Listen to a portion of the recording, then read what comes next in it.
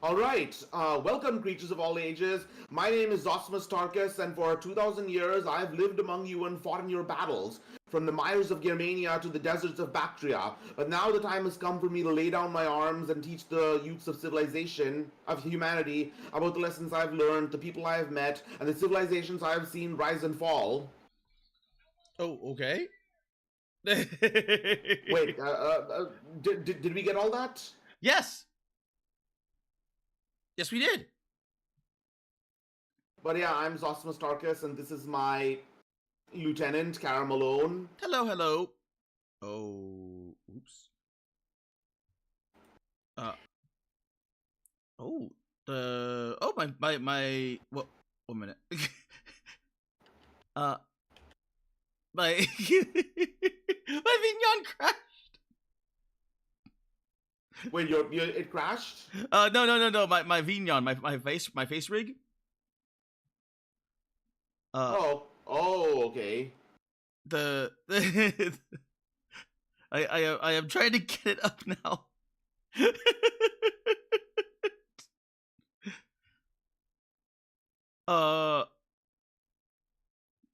It just crashed and now it won't come back on.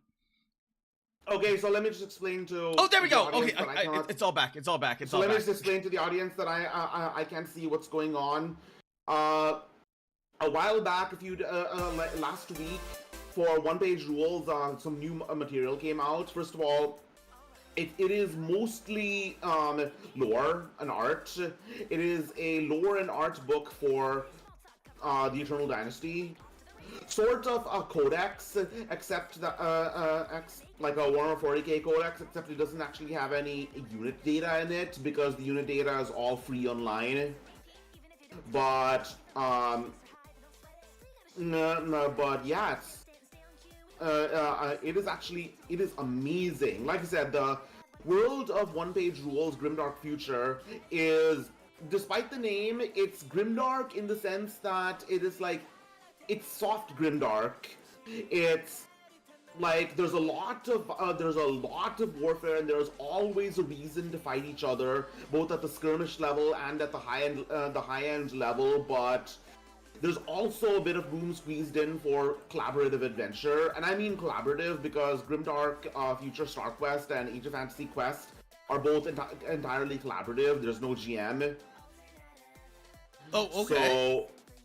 So most factions are morally gray. They're gray. Most factions are neutral. The only factions that are like objectively evil are the ones that have Havoc at the beginning of their name. Havoc being this world's equivalent of Chaos. Ooh, okay. So that's the that's how it is even for the equivalent of Tyranids, the alien hives. The alien hives are not just a mindless like hive mind race. They're actually a coalition of alien species from outside the Sirius sector that have mutated themselves using bioengineering. I still like the fact that they are like, I still love like the what is it called, the bottomless maw, where like nom eat everything. Yeah, there's definitely an appeal to that, be it like the Tyranids or the Zerg or the Flood, but it's kind. Have you played the recent StarCrafts? What do you mean recent StarCrafts? StarCraft 2. Oh, that? Yeah. Oh, that's not recent. Well, they changed the lore. Well, yes, the Zerg are a lot more neutral than with the arrival of like Primal Zerg and the like. They also changed the lore for Kerrigan as well. She's like this big, like weird avatar of Zerg, but yeah, a celestial being. Zerg, right? they screwed the Zerg lore so bad. Oh, you really like that kind of stuff. I'm guessing you liked the Flood then, because the Flood takes it to another level. It turns it into like a divine cosmic being. Yeah, I preferred like the Flood and the Tyranids. Like this. Well, and like, as long as they stayed away from like the hive mind talking and everything, like have the monster be a monster. I like that. Like, yeah, I like hard faced rules, where it's like, okay, this is what a monster is. This is what a good thing is. Like, can here's a human. Can a human be a monster? Yes. Can a human be evil? Yes. Can a human be good? Yes. But like, here's an orc, and like an orc's an orc. Period. Like, can you like invert the orc and have an orc be good? Yes, you can. But an orc is still going to be an orc at the end of the day, you know? There is definitely an appeal to that. There definitely is an appeal to that. Creates a coherent enemy for the obvious good or slightly less evil guys in the case of 40k. No. I mean, with humanity does some really tough. In the Imperium of Man did some really tough things to survive. Yeah. But at the end of the day, they are the good guys. They are the good guys, yes. And that's something that people keep like mixing up. They're like, oh, the Imperium are the bad guys. Like, no. When you look at what the Imperium's against, the Imperium are the good guys. Yeah, the Imperium is just trying its best to survive. The worst people are the ones who think the Tau are the good guys. Oh yeah, because the initial Tau lore, they were the good guys, and then they're like, okay, the Tau. People already hate the Tau. Let's not make them the good guys. Let's make them morally gray. Then they're like, okay, now the Tau have like these weird pheromones to where they now enslave a whole bunch of other people. And they're like, the Tau are no longer good. The fact that in Warhammer Adventures, the children's book series of Warhammer 40k and Warhammer Adventures, when the Tau are introduced, the Secret of the Tau, they're portrayed as the bad guys. That should say something. Oh, okay. By the standard, by the childish, morally black and white and simple morality standards of a children's book, the Tau are still the bad guys. That should say something. Did you know that the Tau created their own elder god? Oh no, I have not been keeping up. Yeah, they somehow created their own chaos god, and it was the embodiment of everything that like. It actually might be the first, and unless you consider the Emperor the Emperor of Man a god, like a chaos god, it might be like one of the few outside of like maybe the Eldar gods, good chaos god. But they looked upon it and they're like, we don't like this, and then they ran away. So basically, the Tau says, "Wait, we actually have to hold ourselves to a coherent moral standard now." Yes. Fuck that.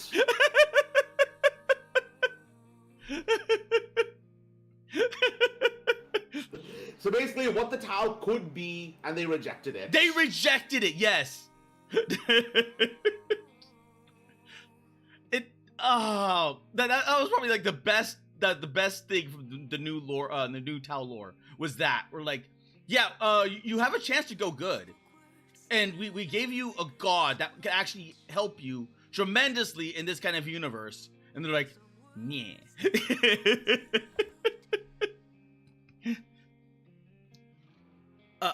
So, okay.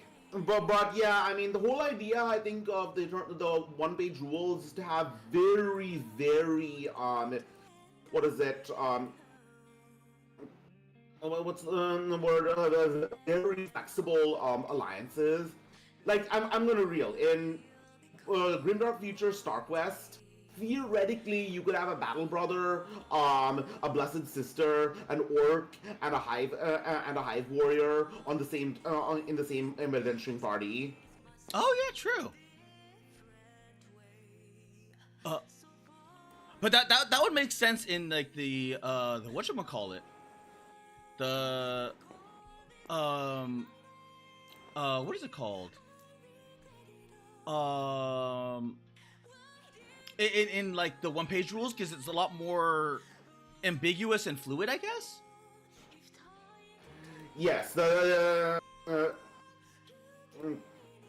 kind of like that because again,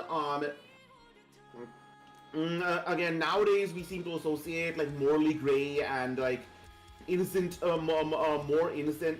Everyone is innocent in their own way as woke. It doesn't need to be. It doesn't need to be like. It doesn't need to be treated that way if it's done. If it's done like I don't know, in a way with dignity, I guess. Like what they do in Devil May Cry. Devil May Cry is not morally gray. Humanity is the bad guys in this case, from what I know. Okay. Like when you have these demons saying we just want to survive, that's not portraying in a both side. It has a both sides issue. That's portraying the human government as the American idiots. That's literally what they're doing. It's kind of yes, in a way, yes. I mean, apparently there's this there's this quote from what's his name the creator of Ghost in the Shell going around. It may or may not be. So but first of all, it may be fake. There's been no confirmation that he actually said it. Okay. But it sort of makes sense. Giving the weak dignity is one thing, but be careful you don't make the weak into the strong. Yeah, that is true. In a very messed up way, but in the context of Ghost of Shell, that makes sense as well. Does it? Yeah, because everything like you were talking about like a very cyberpunk distinctive world. If you made the weak too strong, what would they do with that level of technology? They would end up. Well, I mean, in this case, we're not talking about weakness. We're talking about We're talking about moral character, I guess. If I guess you can cut the immoral and the hypocrite some slack. I tend to cut people a lot of slack, but saying that bad is good, that's something entirely different. Oh, okay, I see what you're saying now. Saying that bad is good and good is bad, that's something entirely different. Okay. That makes a lot more sense. Because I was thinking like, did you see the new trailer for the Ghost in the Shell? The new Ghost in the Shell anime? No, I haven't. I mean, why don't we watch it? I'm going onto YouTube right now. Ghost in the Shell 2026. Okay, so here's what I think we should do. Since I can't actually see your screen, so why don't we just turn it on at the same time? Okay. What are we watching? The official teaser or from 13 days ago? No, it is the same. Yeah. So the teaser. Yeah. Yeah, it's the teaser. Oh God. Okay. Okay. So turn it on. One. Oh God. What? Nothing. It's all good.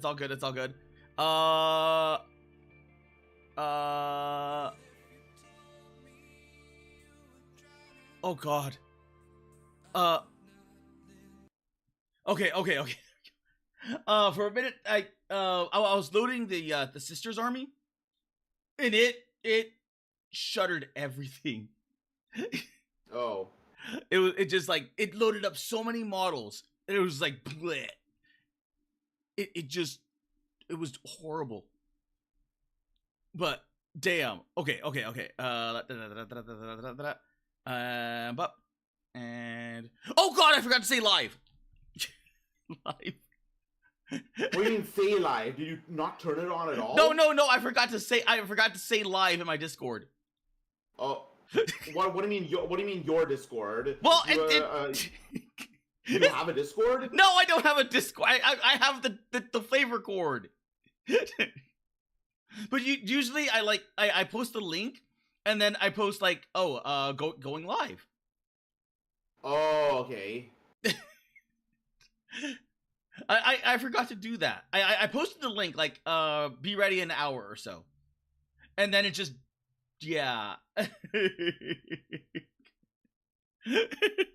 Okay. I am ready. Okay, 1, Two. 2. I want to try something else. Share your screen Okay. on like share your screen on Discord. Sure. Share your screen. Not that one. Ghost in the Shell. Yes, go live. There we go. All right, turn it on. And scene. And bop. And bop.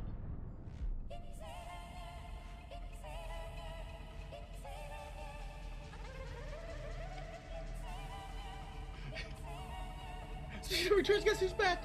Hello, Darren. Hello, Pillow. Hello, Doll. Hello, Splats.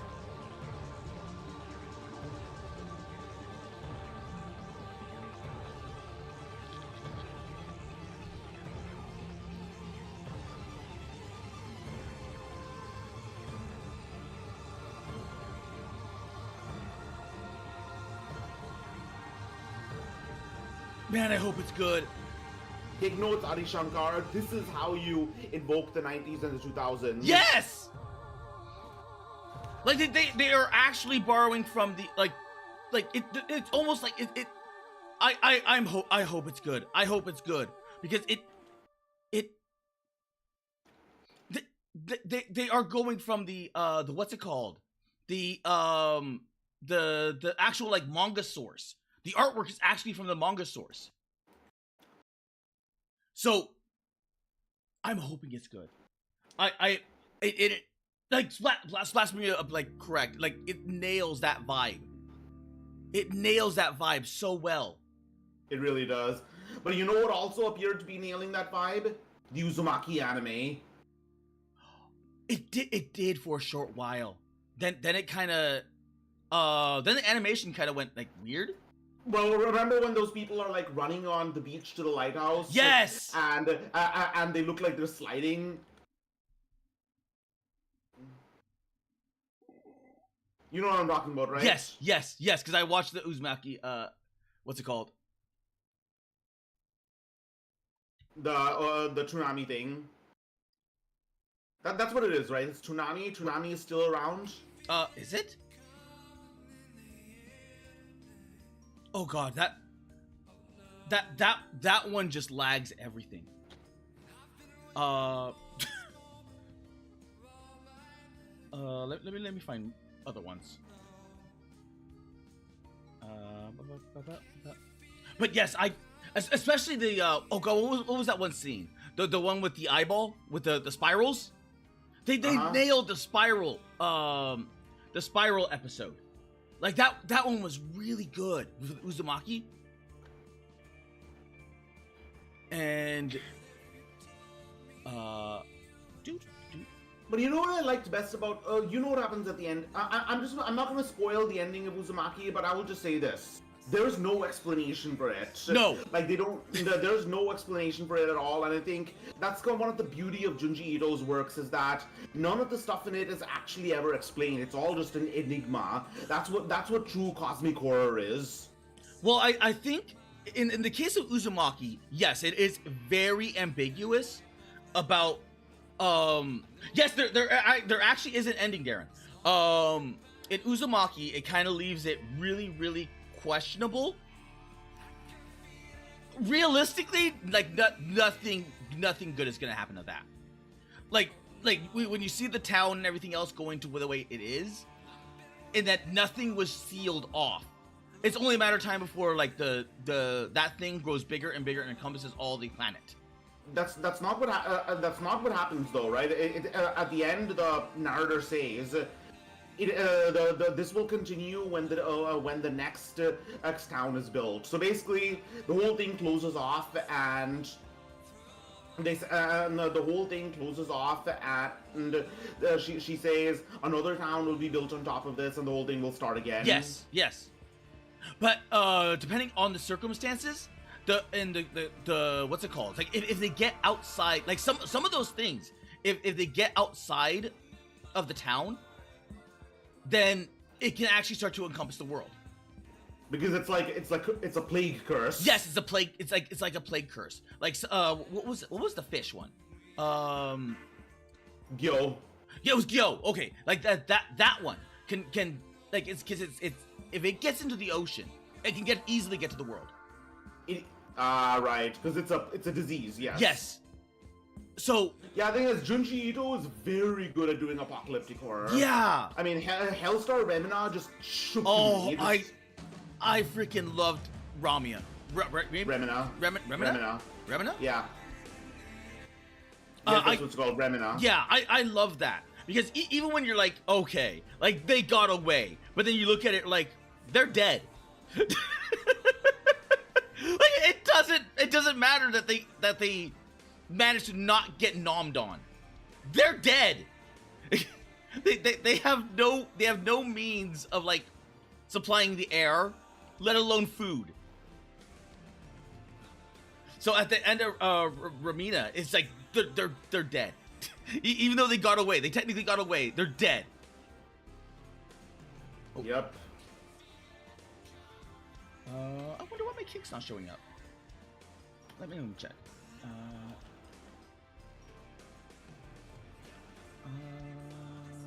Refresh that. There we go. I don't know why I did that. Okay. Ban. Wait, what am I watching? What am I listening to? Oh, oh yeah! I'm so screen sharing!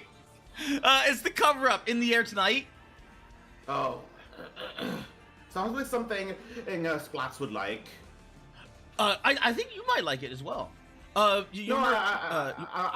think so too.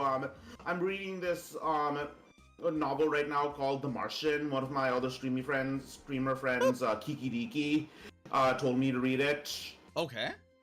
And I'm like, the funny thing is, we were talking about how the air is running out and the like, and the food is running out. But that's basically what The Martian is about. The guy gets abandoned on Mars. Okay. With no way out, and he just survives until and he just tries to survive until people return to pick him up. Oh. And what he does is, okay, a tiny spoiler for the beginning. He grows potatoes in a pseudo soil mixed with Martian sand and dirt mixed with his own waste. I mean, yeah, that would make sense though. I mean, you have to. Hello? Yes. Hello? You there? Yeah. Hello? Hey. Hey. Yeah. Hi? Hey. Hi. Can you hear me? Yes? Can you hear me? Okay, yes. You just went silent there. Oh. Okay, that's not good. No, I just thought you were surprised by the fact that he was growing potatoes in his own, No, that makes sense. Like you need some way of diluting it. Like you need like a lot of different like compost stuff, including like wood chips, because like you can use human feces to grow your own crops, except they're gonna have bacteria, like human bacteria. And without having a proper way to cleaning it, like effectively, you're just gonna make yourself sick. So like yes, like you can do that. I believe some green farmers do that. But they usually put it in a rotation. So they do that. They put like sawdust and a whole bunch of other stuff in it. Then they put it into what is it called? Their compost heap. So that way it gets mixed in with a lot of like the eggshells and everything else. So that way it invigorates it that way. You ever seen 1,000 Ways to Die? Yes! I remember this one weird one where this one, I don't know, businesswoman was constantly fighting with her hippie neighbor. And however, she had a mental compulsion to eat dirt, to eat soil. And so she snuck into the hippies' place to eat his soil, and guess what it contained? I can take a guess. I can take a guess. I think I vaguely remember that episode. I remembered the one with the shot put guy. No wait, not the shot put. The one with the throwing spear, the distance spear. Huh. Where the guy throws it, and I think either he's running up to get it and impales himself on it, or like someone else is like running to do something, and then he impales someone else. Oh. I mean, the thing is, I noticed quite a few, several of the Thousand Ways to Die episode is basically doing something seemingly normal, but in a slightly wrong way or with slightly different circumstances, and then they have like a heart attack or internal bleeding or an aneurysm. Yeah. Like, for example, the two Japanese people who haven't had sex for a while and then have sex and then they die. They die of heart attacks. I remember that. It's like the most... I want to say the romantic way to die, but at the same time... And then another time where that prisoner in, like, Afghanistan or Pakistan doesn't eat for a long time in order to get so thin that he can squeeze through the bars, and then he eats a lot, and then he dies of a heart attack. I still remember, like, this one haunts me. As I still remember the guy that got stuck in the packaging plant, and the doors, like, the person was not paying attention to, so the doors shut behind him, and the decontamination for all the tuna cans or whatever they were cooks the guy alive inside that thing. Oh, because I've been like, I've never been in that situation, but I have been in like warehouse and like heavy machinery, like forklifts and everything else, and you're working on something, and then all of a sudden you end up with that one jackass, that one motherfucker that's just like herp de derp de derp de derp de derp, and you're like, don't do that, and like, and then they're like sitting there giving you grief. They're like, I will fucking kick your ass. Don't do that.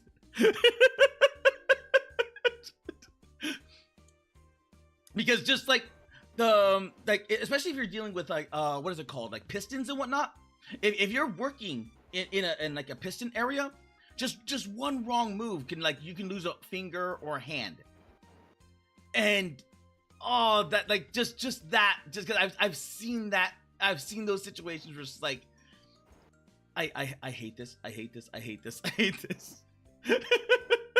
because I know that exact thing where it's just like there's like work laws, like work things that you do, like these are like hard coded, like you do not cross the little yellow lines, because especially in like lumberjack area, because this is where all the wood starts going through. So if you go in this area, you're gonna get smeared.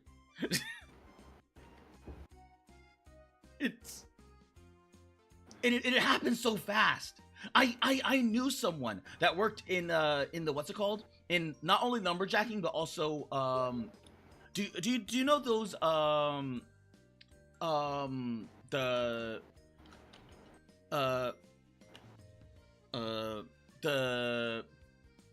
oh god, what is it called, the tire shredding? Vaguely. But what these are, like gigantic metal like teeth that go into rollers, and its whole purpose is to grind down the tires and strip them from the plastic, from the metal mesh that's connecting the tire and all those bits. So what ends up happening is all it takes is just like, if you have long hair, if you have dreads, if you have anything like long clothing, you're gonna get zipped in there so freaking fast that you're the only thing you can hope for is that you go head first. And talk about Skaven doom flayers. They really are, and it happens so freaking fast too. because they're like, yeah, these people are like, yeah, this is what happens here, and this is what happens when you're working a lumberjack, and you have like these little these hooks that hold the log, and they are under like these are not like human automated, they're machine automated. So once they get into that automation, like pick up, push, pick up, push, pick up, push. If you happen to be in that yellow zone, you're just like, you end up with like a several ton wooden log, just like plat, smash, smear. Like they're picking you up with a squeegee. Okay, so you want knights, right? I could not load the knights. Knight Because I could not load the knights, and I could not. Castellan, I could not load the knights, and I could not move this. Move the sisters. Because yeah, I can see this whole. No, I got one. Okay, I got the Tau. I just don't have the dragon. Well, I have a dragon right here. Oh, thank you. Dragon. Okay, like Knight Castellan, Knight Valiant. Okay, so hold on a second. I think I have an old saved sister model bunch. Oh. Blessed Sisters, Firefight. Okay, so we have the Caster. We have these Titans. We have a Fanatics Superior. I don't know. Let me see if I can get one of those. Yeah, that army scared me when I built that. I'm like, everything has like so much like shred and regeneration. I'm like, I wonder if it's way too powerful. But then again, not much board control. Repentia, let me see. Alright, Repentia. Repentia Superior. Yan. Alright, so Canoness with Power Sword, Repentia Superior, Novice Leader. Okay, so High Sister, Novice Leader,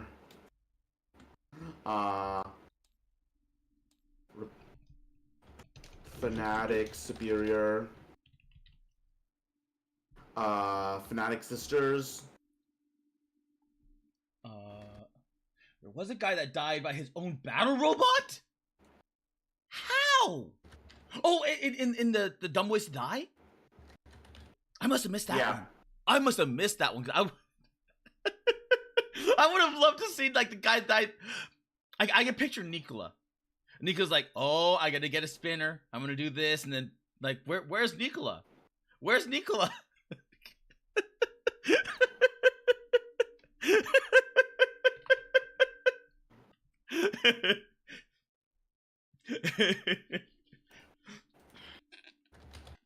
All right. Battle Sister, Penitent Engine, Repentia. Okay, Repentia can't load. Let's get, how about Death Cult Assassins? Yeah, that works.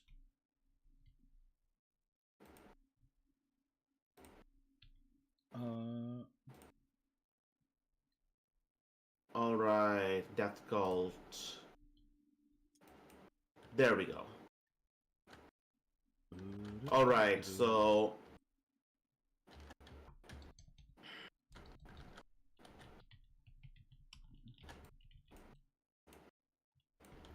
Fanatic Sisters. And then Fusion Sisters. Basically, what is Sisters?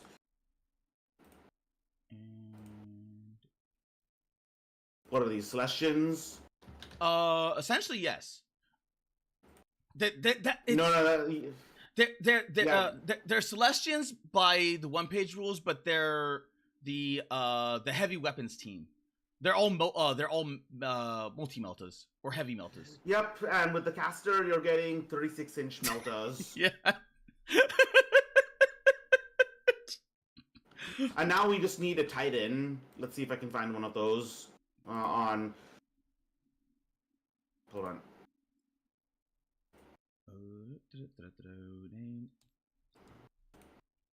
These ones are carbines. Alright, Steam, Workshop. Can't seem to access. Yeah, that's what I ran into the issue. Like either some of it is just broken or some of it is like lagging my system. Steam Workshop, which is not good. Alright, okay, Steam Workshop, Tabletop Simulator. Let's see here. Alright, Warhammer 40k Titans. Boop. Boop. And 40k Titans. Oh, perfect. Okay, here's a Titan back. Okay, thank God. I was gonna say, like, you're probably running into the same issue that I was. And there you go, chat. There's Zosimus Tarkus. Check his channel out. Subscribe. Like, comment, and subscribe. That still gets me. That still, like, legit gets me. But it works.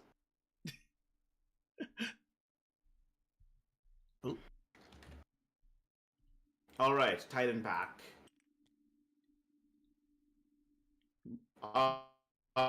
Let's get a Reaver Titan out. Oh, that's not a... That's a battle... That might as well be a Battletech Titan.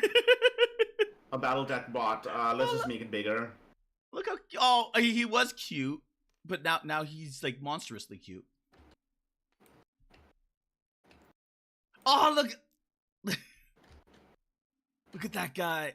Look at that guy. Alright, so you got a lot of, like, big boys. Yeah. It, like, two big melee, stompers. The heroes, I'm missing 2 heroes. Unless they're in this, oh. They're right here. High Sister, Novice Leader, and Fanatic Superior. Okay. Yeah, they go into this unit. Okay. So, anyways, let me do a quick description of exactly how what the Eternal Dynasty's lore is like. Okay. Okay, so the Eternal Dynasty, the name of the species is called Kusarians. And they originally were like a amphibious species on a ocean world called Chansing. And eventually they that fought quite a bit, and eventually they coalesced on a single chain of islands that were a lot more stable and involved a lot less flooding. And they agreed to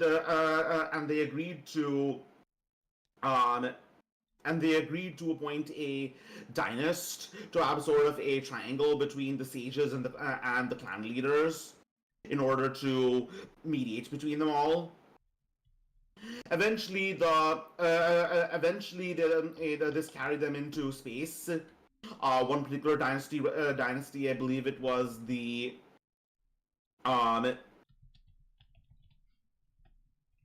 Xing dynasty, meaning Xing. Okay. However, eventually they proceeded to discover the material that allowed them to build very powerful AI, because for anyone who knows anything about AI, they know it's not free. It requires a lot of computing power, rare earth minerals, and power. So much power. And so for this, it's Starjade, and that threw them into war. So yeah, that threw them into the war. The Yin dynasty was able to wrest power wrest power from the Jing. No. She peacefully gained power by giving the Jing a large amount of worlds rich in Starjade. Hold on. I for once welcome Neurosama and her swarm. And eventually, however, the Yin dynasty was seen as tyrants by many, and that ultimately threw the clan threw the dynasty into civil war. Largely fueled by the rise of powerful AI that would come in the form of Oni and other battle droids. Until ultimately, finally, the Huandan clan and was the last one left standing. And this is the one that's called the Eternal Dynasty. It's only called the Eternal Dynasty because they hope to be eternal. Okay.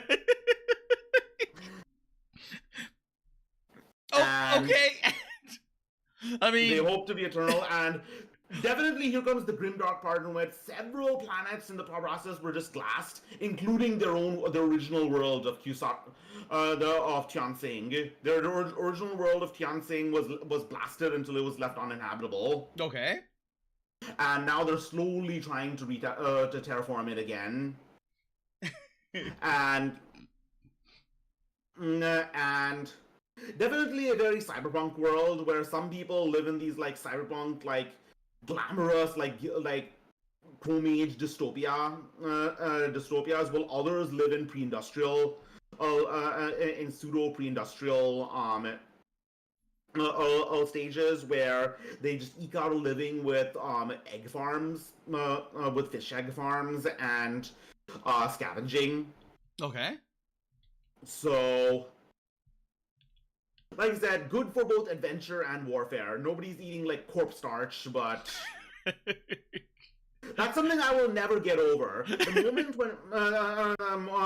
when Soylent Green becomes a fact of life, then when Soylent Green becomes a fact of life, then it's hard to take the setting seriously anymore. Well, here's the thing about that is that you actually can eat human safely. As long as you don't eat the brain or the eyeballs, or just the nervous system in general. But you can eat like the meat, like the thigh, the arm, and everything else. You can take the bones, grind them up into powder, and then use that as calcium to either put into your soups or your farm.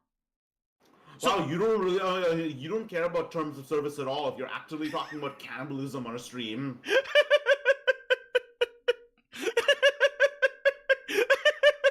Well, I'm coming at this from like a purely educational, as I used to be a butcher. so YouTube, I am merely suggesting, not enforcing or not in no, wait. Imply no. What? Zos, bail me out. Have mercy, have mercy, Mr. Mohan.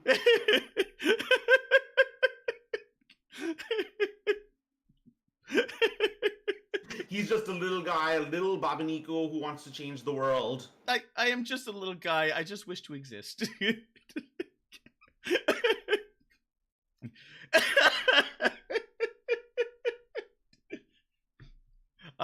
For I am entropy and I just exist.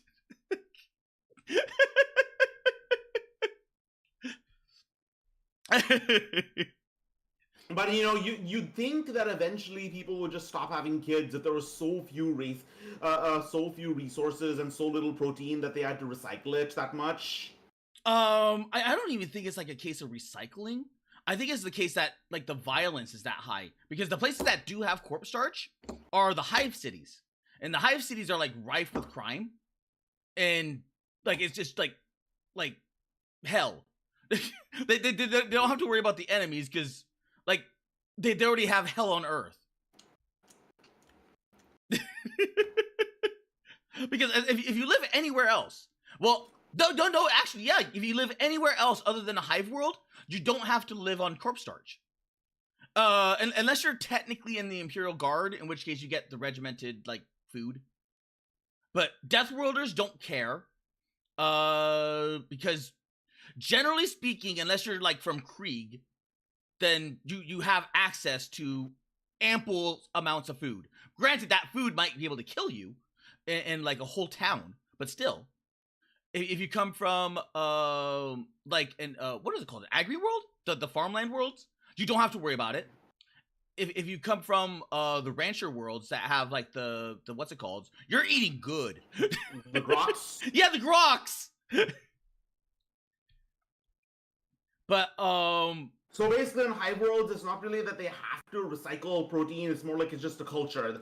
So many bodies on the ground. They're just thinking, "Oh, what do we do with this?" well, yeah, that's exactly what that's exactly what it is. The one of the Necromunda gangs, the meat grinders or something like that. I forgot what they were called, but they are like literally the butcher faction. And The corpse grinders, yes. The corpse grinders, yes. Thank you, Zoss. I couldn't remember. Like they may have like quote unquote like corn allegiance or like semi-corn allegiance, but they'll just like take the corpse and then whisk away with it in the dark. Like no one knows where they go. No one knows what they do. Well, they kind of know what they do, but no one asks any questions about it. They're like, well, there goes good old Billy.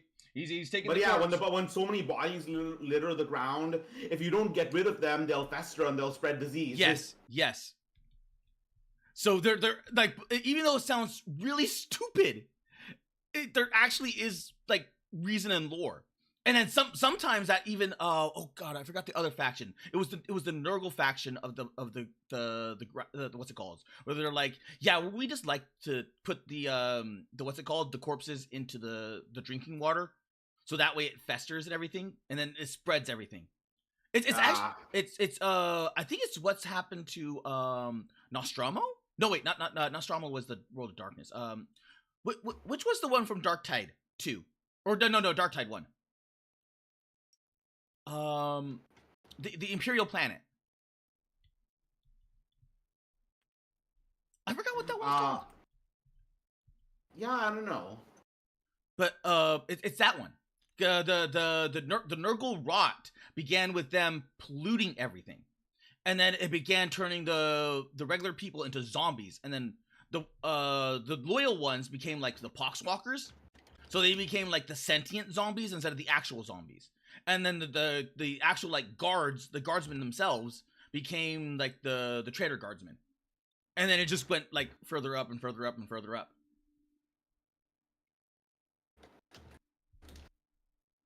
All right, so anyways, let's load something. Let's load what is it? Let's load some lore. Okay, let's load a additive load something. So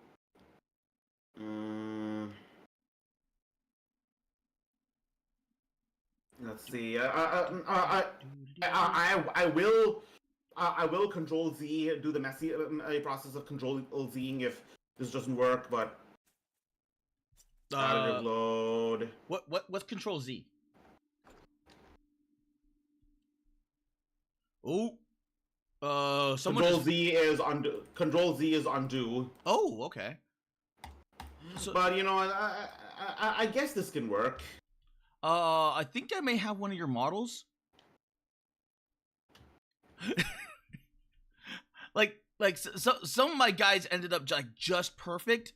Like I have them perfectly placed where but yours, I think yours went flying.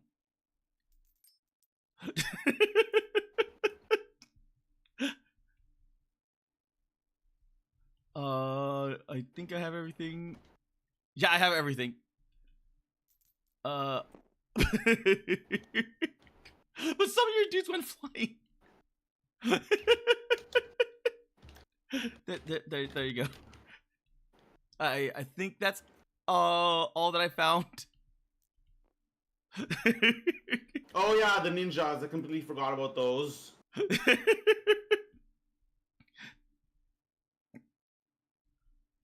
Yeah, so some of Okay. some of you guys did get displaced, didn't they? Yeah. Damn, that's a lot of Okay. ninjas. Ooh. Aha. All right, missiles, Royal Guard. Oh, here are the ninjas. Then where'd these guys come from? They got shunted. Oh, okay. Anyways, well, this is something, I guess. Okay. Let's call these woods cover. Okay. All the woods, like, with actual, like, ground turned into woods cover. Let's also call the crater cover and difficult terrain. Okay. And...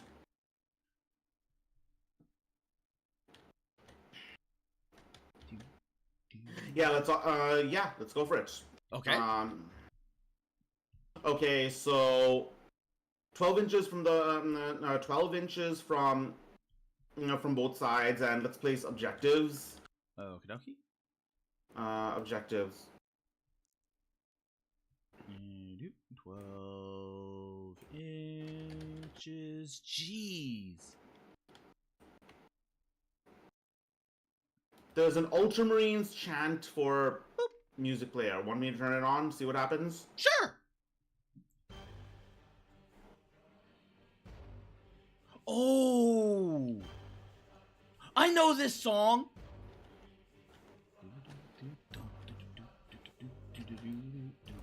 All right, just for now, roll d6 to see how many objectives there are. Okay. There are dice rollers on both sides. There are? I don't see the dice rollers. Yes. Oh, okay. Control C, Control V. Oh, I had him right here. Oh, oh my god. Oh. Aha! 6. All right, so 5 objectives. That's a lot of objectives. Let's center them around terrain. So that is so much objectives. Immortal Polar Bear, or Polar Bear King. 1-page rules. I'm not familiar with this. It's imagine like actually Zoss. How would you describe this? Like 40K, but streamlined rules? It's entry level 40K. There's literally one. Well, there's 2 pages of rules. One for the main rules and one for special rules.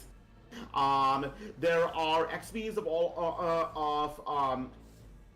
all armies in both 40K, and as well as the fantasy. There's a fantasy equivalent as well. But yeah, there's actually the lore is actually very interesting the deeper you get in.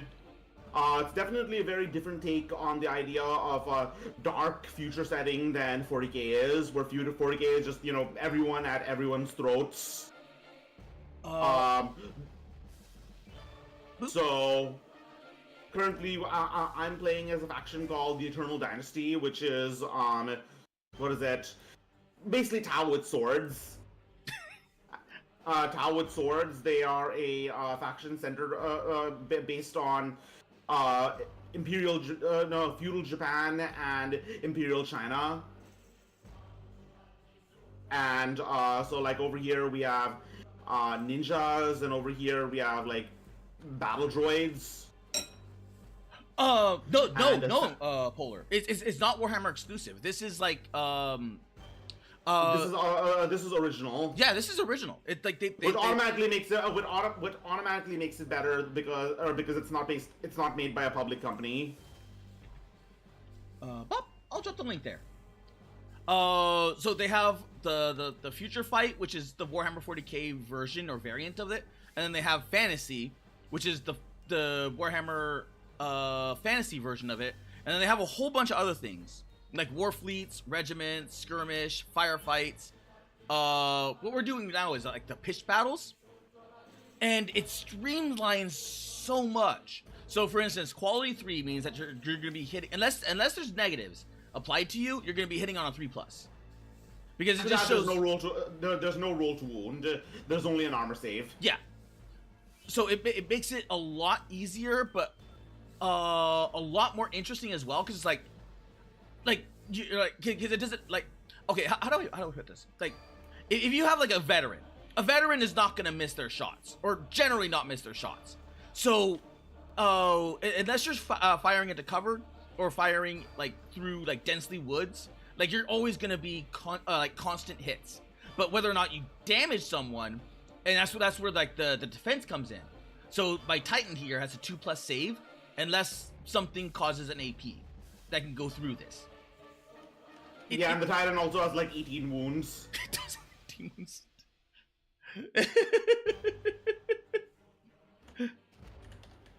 It's kind of a. I'm actually surprised how much of a beast this thing is. The good old Titan, good old guy.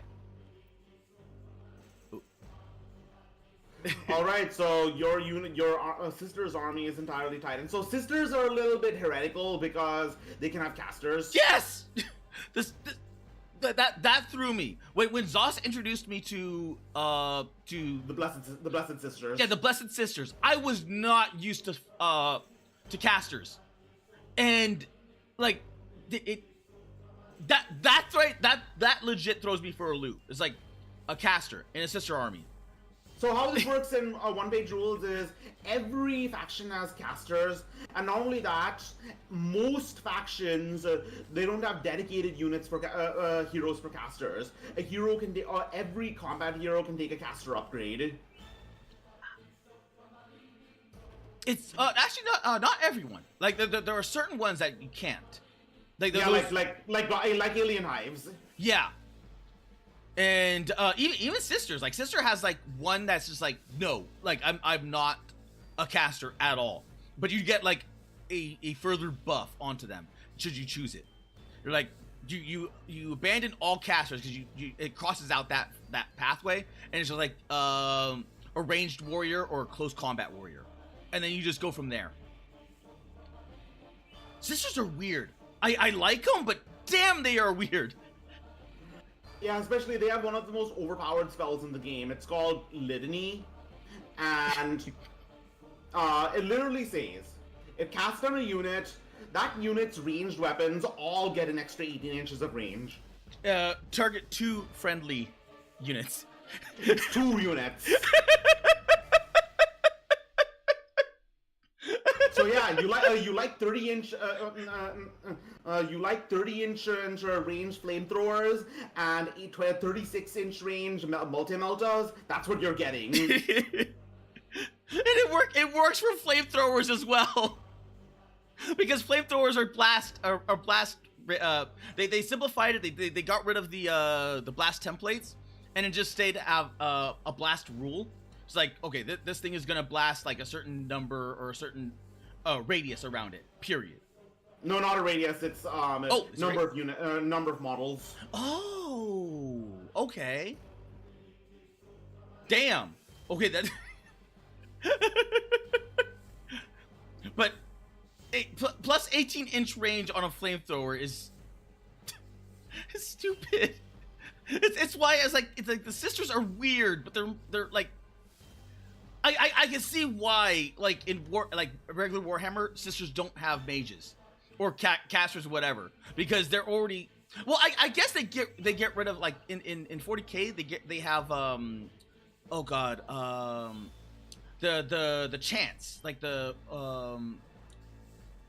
channeling the winds of magic. Is that what you're? No. It's they have their own separate magic pool. It's technically not magic, but it's passive magic. Right.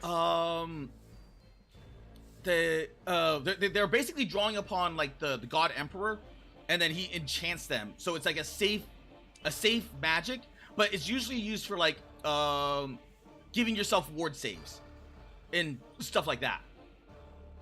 So it's used for more protection than anything else.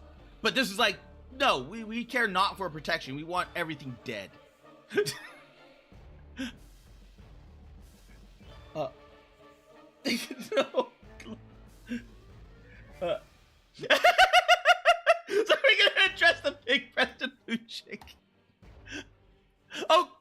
know what? Zost, are you familiar with the image that I sent you? Image that you just sent me. Let me see. That was my thumbnail. Yes. Is that something he actually tweeted? Everything is canon? They actually tweeted out everything is canon. That was like Warhammer official. Huh. So, yeah, the like everything's canon. Like, okay, if everything's canon, Big Titty Tao is canon. Yep. And they can't say anything because they went on this big, massive tirade about what is and isn't canon. And because people were questioning the relationship between Gilliman and oh god, the elder chick. Yvrain? Yvrain, yeah. And they started bringing like, but what about the Custodes? Like, the Custodes would not be okay with this. Like, well, you know, lore is lore. So that after so much like just questioning, they're like, everything's canon.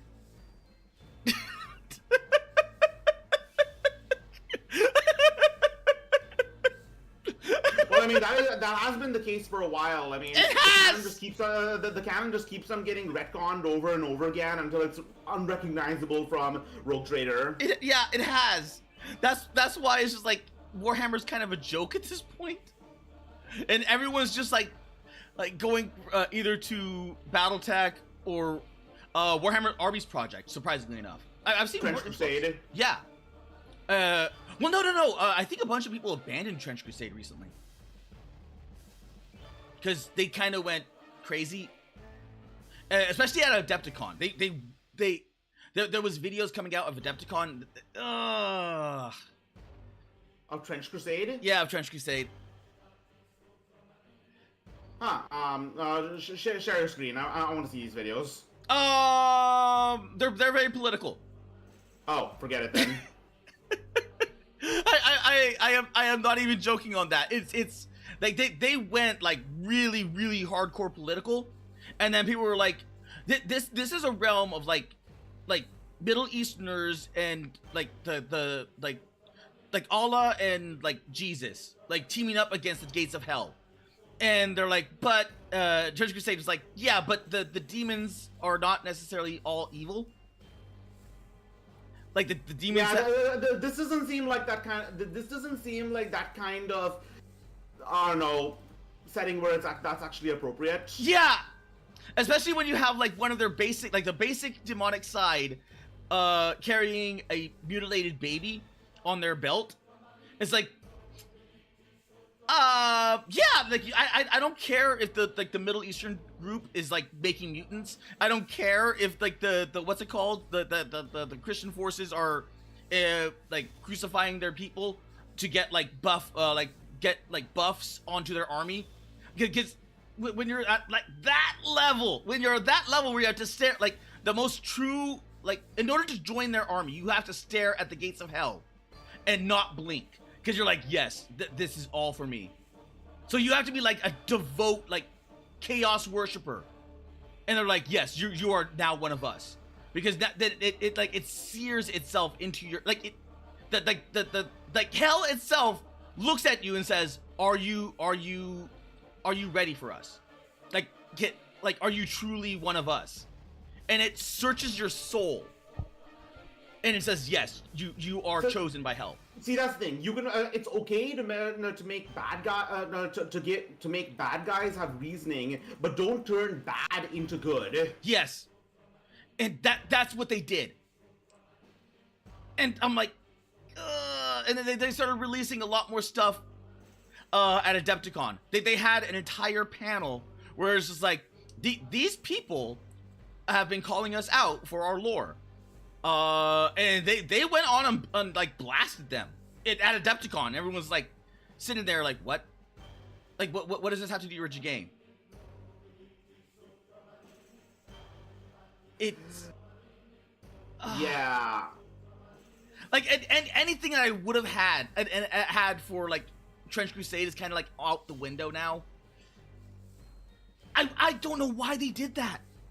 I don't know why they did that. Right. I mean, all they had to do is not do anything. Just do not do anything.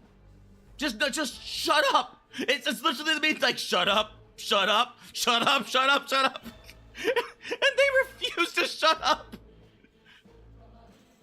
And which like because prior to that there was a Discord purge. Because people were starting to question like whether the lore, like how much of the lore was canon, and they showed the map, like the actual like map, the full scale map of I remember the whole controversy about that. That like, how is this a grimdark struggle? Yes. A struggle. The Christian and Muslim forces handily outnumber the demons. Yes. And then it was just like that's like just basic questions caused them to purge the Discord. And that already there was just like you already purged your Discord, and now you're starting to attack people that are starting to question you, and now you're starting to attack creators that would have had your side for questioning you. Like just questioning the lore aspect. That was way before all the political stuff, and then they just went political. I was looking forward to that too. Yeah, well, I think it's safe. I'm happy to say the Eternal Dynasty are not good guys.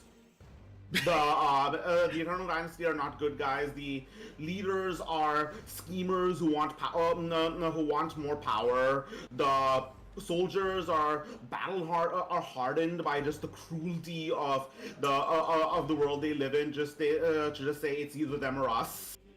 Mm-hmm. There's a strict social hierarchy where if you're poor, you're dirt to us. Yeah, it's a caste system. I wouldn't say it's a caste system per se. I mean, I didn't look that far in. Yes, I know this is about the. Let me look. All I need to do is just. Oh yeah, no, there is no caste system. I literally turned on Control F and said caste. No, there is no caste system. I think the faction with the caste system is the alien hives. Oh, really? Which makes sense because, you know, a lot of the species are actually, the people in it are actually different species. Okay, yeah, okay, I can see that, Kara, CLO, how you doing? Welcome, creatures of all ages. Oh, and then the Polar is looking at everything. But he is creating his own system, which is actually really cool. Cause who is? Polar, Immortal Polar Bear King in on my Twitch chat. Oh, all right. So like, yeah, like we were or like we well, at least I am. I have been like an what are those people like the nomads where like I choose abandonment or like whatever. So I finally returned back to tabletop.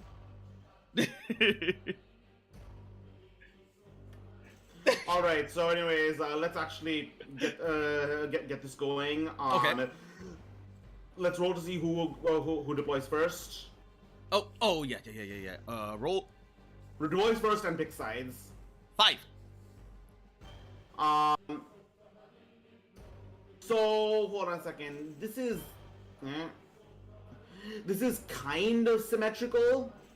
Yes, I think it is symmetrical. So it doesn't really matter which side you pick. So just pick who deploys first. Okay. Are you using your Eternal Dynasty versus my Eternal Dynasty, or should I bring out my sisters versus your Eternal Dynasty? Bring out your sisters. Okay. Then I'll have you go first. Okay, so the special character I'm using is Shang Zhao Fengming. She is the royal banner bearer of the Eternal Dynasty, of the Huan Dynasty, and she has brought great victories and even pressed her clan to serve her own clan, the Shang clan, to serve dynastic interests above their own industries, and she personally dueled her own brother when she questioned the wisdom of sending her clan's recruits to join the dynasty his efforts. So basically, her. So basically, her. I don't know. Yeah, her goal is unity above everything else. Unity through fanatical loyalty. Oh, okay. So she's just like kind of crazy. Like I wouldn't she's call that. I wouldn't call that crazy. I mean, like a bit of a people keep referring to Japan as feudal, but during the Edo period, the Tokugawa shogunate had absolute power. Oh To no, the point where, I was thinking like you ever watch Avatar: The Last Airbender? yeah, Do you remember Zuko's sister? Azula. Yeah. Azula was not loyal to her father. She was very self-interested. Well, yeah, but you know she still dueled her brother and everything else. Oh, that's what you're thinking of. Yeah.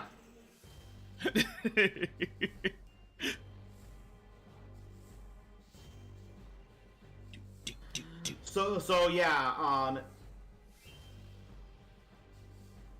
So definitely, the setting definitely sort of combine. Although it does have a lot of what is it? I don't know, nods to feudal Japan. If this was Japan, it would definitely be in its shogunate phase, where the clans are being disarmed to the point where the samurai have been stripped of their land possessions and are expected, and their swords have been shortened, and they're just expected to serve as like bodyguards to the daimyos. Oh, okay. They're not really meant to fight each other, but to suppress the peasants. Ah, okay. So what? Isn't there like the good version of the Eternal Dynasty, the one that sided with the AI? What? No, the Eternal Dynasty are the ones who are like. They use AI to the point that it's unhealthy. They have a master AI called the Oracle AI that's called the Oracle AI that handles all administrative tasks. And the Tau equivalent, the Tau with guns, they don't use AI. They've forsworn it. Oh, that's what I'm thinking of. I'm thinking of the other one. What is it called? There was the Duo Union, the Dao Union. Yeah, the Dao Union are the ones who forswear AI. Okay, that's what I'm thinking of. I did not read. Well, not forswear, forsake. Okay, those are the ones I did not read into. Like I remember one of them were like kind of like they forsook all this, like all of the Eternal Dynasty stuff. But no, they are a different species. Oh, okay. And they basically currently have an uneasy peace with the Eternal Dynasty. Oh, in lore are they kind of like the Ronin Guard from God, what was his name? They had the broadside chick, the redhead. God, what was her name? What the Farside Enclaves? Yeah, the Farside Enclaves. I don't know about. I don't know about that. No, but yeah, the Eternal Dynasty, unlike the Tau, they don't even pretend to be good.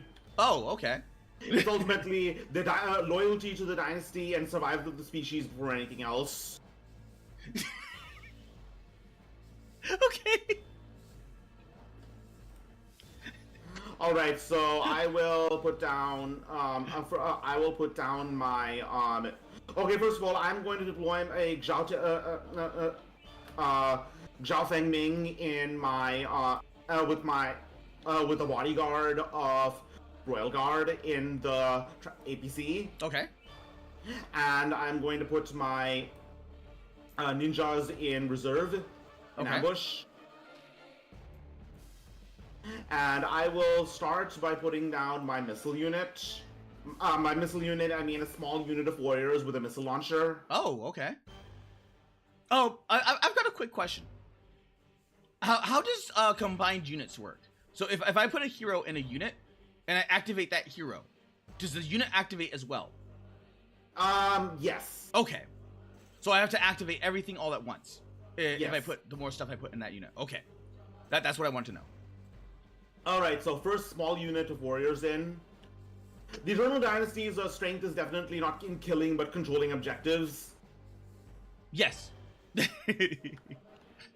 I mean, if you just wanted to shoot everyone from across the board, you take the Dao Union, but Eternal Dynasty are very much a defensive army. Well, we'll see how defensive they are when they go against the sisters. When they go against the 36-inch range multi-meltas.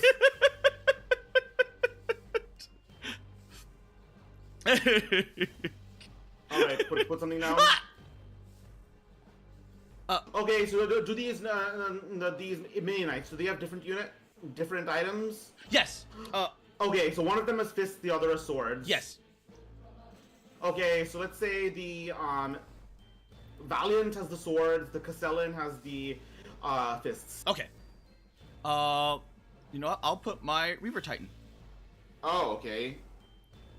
Plop. A little further back. Oh, further back?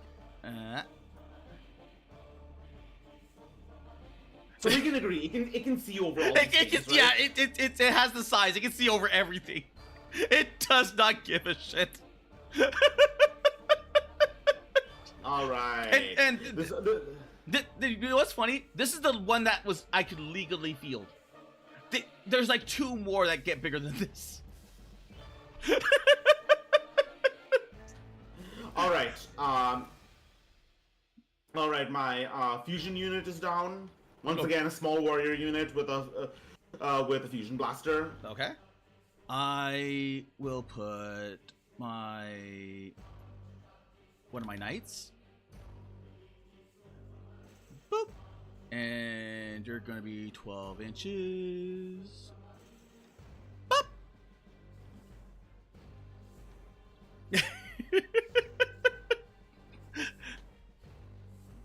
All right, I'm going to put my unit. Oh yeah, my scouts. They're going to be in reserve too. Oh, okay. I probably should have said this at the beginning, but you know, I haven't used these things in a while. Well, the what's it called? Have a whole bunch of tricks. Like they're like the infected colonies, where they have a whole bunch of stuff that can be put into stealth, ambush, and a bunch of other things. And it's just like, do I? But do I?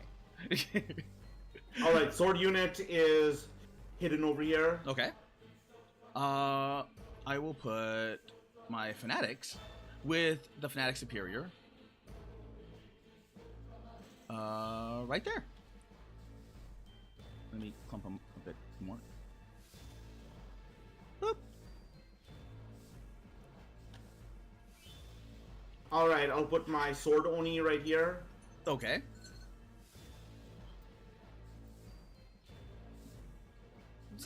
All right. Is my thumbnail over the top?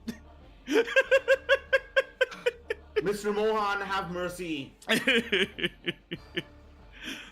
Well, I only got 2 more, so you know what? Yeah, so don't talk too shit about Indians because one of them actually runs YouTube now.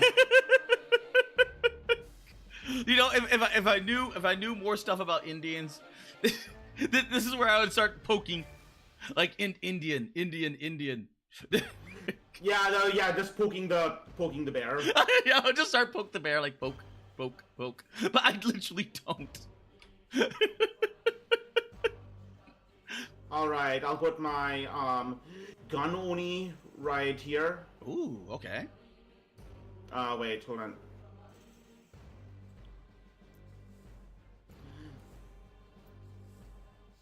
All right, they are in cover now. Can we allow the oni to stay in cover in a crater? Yeah. You did, but that one is you said that one's difficult terrain as well? Yes. So if they try moving through it, then, you know, you're gonna have problems. Max 6 inches, yeah. Yeah. Okay, and I will move my my big sisters with the the rest of my heroes there.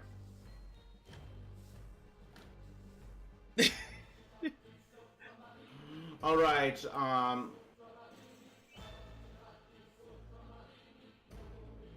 I don't have board control, but theoretically speaking, I should be able to gun shit down. I will put my speeder right here. Okay.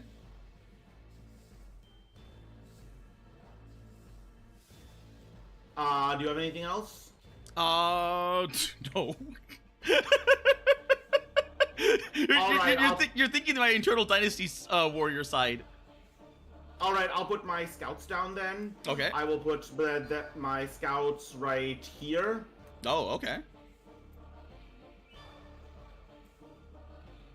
Note, one of my scout has like marker lights, so they can actually target a unit to get so that anyone shooting in it can get +1 to hit. Oh, nice. Don't worry, we'll figure out tech support later. Oh, I almost forgot my Samurai Titan. Oh yeah. How did I forget about that? Titan versus Titan. Foiled by a bush. Actually, that's not even a bush. That's a little. Well,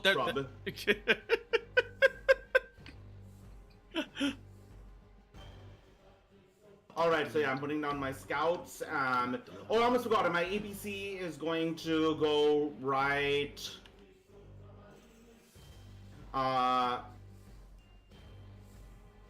My APC is just going to hide right here. Okay. Yeah, let's go. All right. So who goes first? You activate first. Okay. I will activate my entire sister unit, so as novice, high sister, everything. So, Yep, you're in range. If you get the casting, the spell off. Yeah, I will move them up to here,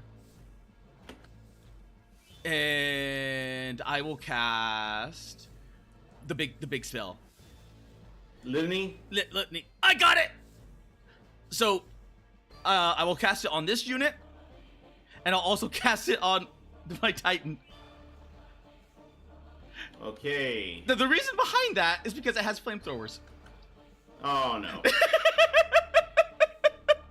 2 heavy flamers and two heavy flamers and a whole fusion cannon and a Gatling cannon And a Gatling cannon. Missiles.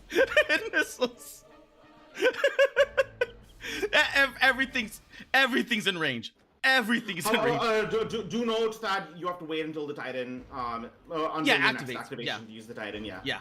So you can shoot your Celestians now. If I destroy your devilfish.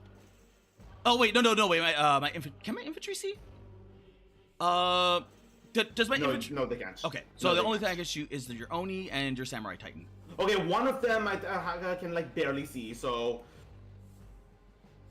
you'd be shooting through cover though, and I think you would have hard cover because you're shooting through a forest and you can only partially see it. Okay. Is hard cover even a thing? Let me see. No, I think it's just cover. Right. There's only -1. Yep. It's just a -1. No, actually, no. It's not -1. I get defensive. I get right. I forgot about that. Remember that? Yeah. Yeah. Okay. So So question about thing. If I destroy it, does anything inside of it take wounds as well? Like if it gets destroyed? The unit is shaken and the unit is shaken. Oh, that's it. And they almost take danger strain tests. Oh. Okay. Is it worth it though? Is it worth it? Because that's. I know I could tear that thing apart. With this unit. Because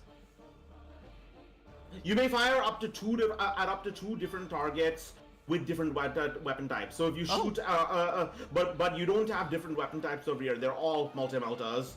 So if you shoot at this, that's the only thing they can shoot at. Okay.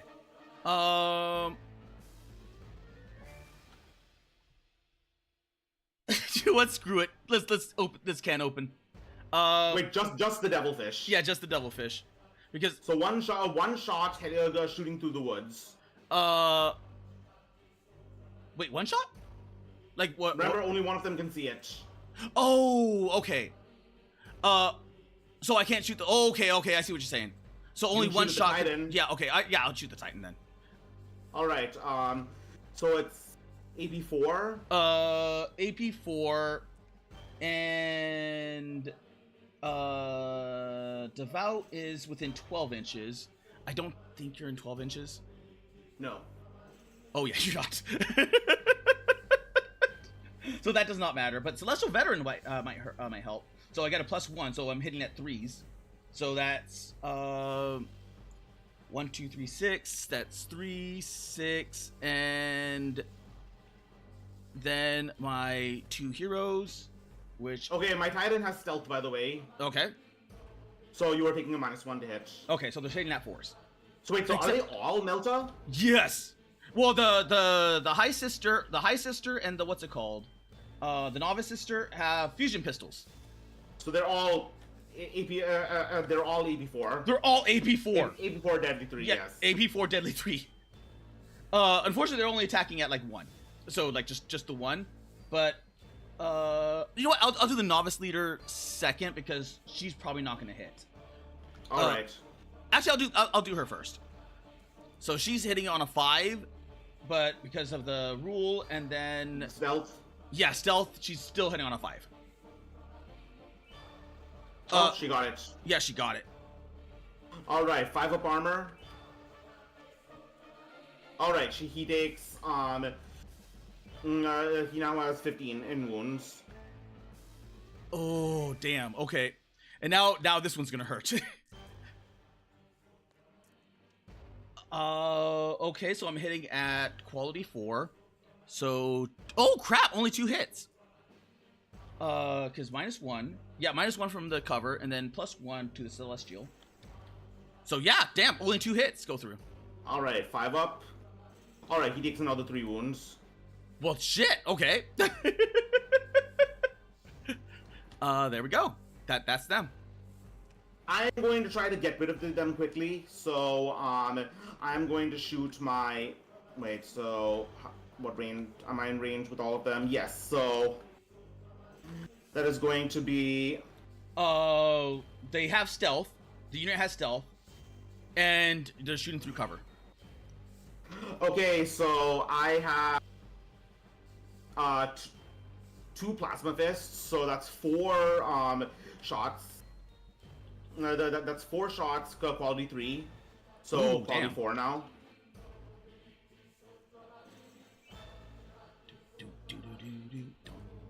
All right, so that's 2 hits. 2 hits. Okay. And AP4, but from cover it's AP3. AP3. Okay, these are my Celestial Warriors, which AP3. So you have defense 4. So that's a 5+. What? Wait, no, 6+, right? 6+. It's AP3. They don't get anything. Oh, okay. So all they get is the regen. Yeah. Okay. So that's how many hits? 2? 2. Okay. 2 with regen 5. Come on, regen. 1 makes it. 1 dice. All right, and they also have a laser fist. So let me just see what lock-on does. Let me just quickly see what. I think it ignores cover. Eternal Dynasty.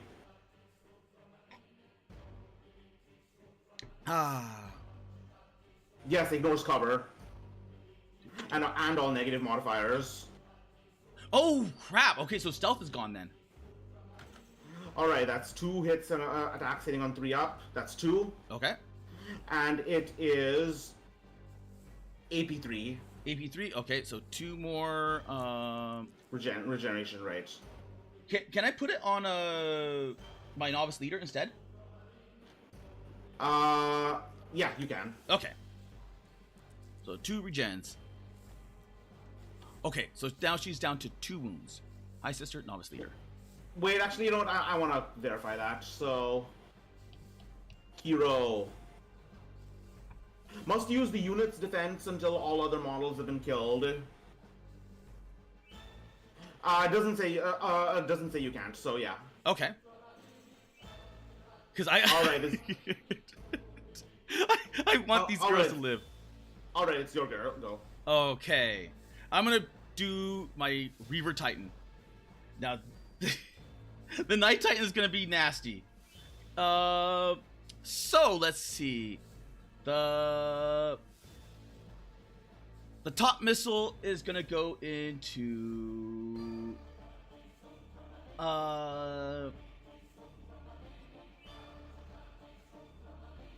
Piranha. Yeah, I'll put it into the Devilfish. The transport. You have to. You can choose up to 2. Oh, only up to 2? Only up to 2 units to split between. Yeah, despite how many weapons I have. And also, I do not think you can actually see this. See the Devilfish over this rock. Oh, okay. Can you draw a line? I don't think so. Nope. No. All right. Okay, never mind. So I can only target 2 units. Yes. Okay, then in that case, huh. So, a question about the flamethrowers. If I target the flamethrower on the Samurai Titan, does that spill off into this and the Devilfish? No, it doesn't. It does not. So, okay, let's see.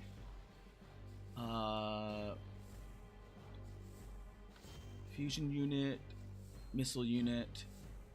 What's the fusion unit? It has 1 fusion blaster. Oh. Okay.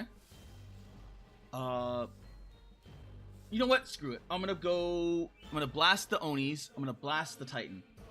So the first things first is the 2 heavy flamethrowers into the Oni. Then let's see. What do I want to do? Because all of it is relentless. So if I roll a 6, it counts as an extra attack. So let's do the what's it called first? The flamethrowers. All right. 6. Nothing. So one hit from the flamethrower. Which is blast 3. All right. So all of them get hit. And it is AP1. Yep, AP1. But they have cover, so there's still a 3 up. Well, shit. One of them one of them is just melted. Oh my god, that was horrible.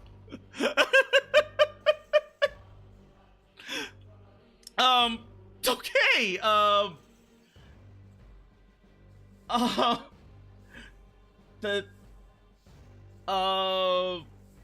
You know what? Okay. I'm gonna go the Gatling cannon into the Oni. Oh, all right. So it's 3. 9. Yeah, 6, 9. It is relentless. So if it hits again on a 6, another attack, and it's rending. Is it another attack or another hit? Relentless. Unmodified rolls a 6, deal 1 extra hit. Okay. But it counts as. Would that count as rending? Yes, it would. Okay. So if 6 is hit, it's gonna be nasty, and if 6 is hit in general, because it's gonna pop and then it's gonna rend. Yes. Hitting on 3s. Ouch! So there you go. All right. So that's 1 extra. Yeah, thank you. All right, 3 hits, AP1. So I have cover from that. So 3 up. Okay, one of them takes a wound. And then there's 2 more AP4, but I have cover, so it becomes a 6-up. Alright, he is wasted. Ouch. Oh, damn. Okay. Then the top missile and the hull fuser are going into the Titan. Alright, first the top missiles. Top missile is... Oh, I probably should move that in general. Just... Oh yeah, you have only one. Yeah, I only have one. Bop! Oh! Ouch! Alright, that's relentless. 2 4-up saves. Yeah. Alright. Oh, The Titan's armor protects it. barely. Oh my god, just barely. Cause that would have hurt. The whole fuser has 30-inch range, so Yeah, it does not matter. Because remember the plus 16. So the whole fuser once again. Let's see. Attack 1, AP 4, deadly 3. Hits. all right. So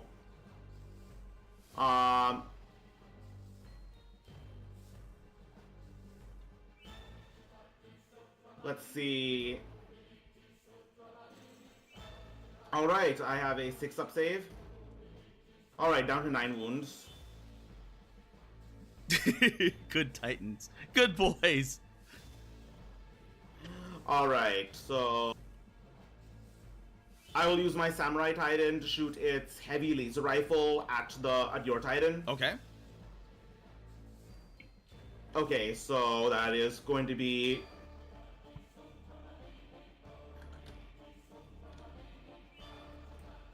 yeah. 4 attacks hitting on 3s. Okay. Shit. That would have been. Ouch. AP3, deadly 3. AP3, deadly 3. Okay, let's see. That's. I get defense, so that's AP2. So I have a 4+ save on 1 attack? Yes. Oh. And then regeneration. I made it. Wait, so how is it 4+? It's 2 up base and Yeah, 2 up defense. And then you have AP3 plus cover. Oh wait, no, Knights don't get type cover. That's right. Okay. So it would still be a 5+, right? yes. Okay. Well, I still made it. All right.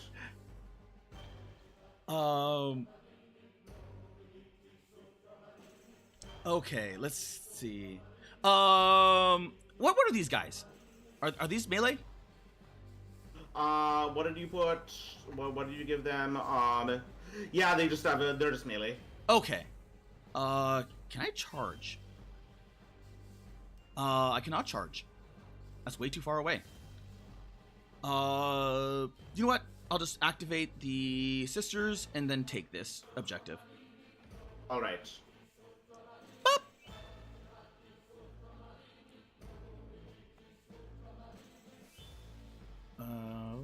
Oh, okay, you already did that.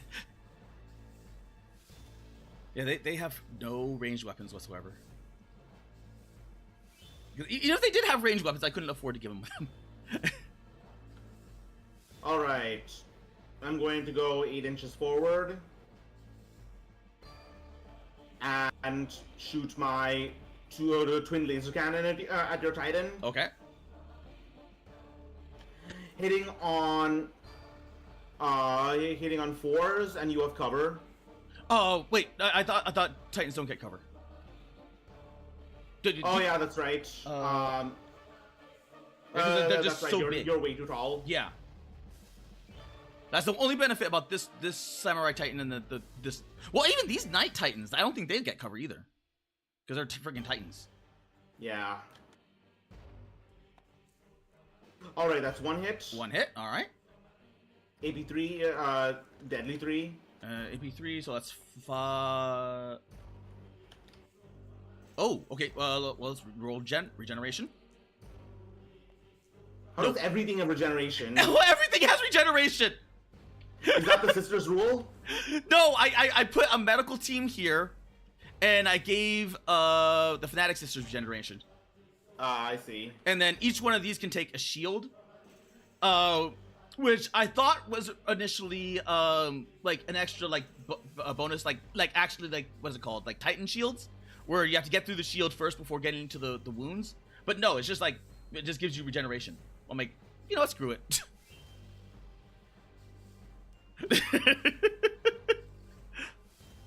All right. Anyways, you're down to 21 wounds. Okay. Let's see. 20. All right. I just changed it. Oh, okay.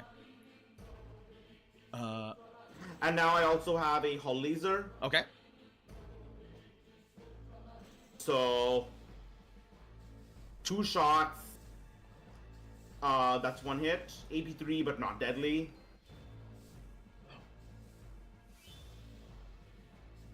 Pillow, you might want to get them into Tabletop Simulator, because Tabletop Simulator has all the board games. Like any board game that you can think of has all of them. All right, I just shot a hell laser at you. Okay. Any AP? AP3. AP3. So I'm saving on 5s. Yes. Nothing. So let's see again. Regeneration? No. All right, down to 20. Okay. My activation. I will. Yeah, I'll move this one. I completely forgot about my marker lights. That would have been helpful.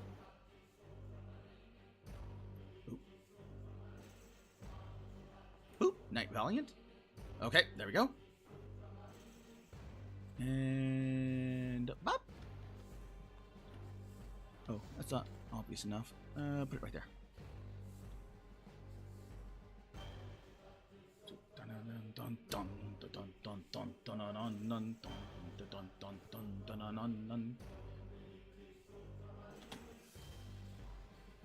Your activation go?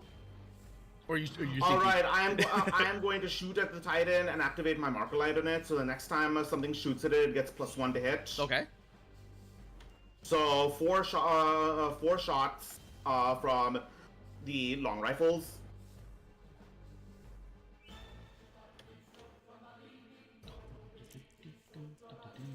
Ouch! That is 1 hit.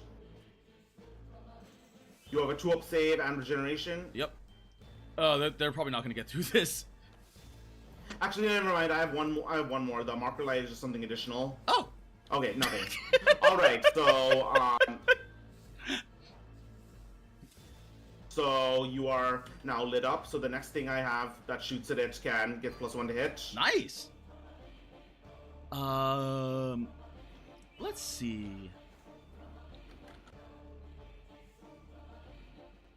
I wonder how deadly these guys in combat are. You know what? Screw it. I'm gonna move them right there.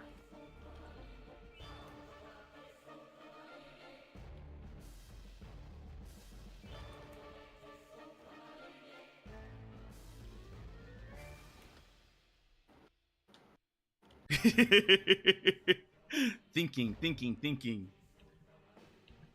Thinking goes the Zosimus. Like how? All right, I do not have anything in range right now. Yeah, you have to move them up.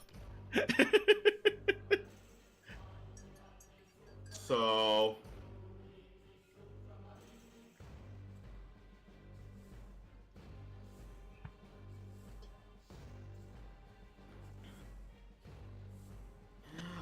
yeah, I'm not. I do not have anything in range right now, so I'm just going to shoot straight down the middle into your Celestian unit. Okay. Do they have anything that negates cover? The missile unit negates cover, but I don't. There's nothing. There's. Oh, I mean, yeah, that's right. You're behind the rock. Yeah, and stealth. Okay, so the missiles. The missiles might hurt. I think the missiles have lock on, right? Lock on, right? Yeah. So negate ignores cover, so 4 and the up. stealth. Okay, both hit. Ouch. Okay. AP3. AP3. Shit. Okay. You know what? I'll just take it on the novice leader. 2 up regeneration, right? 2 up regeneration. Yep. Oh! She's dead. She dead? Yeah, she's dead. Just splattered. Yeah. And she was the one that was giving me stealth. All right, and let's see, 4 shots with long guns. With stealth and 4 shots with long guns with they're shooting at the same time, so I'd say they'd still have stealth. Okay. Hitting on 5s. Nothing. Oh, damn. All right. All right.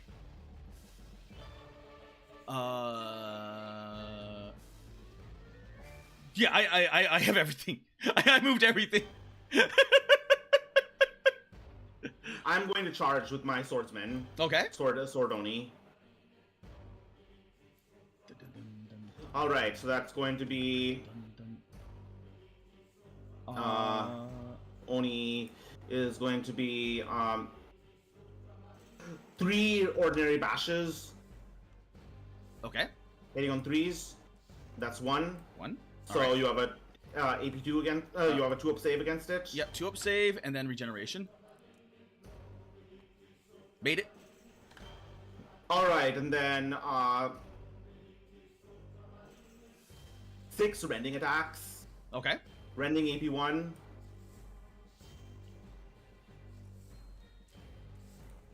Oh, damn. Okay.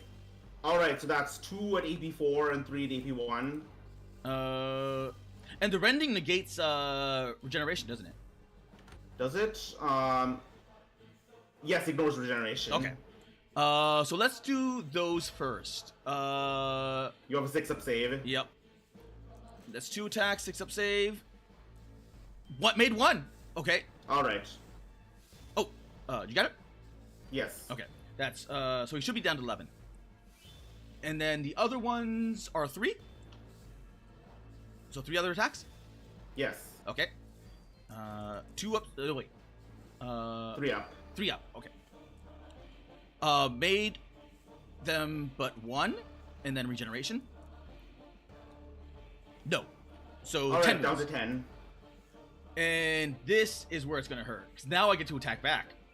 All right. So let's do the 4 stomps. And bop. Oh, okay. That this one. Oh, this one does not get anything good except for fearless and fear.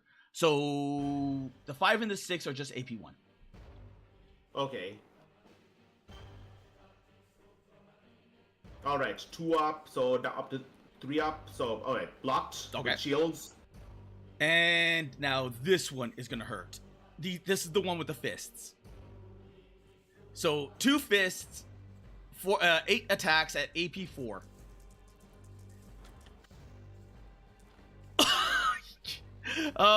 Yeah, that's a lot of that's 6 attacks. All right. 6 up armor. All right, 2 of them just get splatted. And does a question, how does morale work? How does morale work? I make a quality test. All right, I'm fine. I have fear too. Yeah, so it's still the quality test is unmodified. Oh, okay. All right.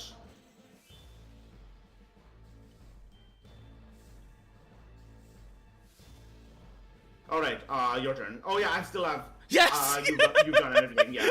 I got everything. Like board control isn't here, but they might be able to kill a lot of things. All right, I'm just gonna let me just keep track of the objectives. I have 2 objectives soundly. Malone.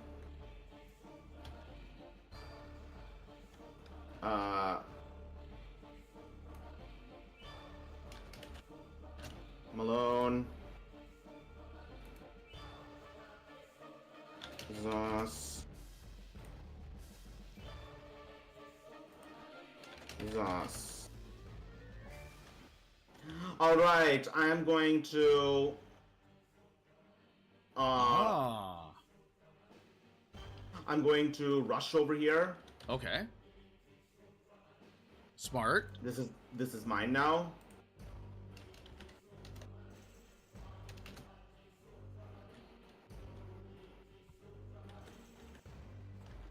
And then I am going to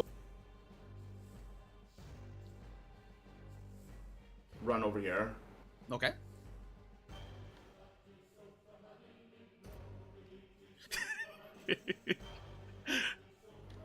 All right.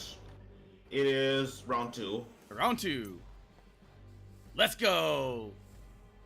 Da-da, da-da, da-da. It is your activation first. Okie dokie. I will do the same thing. I will put down my ninjas. Oh, okay.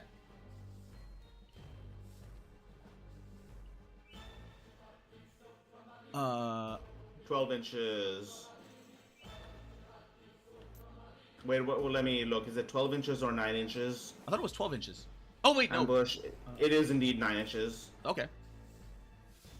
So they gotta be right there.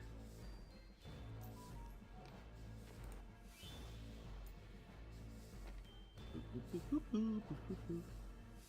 wish I knew how to ping. Alright. Alright, it is your activation first. Alright, I'm activating this unit right here. They're gonna move into cover.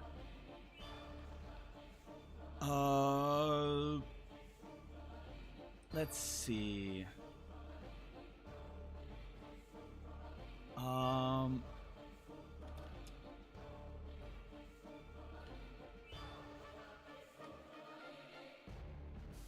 gonna move into cover like... Oh. That way I can see that transport. Okay. There we go. I can see the transport. Alright. And I will cast the spell. Lizzie again? Litany, wait a minute.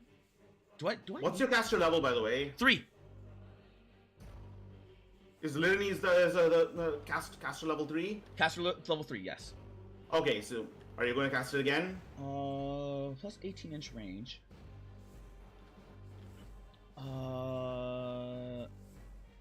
Let me see. 12 inches, 12 inches. I don't think I need to cast. Oh, no, I might need to cast. 29, 30.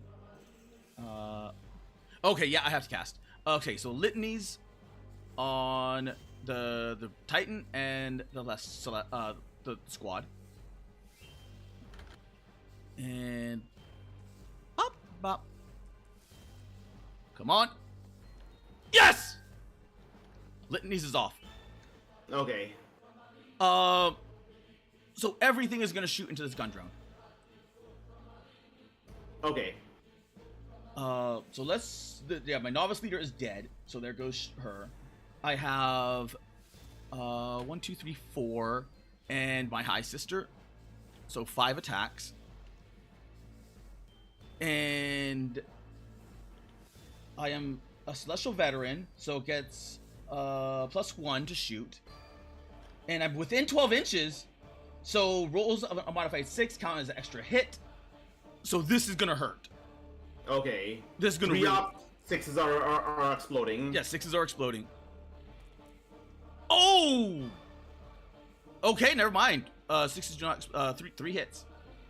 Let me see, my... AP 4, Deadly 3. Okay, my APC is... I need 6 ups. Okay, destroyed.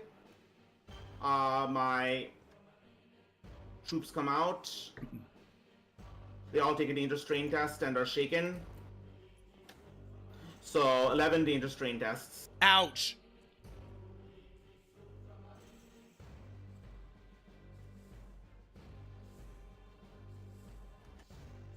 Oh, come on.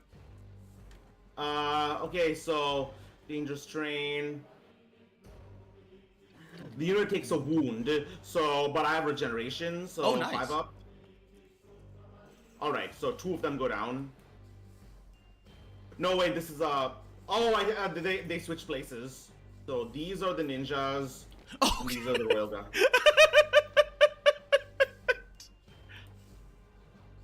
Oh, I don't need that. I need dice anymore. And they are shaken. Okay.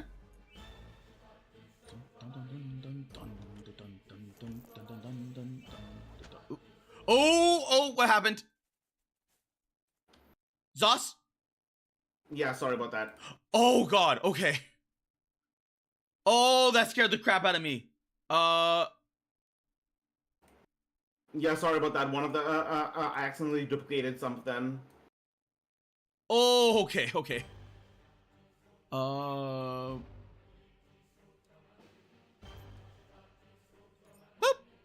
Okay. Have a good night, pillow.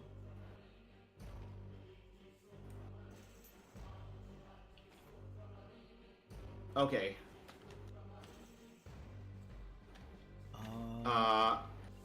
So these 3 go down. Boop.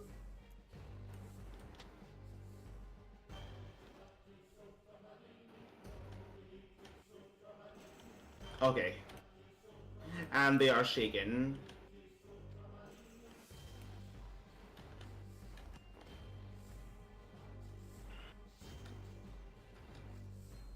Alright, I can't let you have that objective, so I'm going to hop over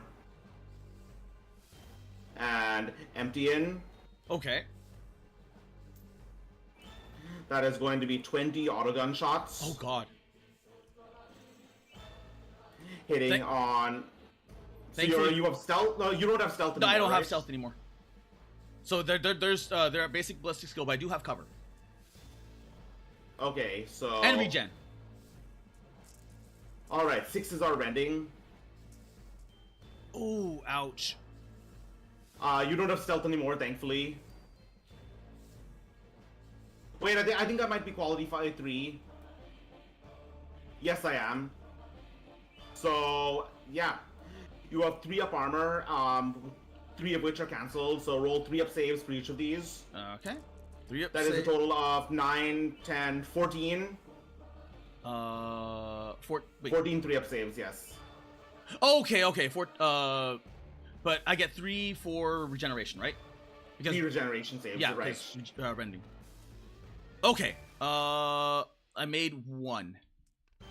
So 2 Celestians go down. 2 Celestians go down. Where did I put the corpses? There. Okay, and then 14. Right. So 4, 5. That's 10. 14, right. I can't copy dice anymore. Okay, so 5, 10, 12, 14. Thank you. 3 up. Okay, so that's 2 3 down. So then regen. So let's see. I'm gonna put that on.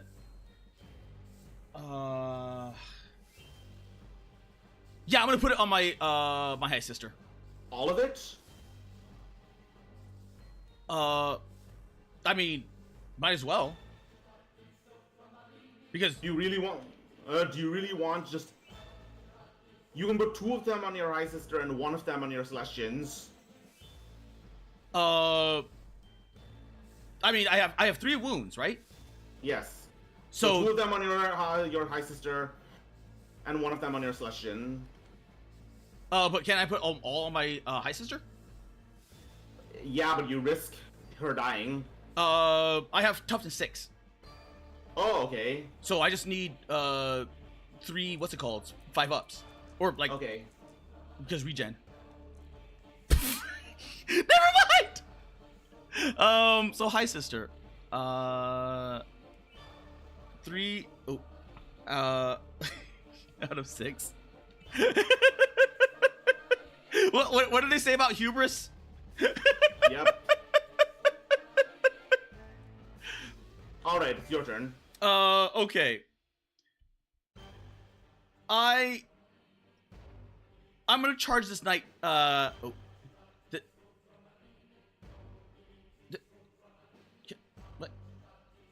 Why can't I? I cannot move this guy. I'd like to move to charge him. You've been demoted. Oh, okay. Okay. Thank you. I'm gonna move him, bop right into there, so that way, he blocks everything coming into these sisters. All right. So if you want to hit the sisters, you have to go to the knight. Okay, go ahead and attack. So this is my sword titan. So this is gonna hurt. So attack, charge. So the charge is +1. He's sitting on 2s. So let's first resolve the stomps. So what do you mean charge charge means he's hitting on 2s? Charge is +1 to melee, right? No, it isn't. Oh, is it? No. Oh, it's just +1 AP, isn't it? No, it isn't. Charging doesn't. All the charging means is that you strike first. Oh, okay. I could have sworn charging gave you something. No, it doesn't. Oh. Well, crap. Okay, well, it doesn't matter. it's still gonna well, you know that he's there, so that way he's blocking everything. So first, 4 stomps. Bop, bop. So 2 hits, AP 1. Alright, the Royal Guard have... No, the Royal Guard have defense 4 up, so...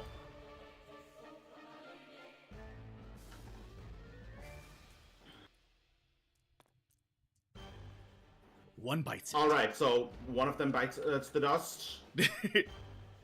And this is gonna hurt. This is gonna hurt. So 3, 6, copy, 12.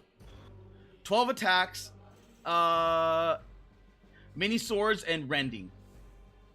Alright, hitting on 3s. Yep, hitting on 3s. Ooh! That could have gone better. That could have gone better. Okay, so one of them just explodes, is just cut in half.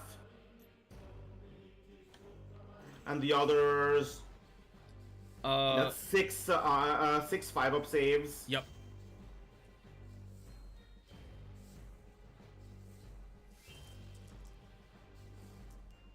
Oh! That could have gone better. 2 regen saves. Alright, so you have currently killed like 3. Yep, you have yeah, I've I've killed so many. You've killed 3 so far. Let's see how many I have left. Okay. Damn. Okay, 8 spear attacks hit AP1. And hitting on 6s, but those 6s you're praying for 6s. You're praying for 6s. Yeah, but those 6s explode into extra attacks. Alright, nothing. And then and then let's see, so Zhao, then there's Zhao, so she has 4 attacks on AP1 rending. And she's praying for 6s too. Nothing. Alright, So how does what's it called work in this case? Morale. Because I have fear 2 and you're already shaken. I take a morale test, which is quality test, and a failed unit is shaken. If the test is failed while the unit is down to half or less of its total size or tough value, then it routs. So, 1, 2, 3, 4, 5. So yes, I am below, so I flee off the board if I fail. I'm fine. Oh. Also, the elf is giving you thumbs up for playing one-page rules. Oh. fellow man of culture. Yeah, he is. He built I think it was a towel. It was one of the big battle suits on one of his streams. I forgot which one it was. Was it a Riptide? It was something. I'm begging you to check chat once. All right, Marker Light going on the Reaver Titan. Oh. And 5 long gun shots. Hitting on 4s. That's 3. So 2 up armor. 2 up armor. 2 up armor. And... That's 3. It's 3. Oh, 3. Oh. Alright, that's 1 regen save. Oh. No, two regen saves. Because I failed. I failed 2. You have to 2 up armor. It's not Brent. It's not. Oh, right. Okay. 1. Nope. Alright, down to 19 wounds. And now there is a marker light on it. Okay.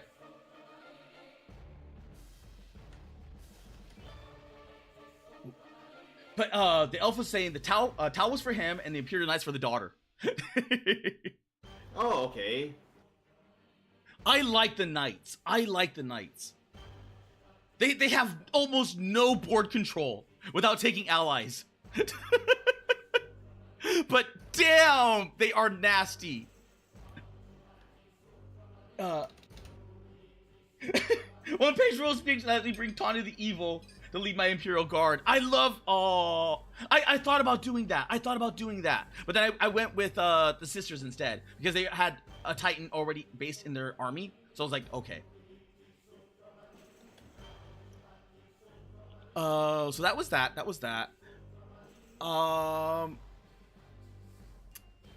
Well, let's see. I can only shoot at 2 units.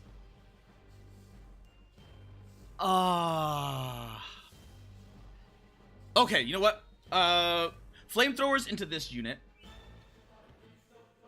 Let's see. Actually, let me resolve the big ones right here, the Samurai Titan.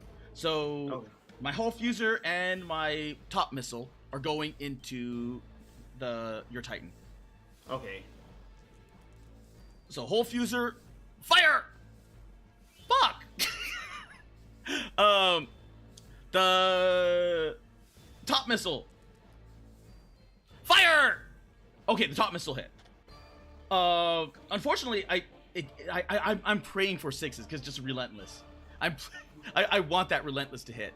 Top missile is AP2, right? AP2, deadly 3. Yeah. So you should be able to save. I did not save. Oh damn. What's he at? He's at 6 wounds now. Alright, the rest is going into the ninjas, right? No, the flamethrowers are going to go into the ninjas. The Gatling cannon is going to go into that Titan. Okay. Because I think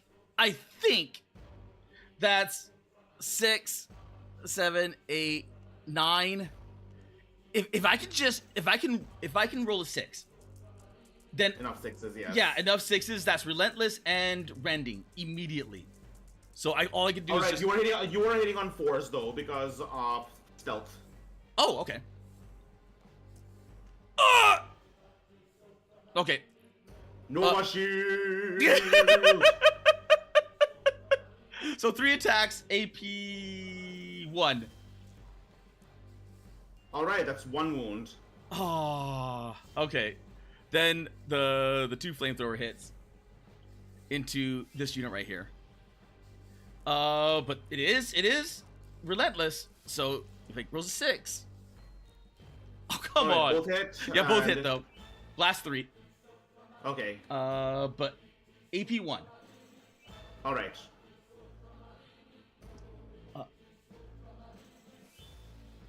If either of you are so familiar with the Emperor Tessus Peace series, I found someone that made 3D printed figures? Oh! I would love that. Alright, the unit literally just got cut in half.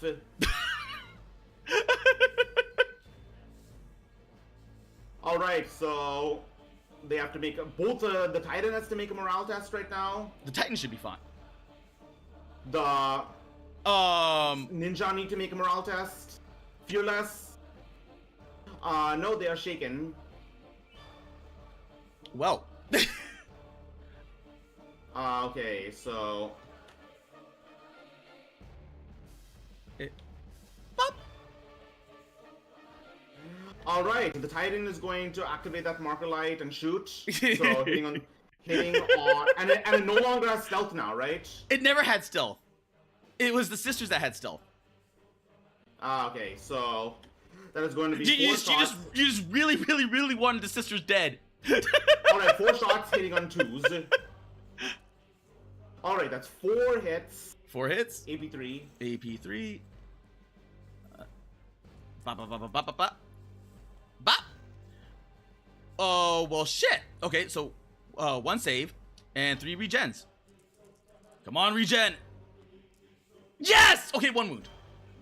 16. I mean, 3 wounds. You're down to 16. Oh, okay. Oh, it was deadly 3? Yes. Ooh. You brought the heavy hole laser, didn't you? Yes.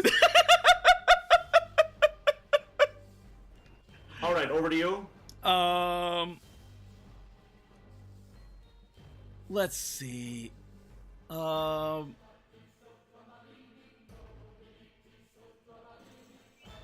can't charge that. And they're just out of range. Oh. Okay. Sword units. Versus your 1 Oni.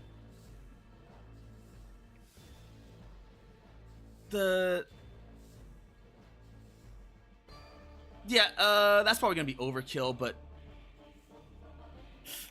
no. He's gonna charge into your sword unit. Bop. All right. But Zos, do you know the pillar? The pillar Custodes? Yeah. From Texas Speech. Apparently there was units made like 3D printed models of them. Huh. All right. If I played even if I didn't play Custodes, I'd still want them. These are stomps, right? Yeah, this is the stomp.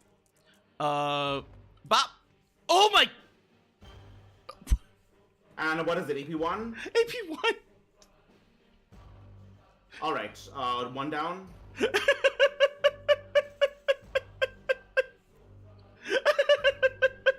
Oh my god, that was so shit. Okay. The fists. Yeah, anything that hits is just splorched with the fists. Is it exploding?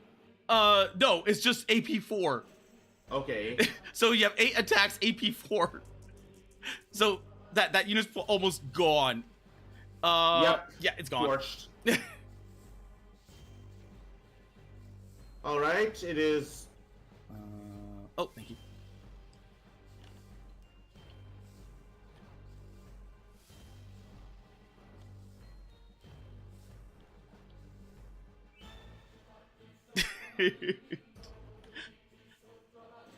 Okay.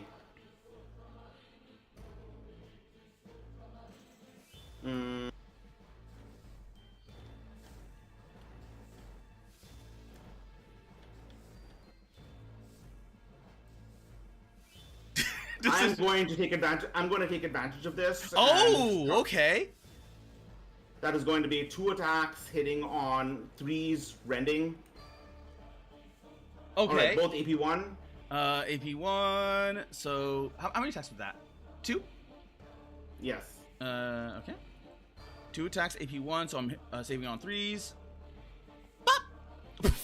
Okay, two regens. 1 regen. All right. Down to 9. Yep.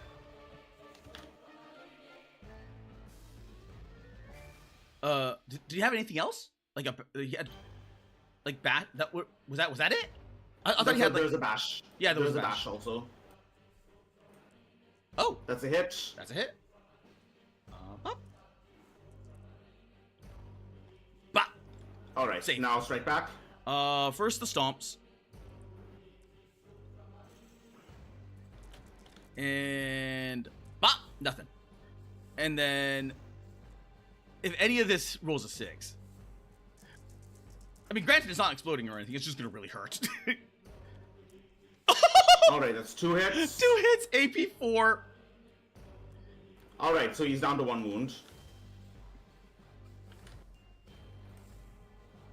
Alright. Just plinking away. Yeah, it's just like silently shredding. Yep, your turn. That.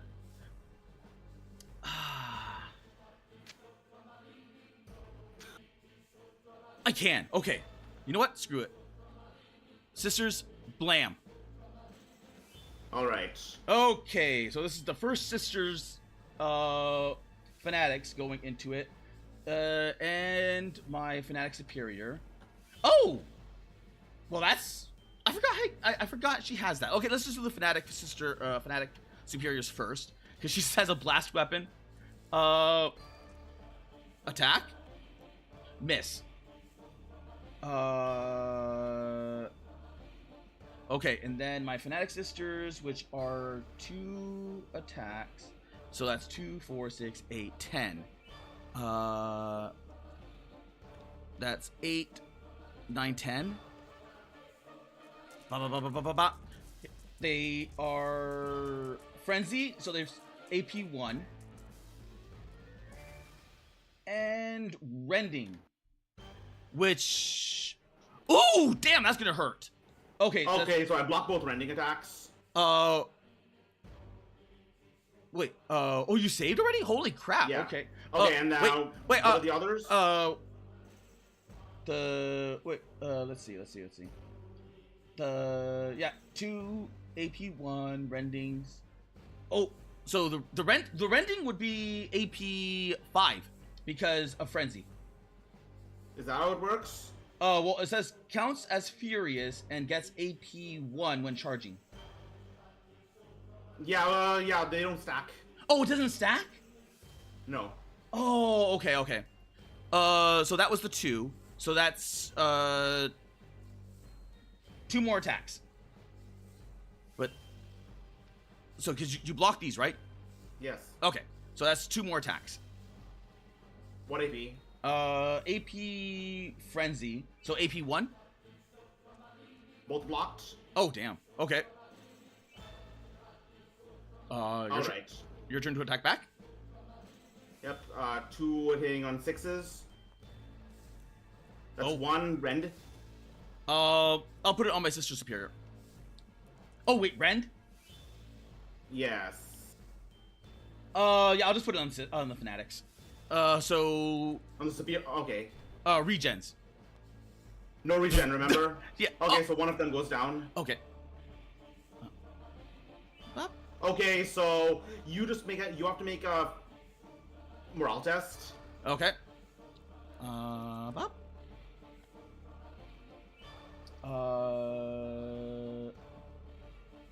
What's the quality of your Sister Superior?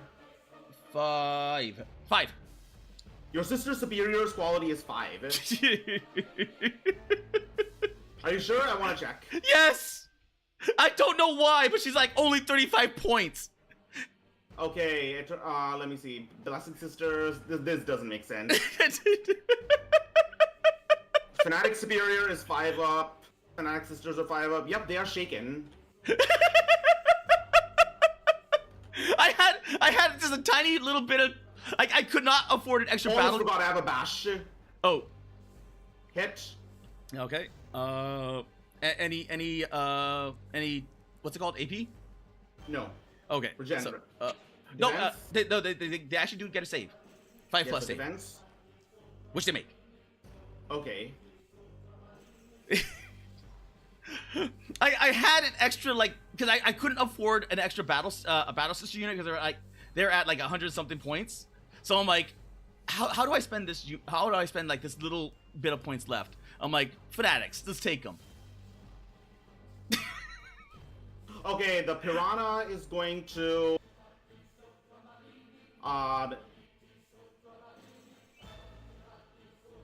the Piranha is going to get closer. Wait, let me see how fast is fast. Fast is just, I think, plus 2 inches. So it turns it like a 12 to a 14 or 16. So 12 becomes 16 and 8 and 6 becomes 8. So yeah. You're thinking of aircraft. Aircraft have like 30 inches. All right, 2 heavy laser shots at the Reaver Titan. Okay. Oh! 2 hull laser shots. Oh, you got one. AP3. AP3. So, 5 up. Yes. No. Regen. No. 15. Okay. Do you have anything else? No. All right, and this fusion unit is going to run up 12 inches. And do I have anything else? Oh yeah, the Oni is going to shoot at this Knight Valiant. Okay. So that is 2 lock-on missiles. Both hit. Oh damn. Okay. AP3. AP3. Both hit. So 5 up. And a... Okay, 1 regen. So 1 regen, 5 up. Come on, regen! Nope. All right, 11. Yeah, that was his first wound of the day. All right, the missile, and then the missile from the Let's warriors do another night. shoot. Oh, you know what? Let... 1 hit. Oh, thank you. Oh, so 1 hit was against what? Who? The knight? The Knight, yes. Okay.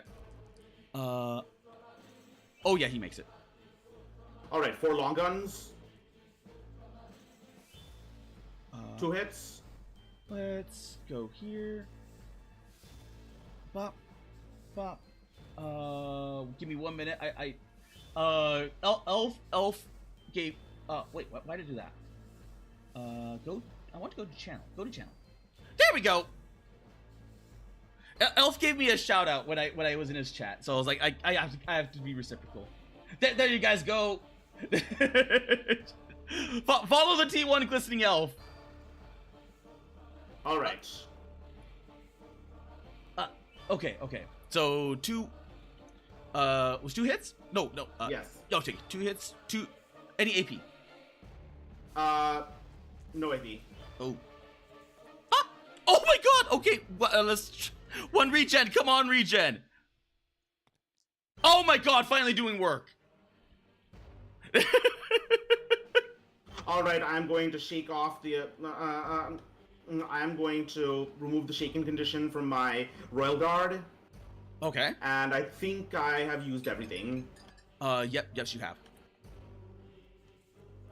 Alright, it is your fanatics are still shaken, my ninjas are still shaken.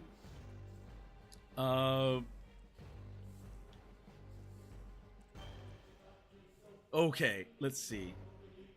I'm gonna activate my sister unit again. I'm gonna do something something stupid and insane, but I'm gonna shift them over here. I'm gonna cast that spell again. Just in case. Just... Okay, there we go. Just in case I don't make it. Casting, litanies. Oh, yes, litanies. Okay, litanies on this unit, and, obviously, this unit is gonna aim at this piranha. Okay. 2 shots. 2 shots and the sister. So 3. Yes. But they're pretty much all hitting at the same thing, and you're not in cover. So, okay. They're hitting at 3. They're hitting on 3s and no cover. And our 6 is exploding? For this, let's see. Not within 12 inches. Oh. I'll just move them there. All right. Because that's why I moved them out there. I wanted something dead. Okay. Okay. So 12 inches, now this is exploding. So that thing should pop unless I roll really bad.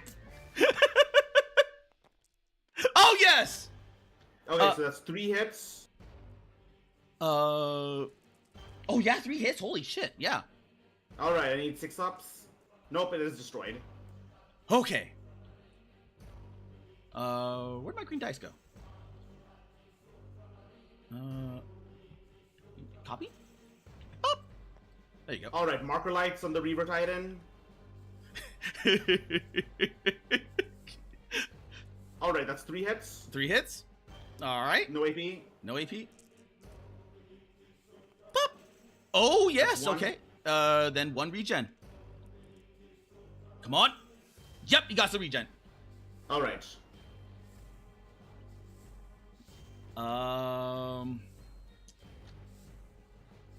So you activated that unit.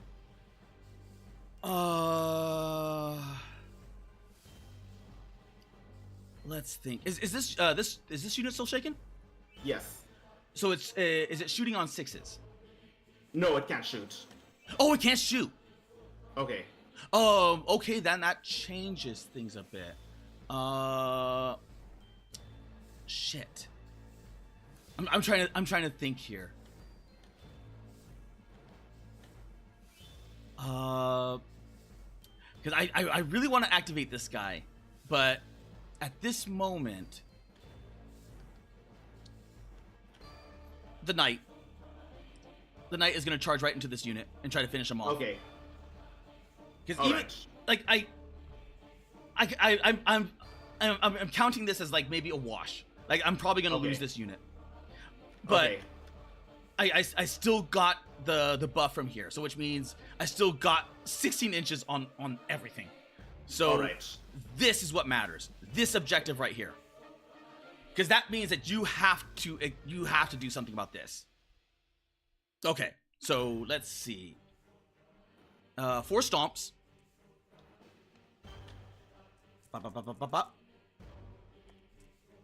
Oh yeah, 3 hits. All right. AP 1. 2 blocks, 1 regeneration. All right, 1 more goes down. So I just realized I've been doing something wrong with my samurai. My samurai titan actually has only 24-inch range. Oh, okay. So, you know, just to be safe, let's put him over here. Okay. All right, so okay, now this is where it's gonna hurt. This is 6. And then 4, 5, 6. 12 AP1 rending attacks, right? Yes. Yep. Bam! That is a lot of attacks. So those don't hit. All right. So 5 up saves. Yep.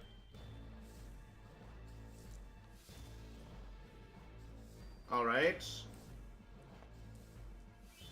All right. So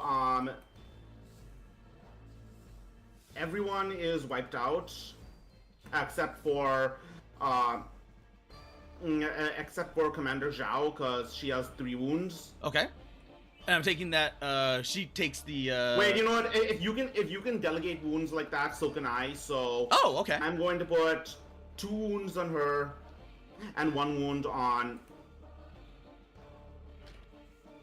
And 1 wound on the last remaining non-special guard. Okay, but you still take 1 extra because that's 6. That was 6 attacks. What? One was the rending. Yeah, so currently so either 1 more wound has to be put on her, or 1 more. Well, you did a total of 3 wounds to her, right? 3 wounds in total. Because I made several saves, so. Okay. So yeah, these guys are left. Okay. All right, 4 spear attacks. That is 5 hits. The 3 hits, AP1. AP1. Bop, bop, bop. AP1 and 3 up. Okay, regen. Bop. Oh my god, I made the regen. All right, 4 attacks hitting on 2s. Let's do the count. All right, that's all hit. Yeah, all hit. No rends. AP1. AP1. 3 ups again. Bop. Okay, that's 2, but let's see if my regeneration kicked in. No. Okay, so two hits. Gem. All right. Now morale, which is gonna. This might actually hurt them. All right, fearless. Nope, they are shaken again. Damn. All right, Samurai Titan is going to shoot once again. Okay. Up. 4 attacks hitting on 2s. That's 3. 3. AP3. AP3. How many attacks again? 3. 3. Yes. Okay, and then 5 up. 5 up. 5 up. Bah. Oof. Okay. 5 up regen. Come on, regen. Oh, 1 regen. All right. You take 6 wounds, so down to 9. I need this thing dead. I need this thing dead, man. All right. Over to you. Okay. I will. I'll do the same thing. I'll do it over here. From the Reaver Titan. Flamethrowers into this unit. Okay. And then everything else into this guy. So he should be dead. He should be dead. Because okay, let's open up with the fusion gun. You're hitting on 4. Stealth. Oh, stealth. Okay. Let's see. The whole fusion attacks 1. Bah. Oh. So that's relentless. Is it? Okay. Yes. It's not what's it called? That's the Gatling cannon. But it is relentless, so that's 2 attacks. Is it still relentless? Yes. Like the Night Titan is baseline relentless. Okay. And I have not moved him all game. All right, 6 up. Nope. Yep, he is down. Yeah. Oh my god. Oh. Okay. Well, the flamethrowers there, I guess. Okay. Does that mean like if I already shot the whole fuser, does that mean all the other weapons get delegated as is? Wait, almost forgot one thing that I might have forgotten. Oh.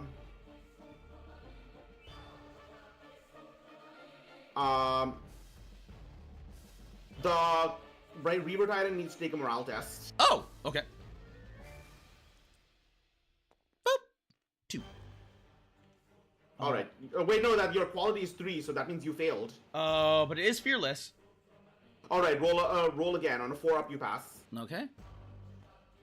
Holy crap, you were shaken. Oh my god. Okay. You would not have been able to shoot. Oh my god.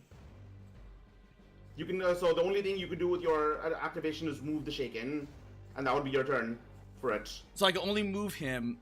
No, you couldn't move him. You'd have to just remove the shaken. Oh, okay. Holy crap!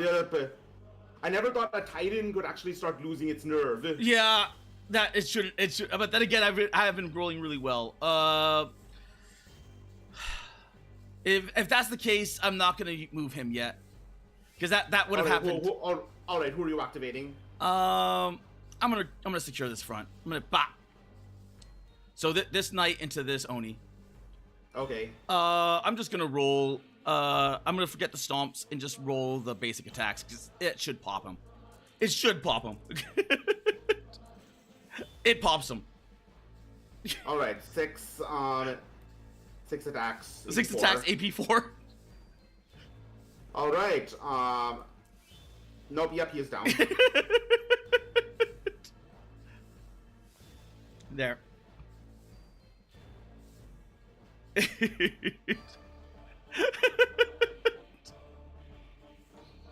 All right, I'm going to move up and shoot at your Reaver Titan with my one Oni. Okay. He is still in cover, so anyways. Yeah, that's fine. But I can't shoot him anyway. All right, both hit. No cover, no stealth. Yep. AP3. AP3. Okay. 5. Come on. Regen. Come on, regen. Okay, 1 right. regen.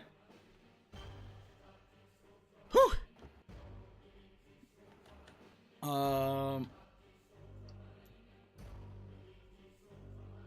So I only have 1 unit left, which is this unit. Yes. Let's... Oh. Let's get them into the fight. Bam! All right, the missile unit is going to shoot at the Titan. Shit. Both miss. And Damn. now the long guns. Okay. 3 hits. Okay. You have a 2-up armor save. 3 hits. 2-up armor save. So 1 hit, but let's see if that regens. Come on, regen. Now it's starting to get chipped down. All right. And now, you need to just remove remove Shaken from it. Just remove the Shaken. Oh yeah, you would not have been able to move with these. You would have to remove your Shaken. Oh yeah, that's right. Okay, just moving back to yeah. Thank you. And now you remove the Shaken on your Yeah. Reaver Titan. Yeah. I will run my fusion unit up and shoot at your Reaver Titan. So they have shotguns. Oh, okay. 4 shotguns. No, 8 shotgun attacks.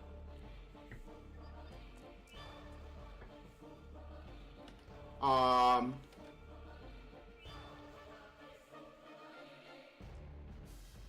right. So any rending? AP1. Oh, AP1. Yes. Okay. So 4 AP1 hitting on saving on 3s.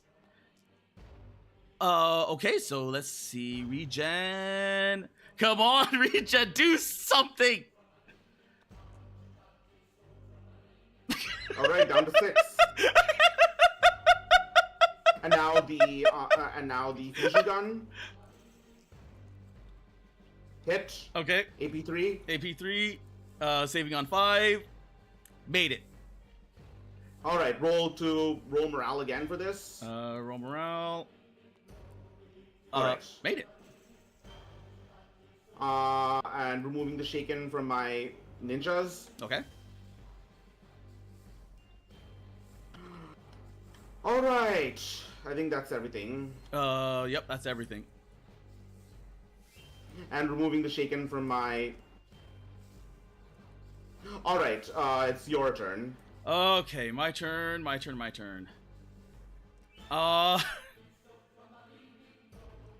Let's... Oh my god, how... Oh, let me look at the spells.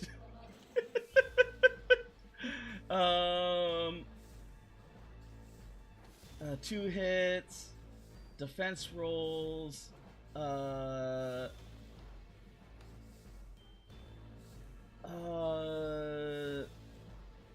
hits, poison, 2 target enemies, 6 hits each. Okay, you know what? Oh, I'm gonna activate them, cast, because these are the only ranged units I have, and I'm gonna move them within 12 inches. Oh. Okay. Up. And they will be 12 inches there, because I think I need that thing dead. At this point, I need that thing dead. So let's see if the spell goes off. Oh my god, I've been good with these spells. Which spell is it? Litanies. Again, alright. Yeah. Okay, so that's 1, 2, 3. 3. And plus 1. But you have stealth. So yes. they 4s. 4s. But they are within 12 inches, so if they 6s explode. Yeah, 6s explode. Come on. Okay. So one hit. One Six hit. up. Alright, he's down to 2 wounds. Damn. Yeah, he's down to 2 wounds. Morale test. He's fine. I'm going to shoot at your Titan, see if I can finish it off. Okay. Hitting on 3s. That's 2. Okay. AP 3. AP 3, so 5 ups. Come on, Titan. You've been good. You've been good to me. Come on. I will give you a kiss. I'll give you all the head pats. Come on, Titan. Oh, okay. Regen. Yeah, and then regen. Come on, Titan. Come on, Titan. I know you can do it. Gambate. Gambate. Titan-kun. Yes! All right. Mwah, It is your mwah, turn. my pewter little boo.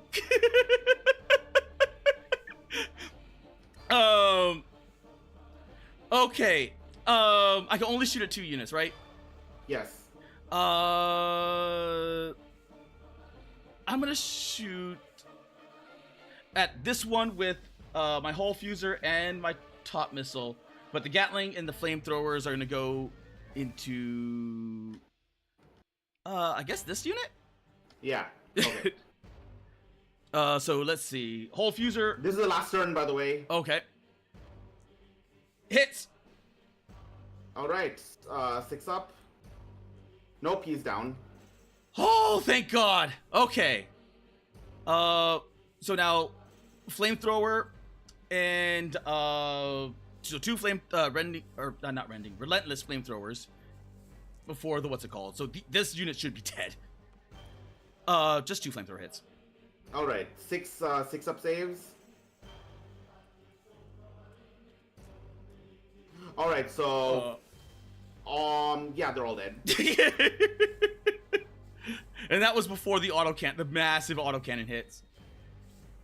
Whew. All right.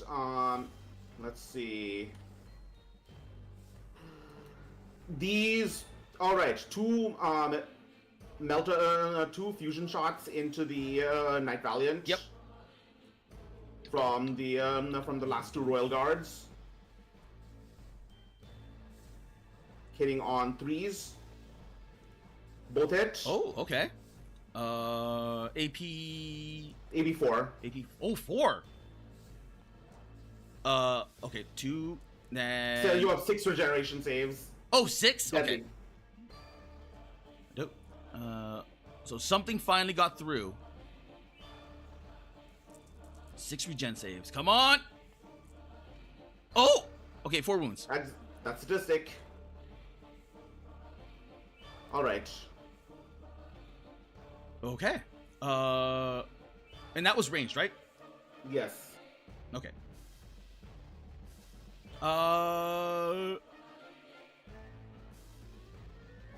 Damn. Yeah. Damn. I can't get this guy into combat. Well, smash. Oh, you know what? I'm gonna smash this way, so that way he just blocks off this entire path. All right. So smashing into that one. 4 stomps. Stompy, stompy, stomp. Bam! Oh! Ouch! I mean, that doesn't really do much, like, but still. All right.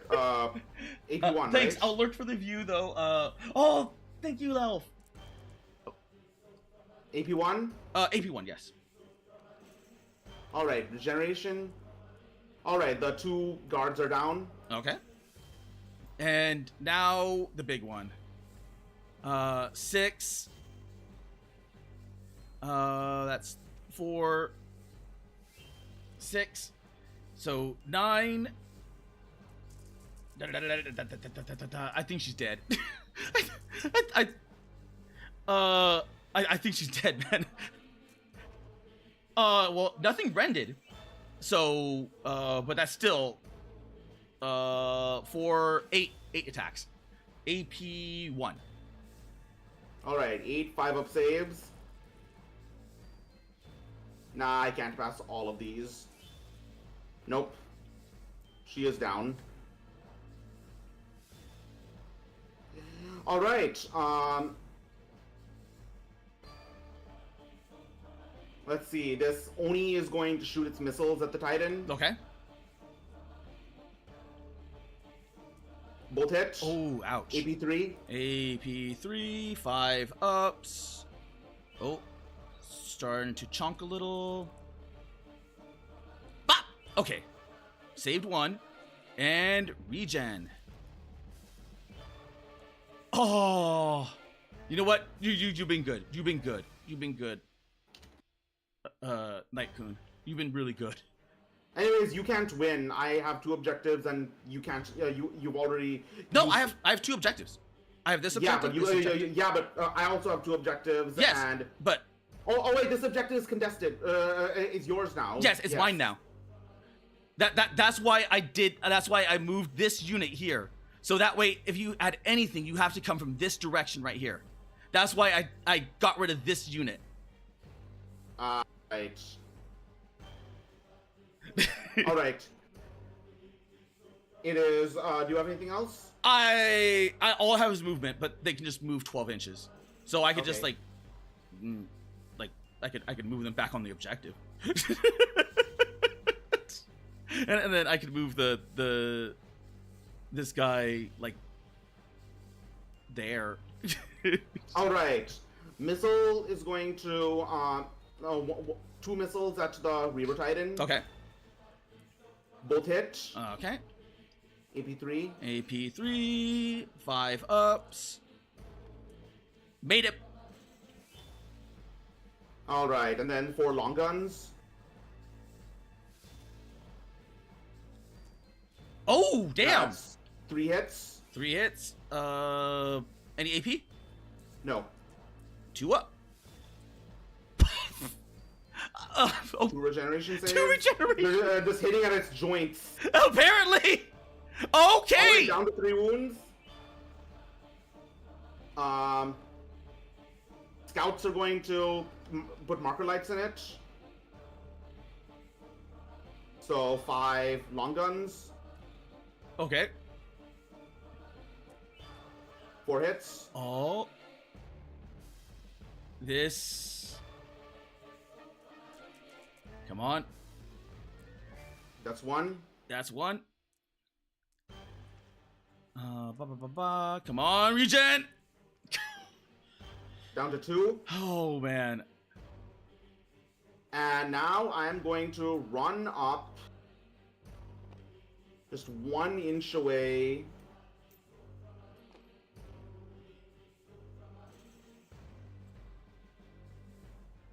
And then I'm going to use make use of that +1 to hit.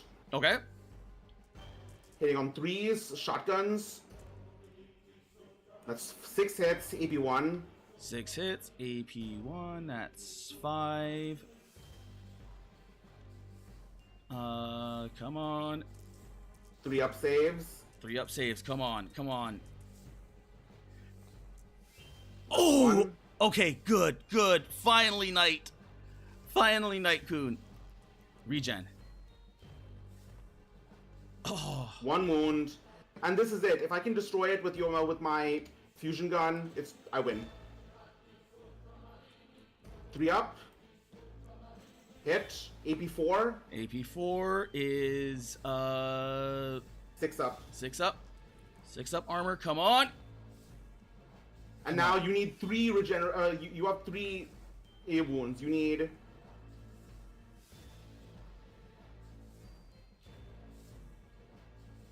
All right. 3 regeneration saves. Okay. Damn. Stranger things have happened. Stranger things have happened. Stranger things have happened. Come on. Oh! It finally goes down. And that is my victory. Yeah, barely. Only barely. That is a spectacular end. Damn.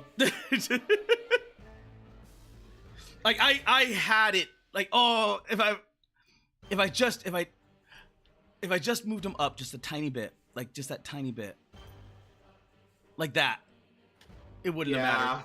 Because you would have been you couldn't have taken it, and it still would have been mine. Oh, yeah, I could have done that because at that point, at the very end, the range did not matter. The boost from the thing did not matter because everything was in close range. And the thing that hit it was the missile. Oh. So my own like that, just how big this Titan was, because from my angle I thought I was blocking the whole thing, but no, I had that tiny little lip. So I have, like, when doing Titans, like doing things this big, I have to make damn sure to do that. Yep. Damn. That was good, Zoss. That was a spectacular victory. I mean, ending specifically with the destruction of a Titan. Well, both Titans died. Your Titan got smushed and my Titan got smushed. Yep. The only thing that lived to tell the tale are the knights over here, and the sisters, and then these sisters. Oh. Next time I might. The fanatics are kind of shit. So how much longer can you go? You still got to. Time? Yeah, I've got time. That's right, why. Next game. Yeah, that's why I suggested the dual armies, just in case. All right, hold on a second. Let me save the one. Oh, good. Okay, let's just reset the whole thing. So. Yeah. Good match, Zoss. Good match. Like that, because now you're activating your almonds, and you're getting in there like, I need to play objectives. Like, how can I win this? There's that tiny little bullshit little Zarya. Can I pull this off? So every single time I was saving against that fusion rifle, that's what I was saving against. What? Say it again? Oh, your fusion rifle that I was saving the armor save against. That's what I was saving against.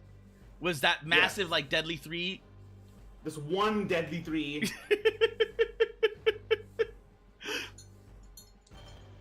But everything else, like just your basic, like, your basic troopers are left. No heroes left alive. No Titans left alive.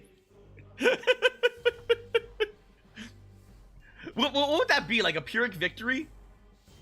Yeah. Especially since my commander went down. Yeah, because my commander's right here. The High Sister. Yep. So she's like, yeah, we go. Come on. It's like, poof, yeah, they are now encircled. They are encircled, but they can fight their way out of that. Yeah, I guess. Because this thing's not hurt. This thing's not hurt. These guys are expendable, so fuck it, charge. Yeah, it doesn't matter. They lost a Titan. Yeah, they lost a Titan. The high command is the Cardinals are going to have their head. Oh, I doubt they would have their head, but she would probably be demoted. Oh yeah. Which, how would that work for the sisters? Because they are ecclesiarchy, and yes, they would probably be either demoted. I mean, the fact that she lost a Titan, she'd basically be stripped of her, any of her ordainment. Yeah. So that would majorly hit the pride. I mean, the thing is, even if they weren't just being like, oh, you're useless, it means that basically whatever god they worship, I'm not sure how the religion works, clearly has cursed her. Probably, yeah. Because, oh yeah, because even the because what's it called? Like, don't the knight. No, because the way that the Knights, oh my god, no, you're right. Because the way that the Knights lore works is that the Knights themselves, like the Knight Lords and Knights houses, are doing this out of, like, you know what? They're not just doing it out of pride, but sometimes excitement, because they're just that mega wealthy. So if I lost the Knights, it wouldn't have been bad, like from a thematic perspective. But she lost a Titan, and the Titans are big. Like the Titans are like faction wise. Right. Because I remember that when looking up the Night Lord houses. Because fielding these guys are like no, like they're not like this was like one of the lower ones. There was one lower, which was the melee version, and I just liked how much gunfire I could put on this guy. Because that was a frightening amount of firepower that he had. It was like flamethrowers. So, what did you think of your Titan? It was very helpful. I realized that I could have bypassed a lot more of my regeneration if I remembered how deadly works. Oh, yeah, you probably could have. Because then it would have been like, okay, deadly 3, well, no, because I would have saved that. Because I actually did save a lot of the big hits that mattered. Yeah, but remember, deadly is multiplied. Yeah, but if I save the armor save, then it doesn't go through to get to the regen. Yes, that is true. And I think that's because I think the only one that was the what is it called, the little speeder that came in here, it plinked, it got like a few deadly shots off, and then died. I'm talking with the Samurai Titan. Oh yeah. I was saving against that thing. You were doing regeneration saves when the thing is it should have been multiplied by 3. Because yeah, he had the big fusion, because the most expensive one that I could have taken had 2 of those. So, but I couldn't field him. I couldn't field him because he was too much. He was just at the point limit, whereas like you cannot have like whatever point a cost in this unit. Like it has to be dispersed. I'm like, oh. So I did the other one, and the one beneath that one was like, you cannot afford any upgrades if you field this. This is the only one that I can get upgrades with. I mean, one of the issues with one-page rules, I think the community generally agrees. If there is a confusion in the rules, it is up to players. Ah, okay. So so we don't have to play it so that regeneration has to be done to all separate wounds. It can only be done once. Oh, okay. I prefer to play it, but I prefer to play it doing it for each separate wound. Because yeah, that would make sense. That makes more sense. That would make sense. I mean, yeah. Regenerating against a Meltagun.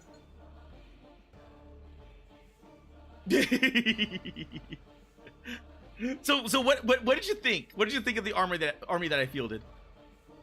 Yeah, I was really not sure how I was gonna pull this off. Because this unit, man,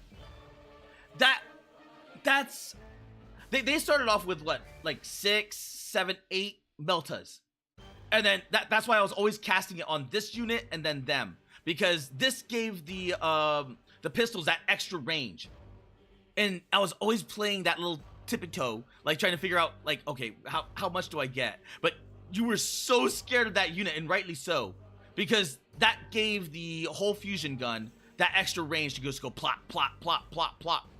Also, red is worded, it seems like the whole idea of distributing wounds onto characters before models. I don't think that's how it works, because it says, for each wound, the defender must remove 1 model. Oh, so the heroes are removed last. That's what it implies, certainly. But you know what? I have ADHD. I'm not very good at reading, so.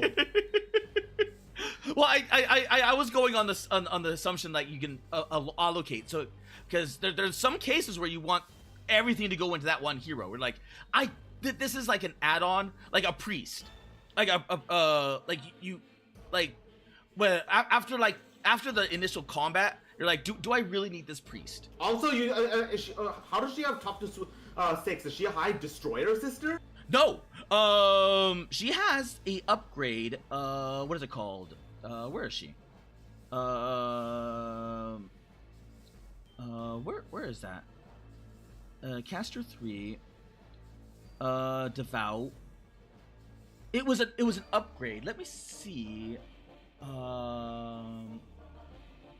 If I can go back. Is it Holy Wing? Yeah, Holy Wing. That gives her. So she can fly. She can fly. So she can fly, and I think it's meant to so she can join a unit of the Flying Sisters. Yes. But I just wanted the extra toughness. All right. Anyways, let's reset. Okay. I've already saved your Eternal Dynasty models. Oh, thank you.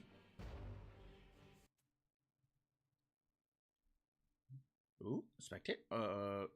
No color. Change color. Red. Red. There we go. All right.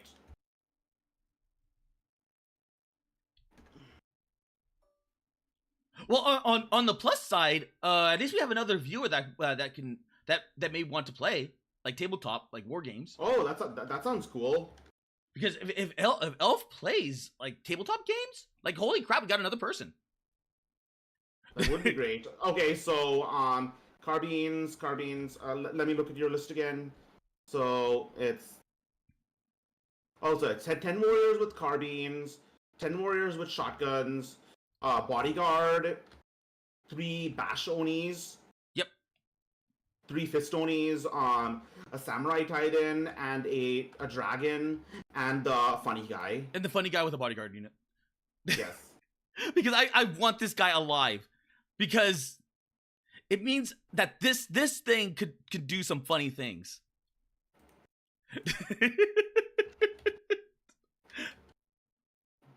Okay, so let me look at the Tyranid list. I mean, Alien Hives list that I made. They are not the same. They are not the same, sadly.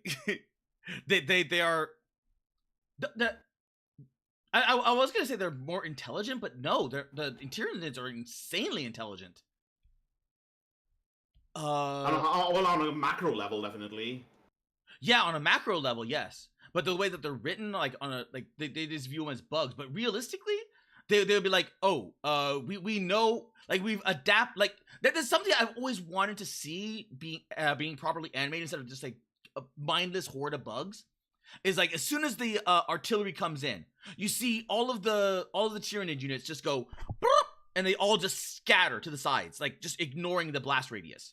Because they're all linked via the hive mind. So as long as you have like one person, just like even just one, like observing the battlefield, like like analyzing, and then it's just like I think the close equivalent to that would be the infected colonies. Oh, okay. I seriously thought about the infected colonies, but they just don't have anything big. Because I looked at the infected colonies and they just don't have enough, because they very quickly hit the unit cap, and then they have leftover points, and then they just don't have anything big to fill that spot. All right, so first I have a tyrant, a hive lord, with just a shit ton of claws. Oh damn! Okay. Huh? I can't select him. Yeah, I know. I can't select him either. Oh, there we go. Oh, now he's falling. Oh, there. Oh, no, oh, that kind of one of those kinds of models. All right, let's look at another.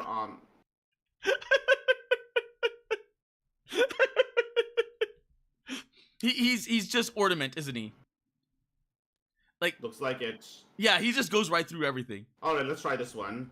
There, that's much better. Oh. All right, he has 4 heavy razor claws. Oh. And then there's some assault grunts. I'm guessing those are termagants. Okay. Tyranid.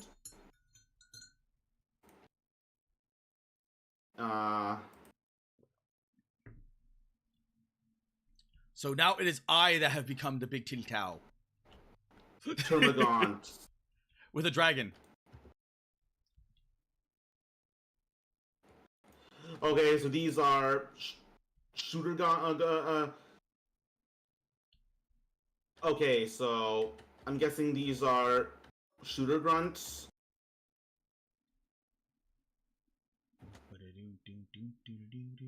And now let's. Termagants are basically all the tiny guys, right? Are there anyone else? Termagants, yeah. Oh yeah, there's Hormagaunts, yeah. Then you had the Ripper Swarms, and then you had there was one more. Hormagaunts, Ripper Swarms, and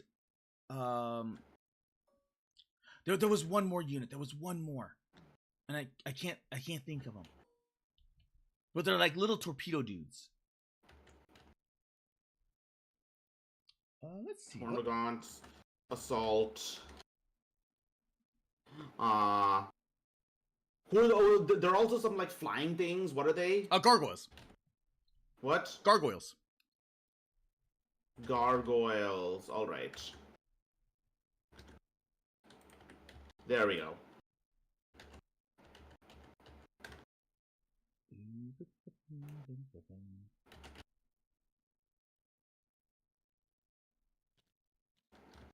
And then there I have 6 warriors.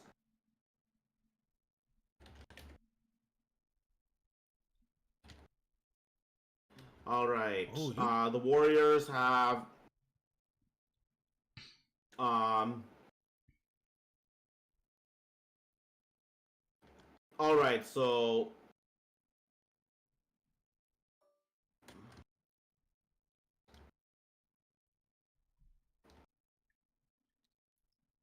all right, so 4 of them have standard guns.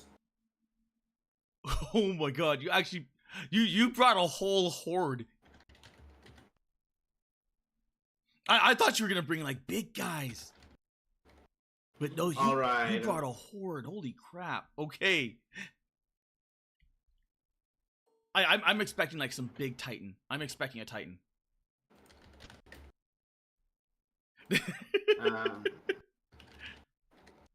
At this point, you've got to be bringing a Titan. Ooh. All right.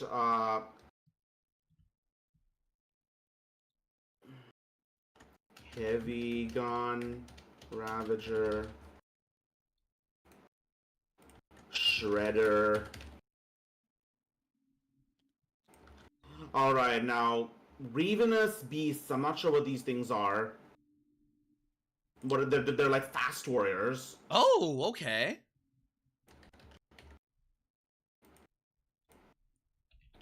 Not Trigons, not Lictors. Lictors, maybe? Lictors are stealth. So they hide in stealth, and then they're kind of like the assassins. All right, Ravenous Beasts. Oh, obviously they're Raveners. Oh, okay. Yeah, obviously these are Raveners, so...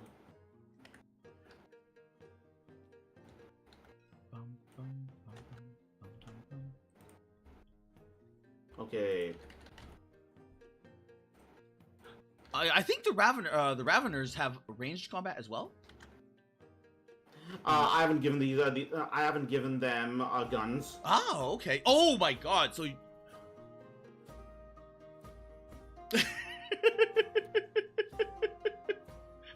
I could be in trouble. If you get into combat, you're just gonna rip and tear through everything.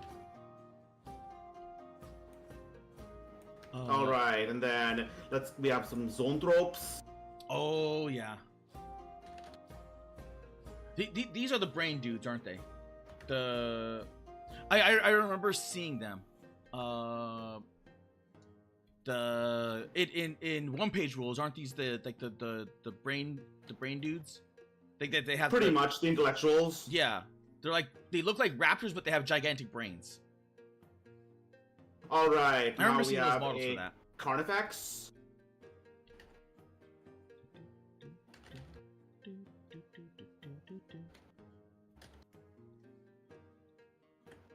And finally, there's something... Alright, we need a Titan.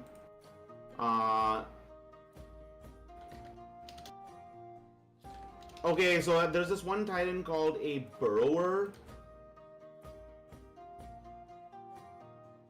I know what that one's based off of. That one's based off of, oh my god. The worm thing. Oh god, I forgot what that Titan was called with the Tyranids. But it's like this gigantic burrow. Like it was meant to emulate like the Dune combined with like the tremors. So they burrow and then they pop up and Moloch. go. Moloch. Huh? Oh, I know what you're talking about. It's a Moloch. It was a Moloch? Yeah. Yeah. It was that thing. That thing's devastating. Moloch. Ah, here it is.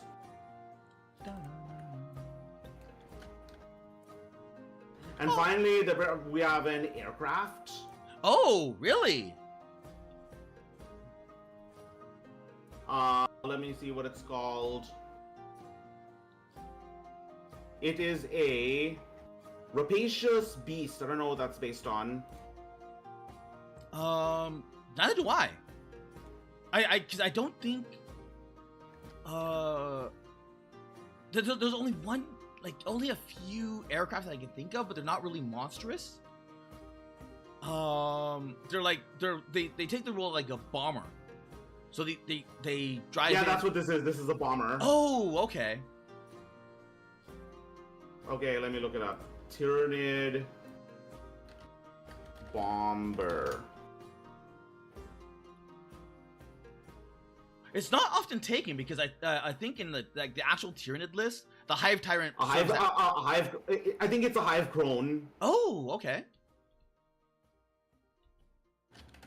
Yeah, it's a hive crone. Yep, There that's we it. go. There it is. Yep. So yeah. That's a lot of troops. Ah! All right. Let me just save these all. Alien Hive. Zosimus Alien Hive. And now, let's find a map. Additive load.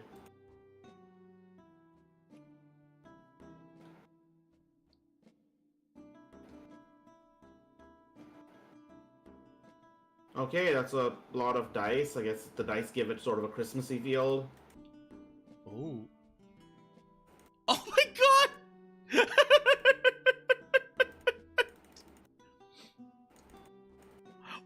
Why are this thing?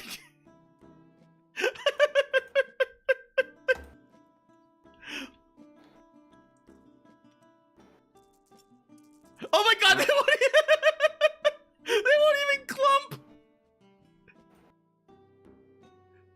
Yep, it's basically... It's a Christmas board. So some of these dice won't go away. I know, I have to unlock them. Oh, okay. Oh, why? Why was that? Oh, there goes a rock.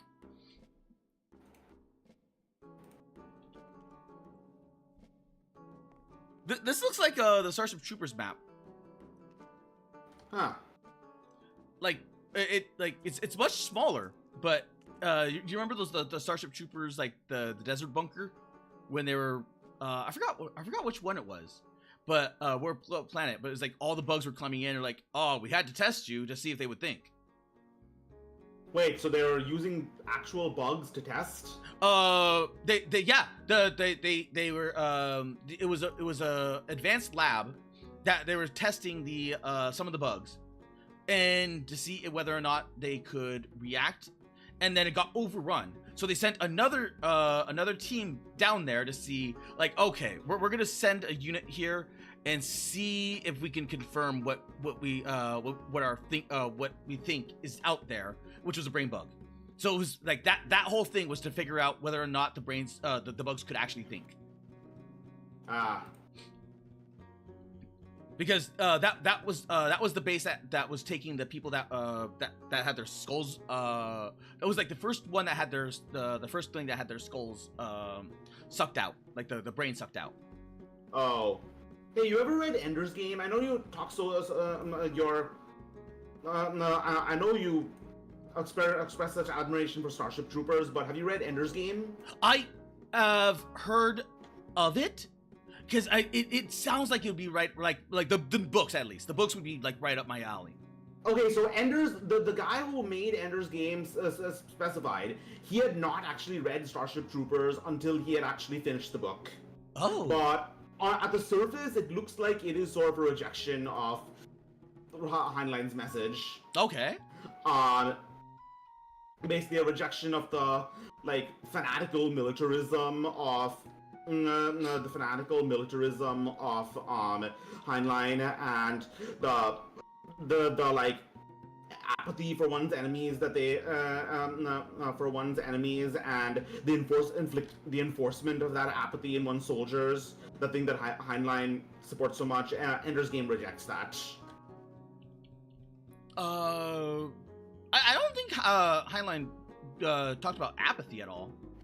Well, he basically said that the bugs were not deserving of any apathy because they were an allegory for communists.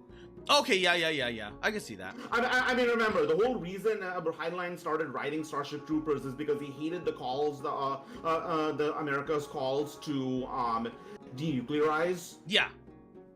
I thought you were talking about like the human side. I'm like, they didn't seem apathy to me, or like apathetic to me. But towards the enemy. Yeah, the enemy, yeah. But then again, because one thing is that Starship Troopers almost entirely focuses on the training process, and that's basically what Ender's Game does. Ender's Game basically is very self-aware that it's basically training these kids to be not actually go onto the battlefield themselves, to actually command fleets from afar. Yeah, I like the concept of it, but I just never got around to reading it. I haven't read the book. I've seen the movie. Oh, okay. The movie is pretty accurate. Oh, really? I heard the movie was kind of like eh. The movie, okay. The quality is bad, but the quality is okay, but the story is accurate. Oh, okay. Did they ever finish the movie series? Or I don't think there are any sequels to the movie. There are a few sequels to the books, though. Okay, because that one I know that because the novels kept continuing. Yeah, but yeah, I mean the thing is, I've seen a lot more actual rejections of the philosophy behind Starship Troopers than actual support of it. Largely because Starship Troopers assumes war as the natural state of human beings. It assumes war is the natural state of human beings, that humanity was always going to be at war, and as such, they need to be prepared for it. They need to be strengthened to prepare for it. I mean, I definitely see that, because throughout the entire human history, it's always been conflict. Yeah, I mean, for one thing, I told you about Hero Organization, right? Yeah. Hero Organization decisively rejects that philosophy, even though a lot of it is a nod to Starship Troopers, to the point that there's actually a military base in it called Heinlein. But you can't expect, be it the libertarian political views or the militaristic conservative political views of Heinlein, you can't expect Japanese writers to respect that, largely because we kind of beat it out of them. that is kind of true. But it's because the Hero Organization, I like it, but at the same time, it's like, why? Like, if you have like, why are you like making heroes where you could just not? Well, the idea is that the heroes are. The Hero Organization is basically corrupt and trying to use the presence of a Star Beast as an excuse to overall just create a dictatorship. Oh, okay. Well, like the threat of the Star Beast definitely is real, but they're using it as an excuse to take dictatorial control over humanity. Yeah, because I'm sitting there, I'm like, what? But why? Because I like why like because they already have like moral control over the populace. Why would there need to be like, okay, well here you are, like, random person, we're gonna kill you to make you a hero, so that way we can sell it back to the people. That part like confused the hell out of me. I mean, it's good. It's a hero organization, so so they need to remember. A big part of militarism is strength, but it's also victimhood. A big part of militarism is not just showing that you are strong and you can beat your enemies, but your enemies are also enough of a threat that your supporters need to make sacrifices in order to help you. I never agreed with that. I always adopted like the overwhelming force. Like you just like if your opponent can't like I like the Starship Trooper thing, like the like the movie, what was it called? Where he throws the knife at the guy's hand. Red. And he's like you can't fight if you can't push the button. Because if more militaries did that, even though it's like relatively cruel, I'd rather have like a short cruel war than one that drags out. Well, I mean, so far your organization has not gone into full detail over how strong the Star Beasts are. I mean, they're definitely all space kaijus. But I do like the space kaijus. But it's definitely playing into the idea that the hero organization is using the threat of the Star Beasts to actually to take dictatorial control. I mean, control. And first of all, one thing to remember is that wouldn't depending on your own political philosophy, that wouldn't be unjustified. I mean, there are very few instances of countries and histories that have not instituted like wartime social controls and social controls in order to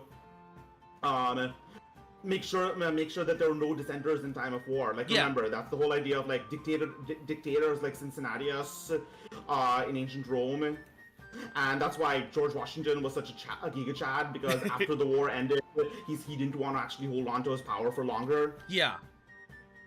But yeah. Remember that this is coming from a Japanese perspective, and the Japanese people generally, despite the samurai machismo you typically associate with them, they do not want to go back.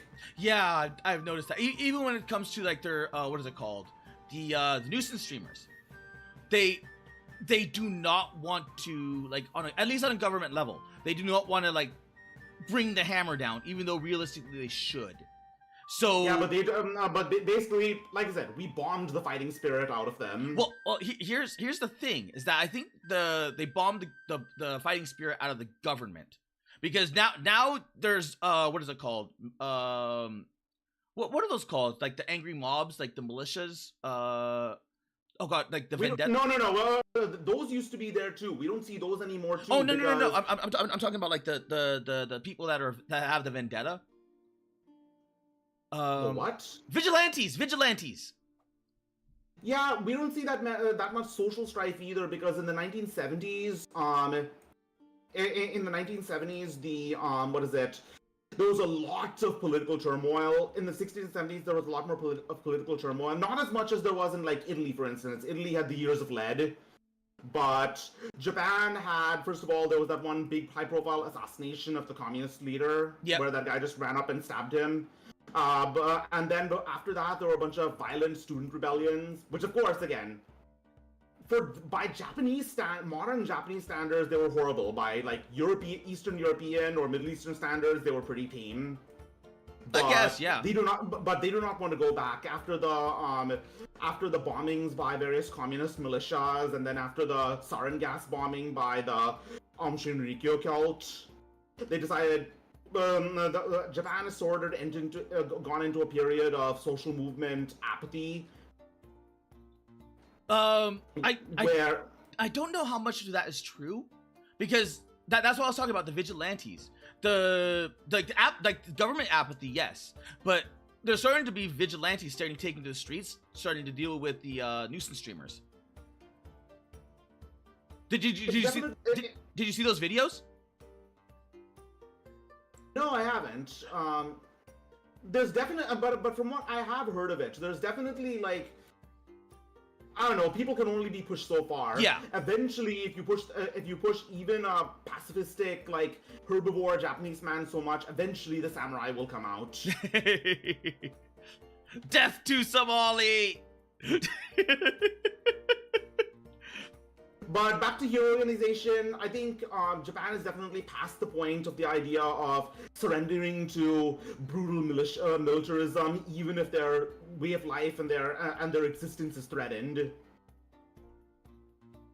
That one really. I'm wondering if it's like that. What is it called? That stiff upper lip mentality from the British, where it's like they're going to be polite irregardless, and they're like, oh well, I have this hoity-toityness of pacifism, and that's it.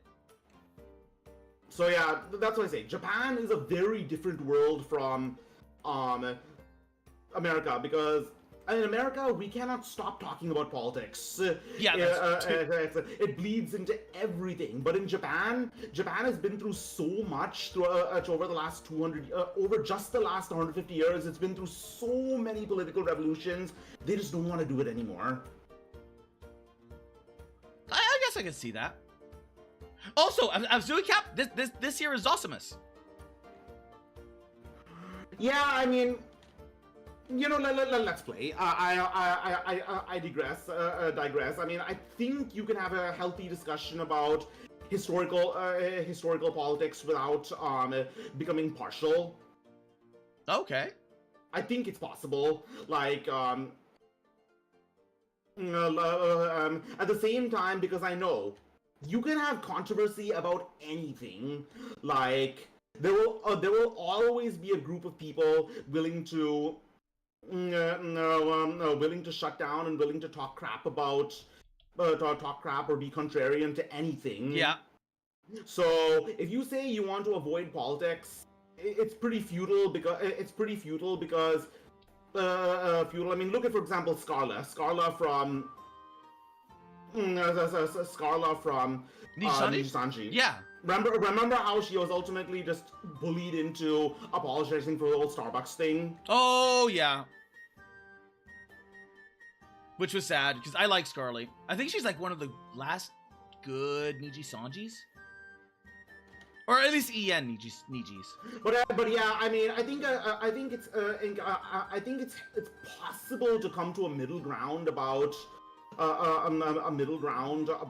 just calling some things out and saying things the way they are without actually being partial. Like, for real, I am never going to tell anyone who I vote for. Never. But Zos. Yeah. You're an alien. How are you voting? Fuck you.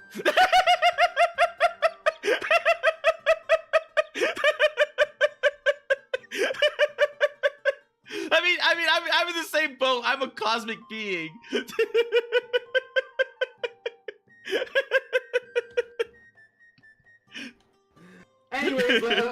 Anyways, let's play the game. The point is, I think there's a middle ground between ground of political talk between Tokino Sora and Himawari Kotetsu. Ooh, yeah.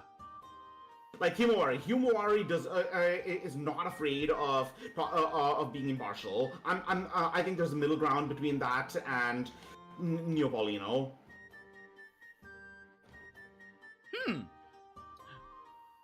That's actually a good point, because Neo kind of like hears everything out. Neo doesn't talk about any controversy at all. No, Amanda is a better example. Okay, yeah. Splats avoids controversy with the weapon on one hand, and on the other hand, Neopolino is blatantly partisan. I think I can find a middle ground. Okay, I can see that. Because Neo does talk about it, but he tries to talk about it in an even way. Splats is like, no. at least when it's on his channel. When it's on his channel, I adhere to his rules for his stuff. But I whenever you're with me, I don't care. Yeah, did you remember the last stream I did with Splats, right? It was actually sort of a history stream because it was wearing history and it was common San Diego. Yeah. And that was a really good stream. But anyways, I realized that I have to, like for example, the first historical figure we mentioned that was mentioned in what is it? Mentioned was Roderick. Or Rodrigo being the last of the Visigoth kings before the Arabs came in.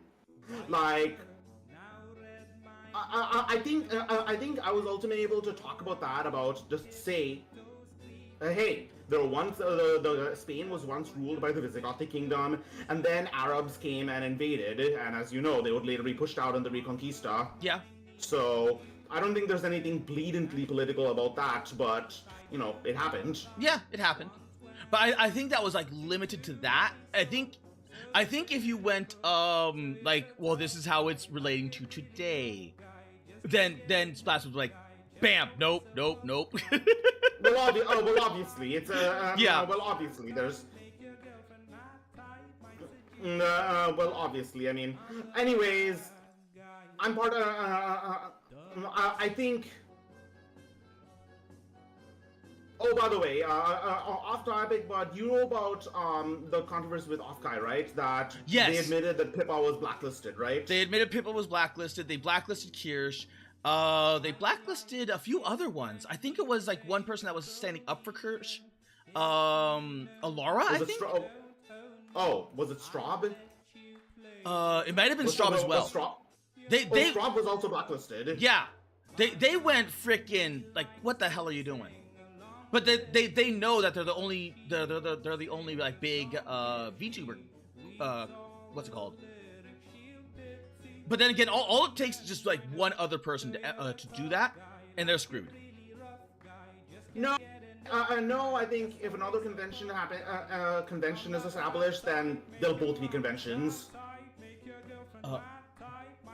Because you know how far in the anime sphere people move between in many conventions all the time. Hello, Taco. I'm alone. If you're reading this, don't read chat. Wait, what? No means yes. No means yes. Yes, no means yes. Okay, I gotta look at it.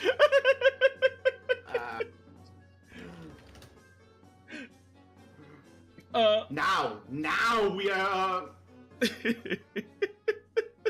Okay. Come on, Choco. I'm looking up. I mean, so far nothing was bad. You lied.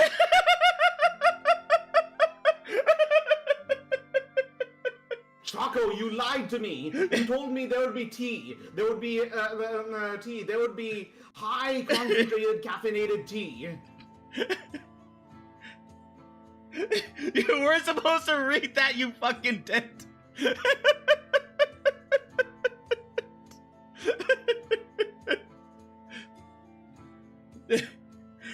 I take it that YouTube his realized I lost something. I lost something. Let me look for it. Do you know what I just lost? What'd you lose?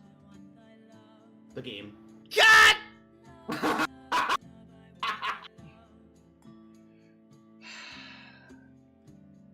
Damn it, Zoss.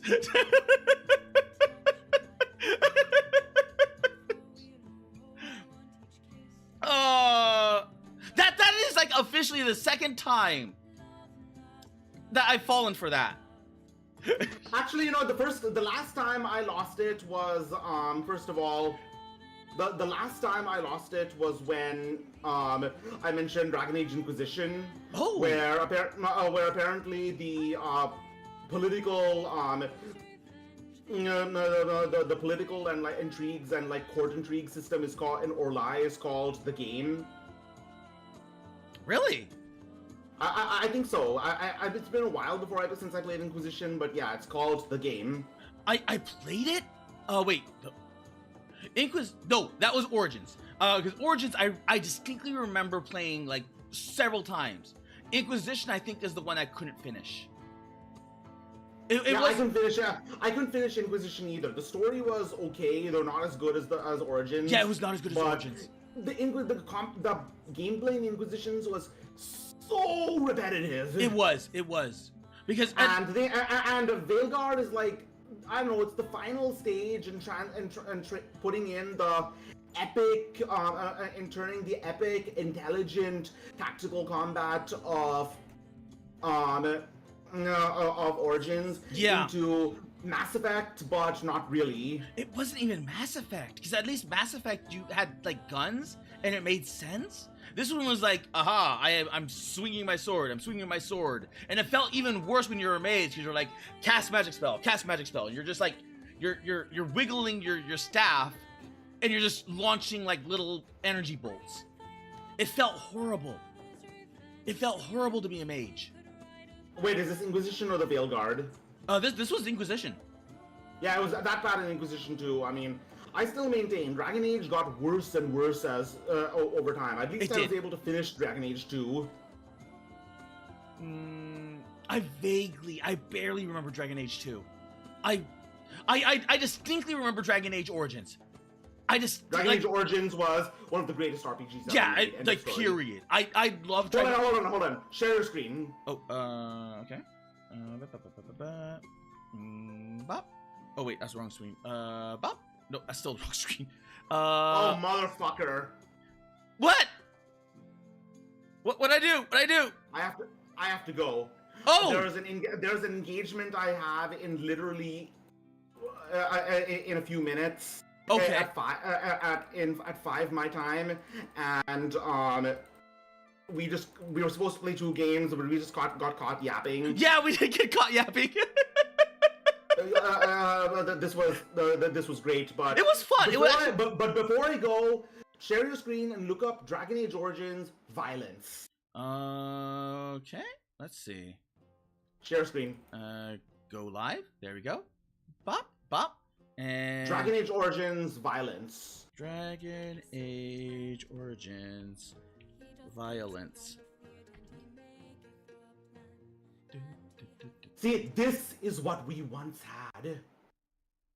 Once upon a time, this is what we had. Oh. Man, back when BioWare was good. My lords and ladies. Oh my god, this trailer is old. I miss like the grimdark like fantasy, because it goes well with metal so much. Like there was oh god, that's loud.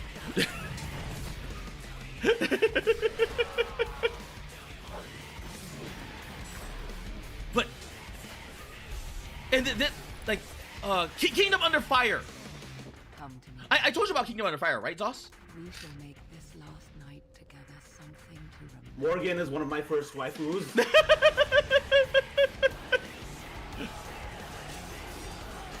I'm trying to think of like, I think it was only like Morgan.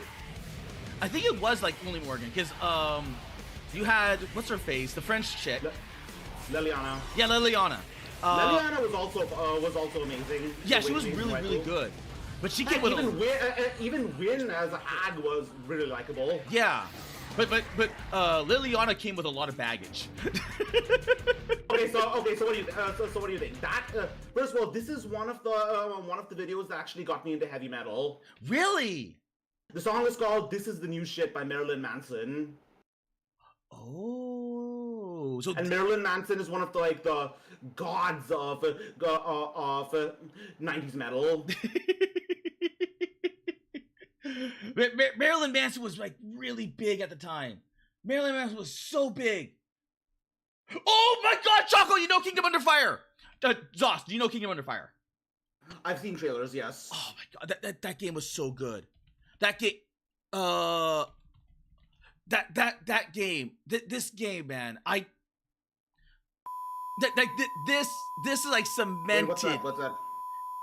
Oh, the Kingdom Under Fire cemented like the whole the metal, like dark fantasy and metal, like that's because there's just mass battles. And the trailer is really, really low quality because it's an old game. But you had the sexy goth elves and the vampires. No, wait, no. No, it was the goth vampires and then the dark elves. There was the dark elves or the desert elves. And then you got the orcs. I loved the evil faction. The evil, as much as I loved the good faction, the evil faction just had so much more. It had like dragons. It had all the sexy women. Even though I think like the basic troopers, like the basic human troopers, were actually better than the elven troopers. Because, well, obviously. That's awesome. It's oh, Kingdom Under Fire, man. Okay, I need to get going. There's this guy I know who's like going to be really angry if I don't come. Okay, yeah, I understand. But yeah, thanks for coming and expect more to come. Yeah, thank you. Everyone subscribe to the Zossimous Tarkus. Yep, like, comment, subscribe. Well, like him, subscribe to me, and him and if you haven't already. All right, catch you later. Have a good one, Sauce.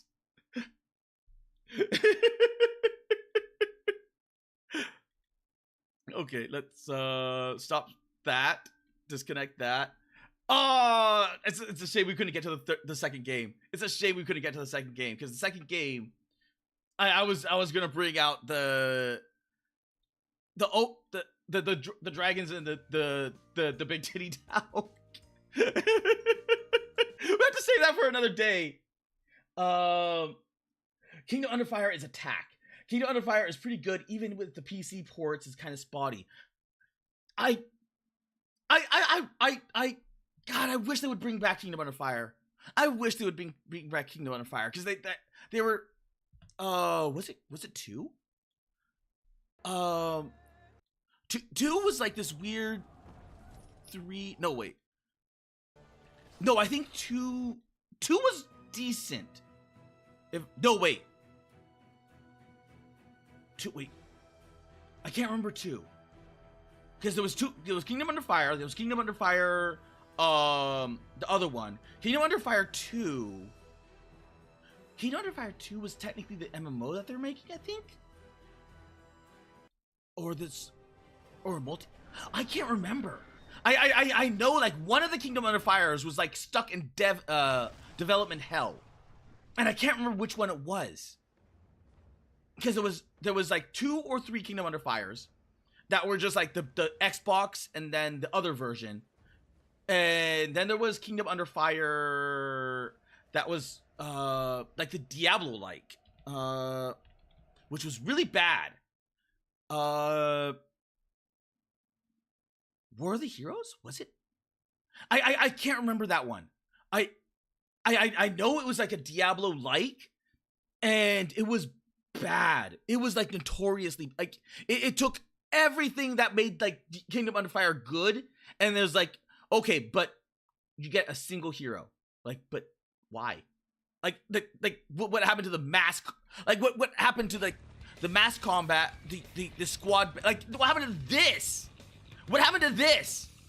Because I liked this. Like you got to command your own army. It was so good. It was so similar to like a much more in-depth oh god, what was it called? There was an old Koei game that was like this.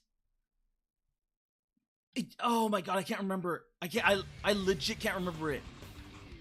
But it was equally old, and then it became the 100 Years' War. But this was the first. This was the first. Oh god, what was that one? The Koei 100 Years' War. I forgot what it was called. Blade Storm. This was Blade Storm had issues. I wanted to like it, but it took way too damn long to grind. This felt like this felt like a slog. Where Kingdom Under Fire felt good. It like everything had weight, but this just felt like a slog. But this was based off of another game, which was Dynasty Warriors like. Brutal. No. It was Brutal Legend came after. Well, no. Wait, Brutal Legend was before this, but after Kingdom Under Fire. But Brutal Legend was also really good. But like you're right. It was like tactical shooter mixed with, or like that tactical shooter, like tactics, like squad based combat, but with Dynasty, like when you're like, for instance, in Bladestorm, the minute you got into combat, that's you, that's your hero, that's your character. You just kind of blend together, and you're not really anything special. But in Kingdom Under Fire, unless you're an archer group like this, like your character is like front and center. This is all gonna be multiplayer Archer, isn't it? But you would like, you are front and center. Oh my god, oh my god, this is old. This is old. Look at that. Let's see right before you get into combat. You can't tell. You can't tell. They're okay, come on. Like you would, okay. You would get a little army, and the armies would get bigger as you upgraded the troops and as you recruited more troops. But you would do this, and then as soon as your armies met, it would turn into Dynasty Warriors. And this, it was so good. I love Kingdom Under Fire. I can't remember the other one. I can't remember the other, but something was similar to this, and it was nowhere near as good. It was made by the people that made Bladestorm, but the original people. Bladestorm. Let's see. What was that game? What were those old games? Because they had the samurai versions, and then they had the Chinese versions. And then in one of them, they had it allowed you to play like the Western forces, which was really interesting.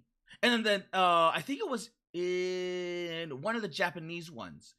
I can't remember which one, but it you got like actual like rifles, like full size. What? Oh my god, I can't remember the game. I can't remember the name. Also think Kingdom Under Fire 2 was an MMO. Never played it. Dynasty Warriors Brutal Legend. I thought it would be some kind of spin-off, but I never beat Kingdom Under Fire because I kept being anxious about what I spent my XP on. Understandable, Choco. Understandable. But I spent what is it called? I spent my XP on a good solid like defense unit, because I wanted a nice solid, what's it called? A nice solid infantry line. And then I bought what is it called? The a really good cavalry unit. So that way you would like hammer and anvil. You would get you would get your infantry unit, and then bam, the cavalry would come in. And then I think the next unit I got, because one of the characters was a hero that was a chick. Because there was two versions. There was the original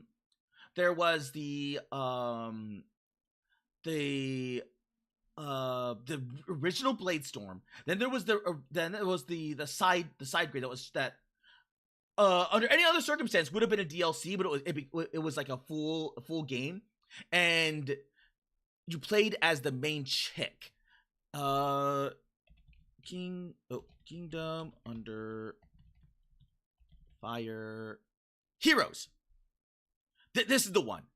So in here, like you had the Crusades, which was the first one, and then you had Heroes, which she like Ellen, that this one became the main hero.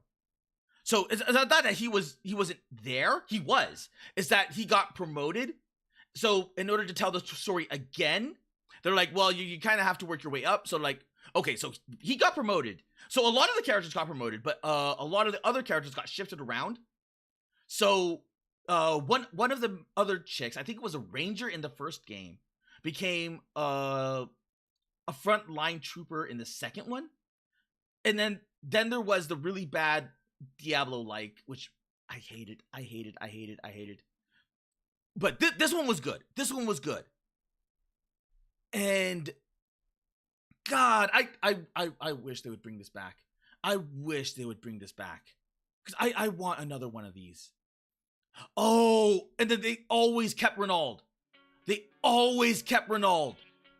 Because Renaud was like the Archaon. Like, he was like the big Chaos Warrior. So regardless of whatever happened to the Chaos faction, like the human factions, they always had him. And he was a beast. Deer Hunter? Darren, it wasn't Deer Hunter.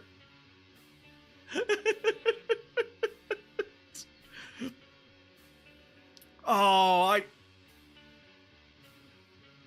I played this. Exos Hero. So quick info dump in case anyone watching this video ever seen. But yeah, anyways. Exos Heroes. I don't want to go too in depth into it. Is Exos Heroes back? Well, now I played this ages ago. Just last week there was a huge up.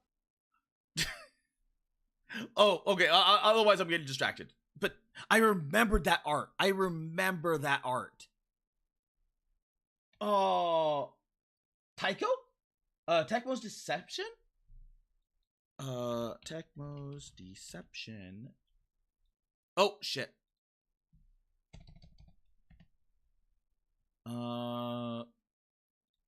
Invasion. What is this? No, this is not it. Yeah, this is not, Kagero? I mean, it wasn't Kagero either, but I remember that. I distinctly remember this. I think it was shit. I think I got it because, well, obviously, but, I think it was bad. I don't remember. Taiko Toshiden? Was it? No, this is this was, oh my god, this was no, this was Romance of the Three Kingdoms, and this was like Nobunaga's Revenge, I think it was called in the West. This was good. This was good, but it was oh my god. It was not this. This was good, but it was not this. God, now you're bringing me down memory lane. Cause I played these. I wasted so much time. Cause I got like Romance of Three Kingdoms. I forgot which one it was. I legit forgot which one it was. And then because the Romance of the Three Kingdoms and Nobunaga's Revenge were always like expensive. They were always ridiculously expensive. So I was always like several ones behind. So I always like, I think it's like Romance of the Three Kingdoms 7. And then the next one that I ended up getting for free because it was like, or like not necessarily free, but it was in like the what is it called? It was in the bargain bin at a game store because they didn't know what they had, and that was it Romance of the Three Kingdoms? Mari Rose. I can't remember which one it was. Was it 9? Was it 12?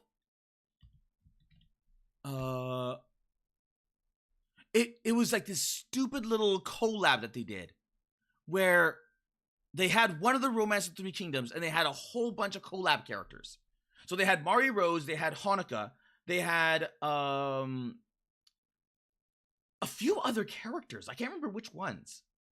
And they gave, I think they gave unique skills to each of those characters. And I vaguely remember Mari Rose being really good. And it's been like way too long. It's been way too long since I played one of these games. And then what was funny about it is that in these games, if you played as a female character, like you would have like the courtship. You would have the men courting you. But if you were a male, you could court all the other women that were in this area. So you can start breaking history. So unironically, like by having the collab characters, you can wife up the collab characters. Nobodog has ambition. That's what it was called. Just thinking of games that had gun as a controller. Apparently King of the Hill is returning? Okay. Oh, man. Sui... No, it's not Suikoden. Suikoden is... Suikoden. Suikoden was the other RPG, and it wasn't... Yeah, it was not this. What was it? Oh god, what was it called? Koei Tecmo RTS.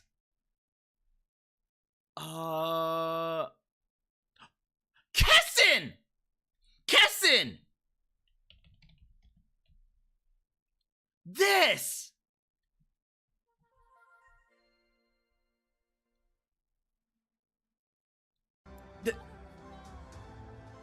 Kessen, like this is like Kessen 1. And Kessen 1. Like this Honda guy is always talking about... shut up, you. But you would have like these battle scenes. Like this was like the oldest one, I think. No, wait. There may have been one before that. But this is the one that I remember. Like there was before there may have been something else before Kessen that led up to Kessen. But Kessen was like, okay, well, you know what? We're gonna have this. It may have been Romance of the Three Kingdoms or something similar to that. But like this was Kessen, but the Kessen 2. Kessen 2 had the what's it called? The Romance of the Three Kingdoms.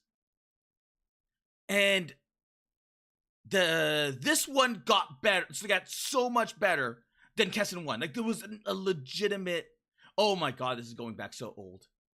But when you would get into combat, you would have like all of these special abilities that your characters could do, and then you would command them. And then when you would go into raids, you would do this. So when you engaged into combat, you would do this. And then you would have different special abilities, charge abilities, and then you could enter in duels. And the duels became like a rock paper scissors.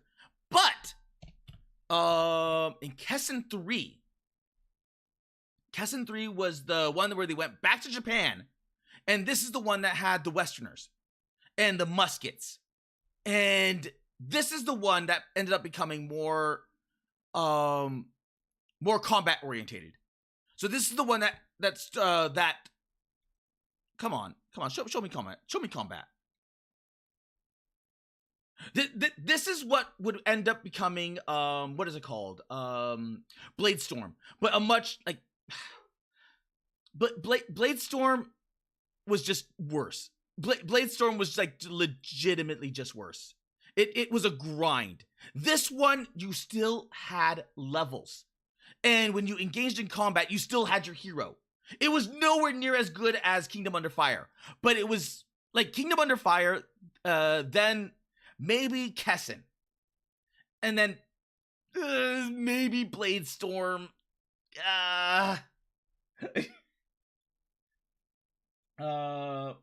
Where's All Stars had Warriors in it? And then Ryu Hayabusa. Everything has Ryu Hayabusa in it. Everything has Ryu Hayabusa. Kind of sad. The farther down the hole, the more you reminded me of the studies or the studios that didn't. Yeah, all the studios that didn't make it. Oh, that was sad. That's sad. That's like legit sad. But this was good. Like Kessen 3 was good. Like okay, Kessen 1 was still good. It's just a product of its time. If anything, I think Chaco, you and I had a conversation where you were talking about what was it? It was that weird game. That weird game where like it's interesting, but it was a product of its time. Kessen 1 is definitely in that era. Kessen 2 gets better. Kessen 2 is like directly superior. And then Kessen 3, like you you can still go back and play Kessen 3 because it's still really, really, really solid. Like the musket troops felt good to use. The cavalry troops felt good to use. The infantry troops, I didn't really like the infantry troops, but you kind of needed them because you know you kind of need infantry to just like hold something down. So while you're out using cavalry or muskets, and then on top of that, musket cavalry, to do flank, like you just kind of like infantry troops are like one of those where you just kind of like where it's where you have like one of those tabs like this, like you have one of these little tabs and you're just like, I want you to hold this choke point right here, and then you just forget about them, and then every now and again you come back to that person so you can start using their abilities. You're like, boom, boom, boom. Okay, now I'm gonna switch to another character and then start running rampant. Shenmue. But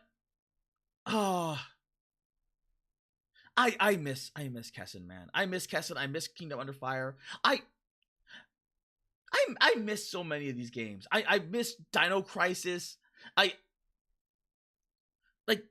so many of these games get lost in like the fold, and it's just man.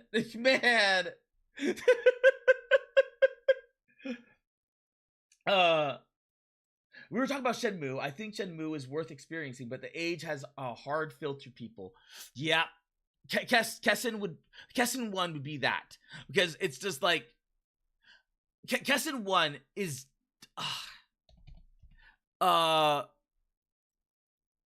it's Let my Tombogiri be your passage to hell. it's just gonna be that. Like, you shall feel my Tombogiri, you shall blah blah blah blah blah, and it's just that, because the raids are just way too good to use, so you're just gonna be hearing this constantly. Like, you shall fear my Tombogiri. My Tombogiri is hard, or whatever. Because look how much damage you do!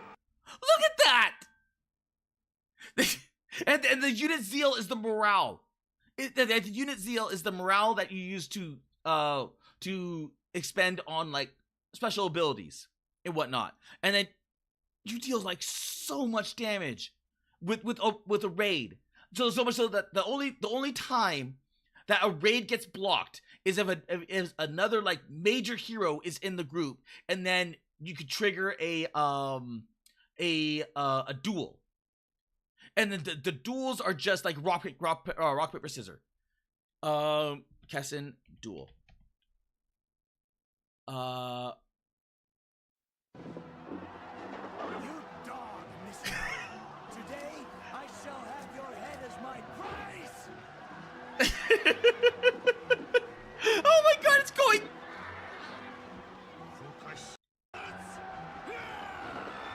Fight me. So there's the duel.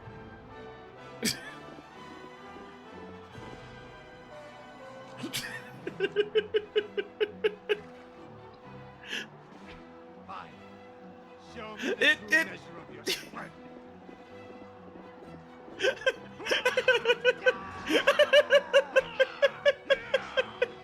Take this. game. It's a good game. It's just very, very of its age. Dog, you wasted my time with your pathetic barking.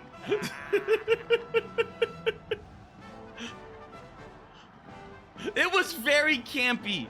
It was so campy. Wrong to this judge's strength.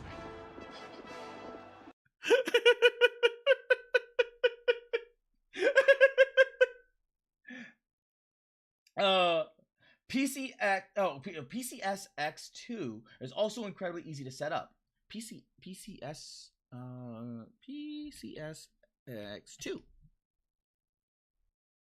Oh.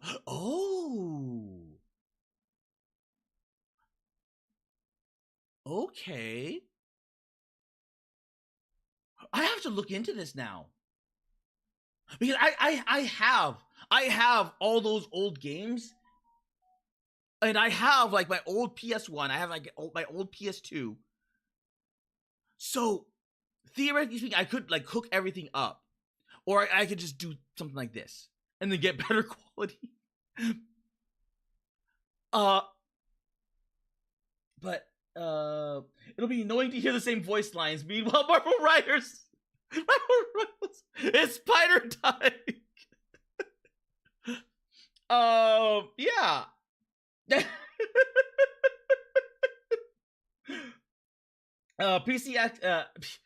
PCSX2 Bunny is really good, and you can play games from the disc. Ooh. Okay, you know what? I'm gonna put this into wait, let me see that I don't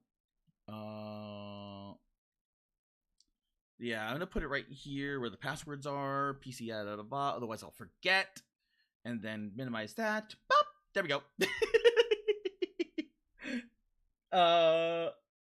But damn, yeah, yep.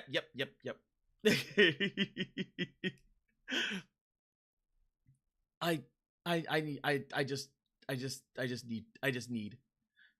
Oh, Calexis Assassin. Going from my chat, that's like what's it called? The tabletop to right here building one.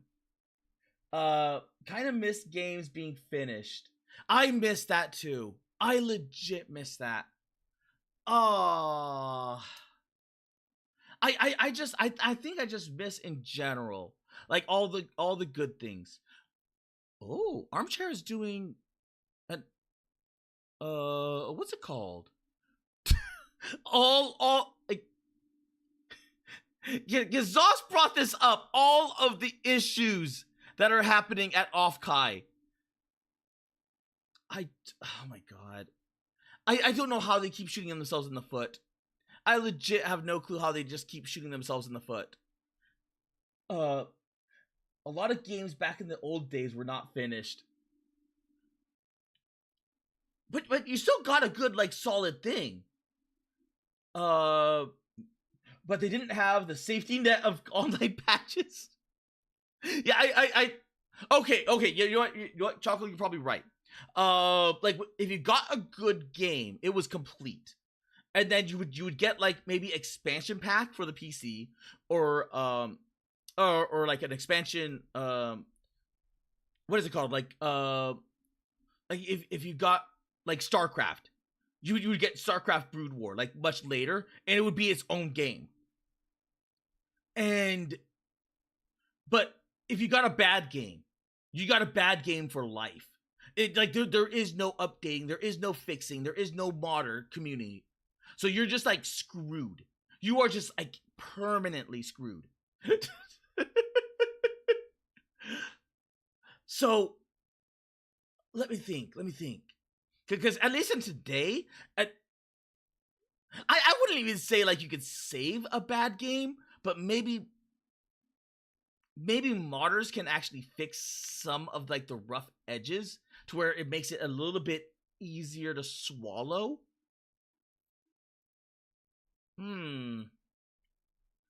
I don't know. because like I guess it's like a give and take. Maybe it's just the fact that all the old games were just like decently good to the point where you're just like, you know what? This is good enough. This is good enough. Bad games can be saved. Look, Choco. Here. No, but that took, yes, but but if you look at that, Choco, look at how long that took for bad games to be saved. No Man's Sky took how many years? How many years to save it? Cyberpunk took. I mean, technically, it wasn't even Cyberpunk that did it. It was what's it called? No wait, I don't even know. All I have to do is type Edge Runners. Edge Runners saved Cyberpunk to the point where they were forced to update because they had a lot more people coming in to watch, like from the Edge Runners. Like, oh shit, we're kind of locked in now because like everyone gave up on Cyberpunk, and then Edge Runners came out and saved the damn thing, and then Martyrs came in, and then better things occurred. But this like there's nothing. There's really nothing I could show from Edge Runners that isn't just like massively depressing, isn't there? Because like this is like Let You Down. Then you have what is it called? Edge Runners was good. Edge Runners was really good. There was Let You Down. There was Stay at Your House. Oh, stay at your house, stay at your place. Really want to stay at your house. It was your house.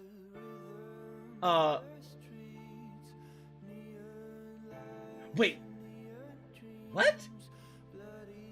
Get hyped for Lucy and Guilty Gear Survive? Lucy, Guilty.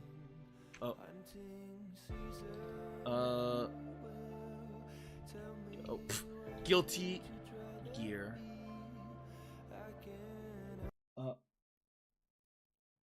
I did not know this. I legit did not. Okay, Dizzy, Venom, Unica, Lucy. I don't know some of these characters. Dizzy, I know. Venom? I can't place Venom. And I can't place Unica?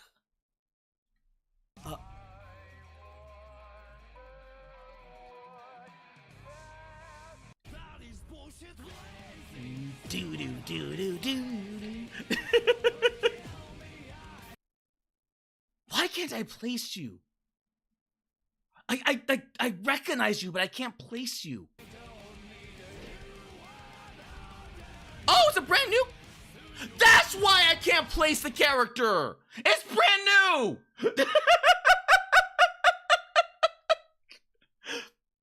I'm like, I don't recognize you at all.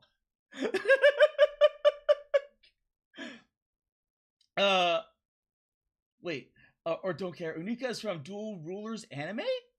Venom is a snooker boy. Bull Q and balls.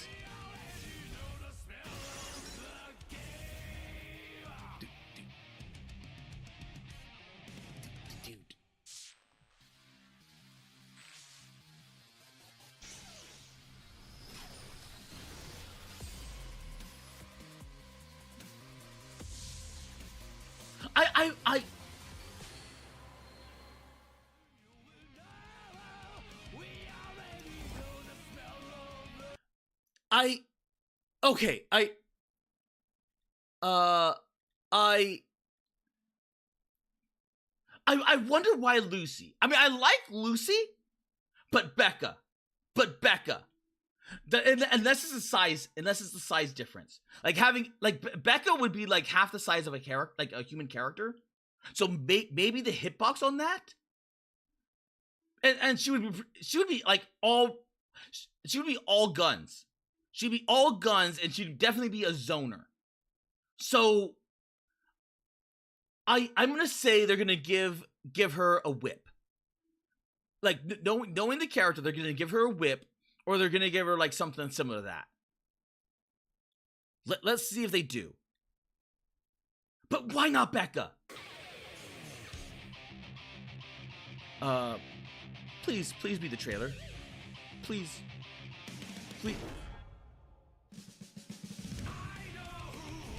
You're not gonna show her, are you? You're not gonna show her.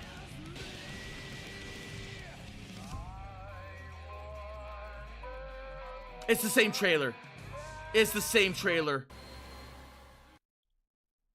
It's the same trailer. Wait, this was 9 months ago? Official trailer 9 months ago. 9 months ago. Gameplay.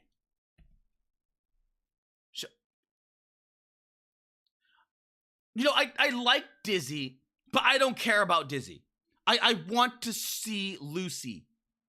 I want to see Lucy. Wait, is that David?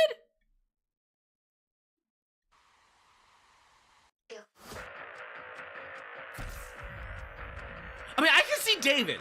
I legit could be, I can see him. Because he makes sense.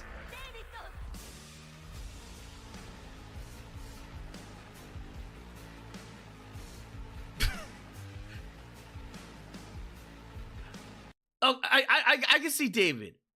I mean, I like Lucy, but I like Becca more. Oh, Lucy isn't out yet. Oh, Lucy hasn't been revealed yet. Okay. Fuck. Guilty Gear already has 2 Beccas. Outfit and Happy Chaos. But, Choco, Becca. Now, hear me out. Becca.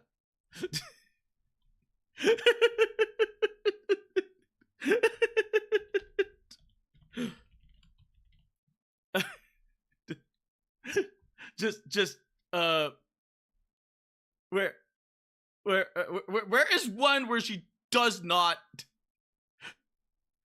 there.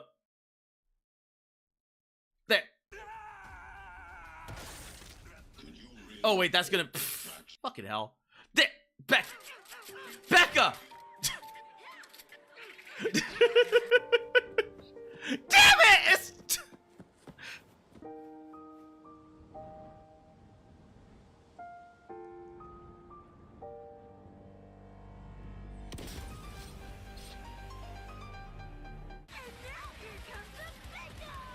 wait, you...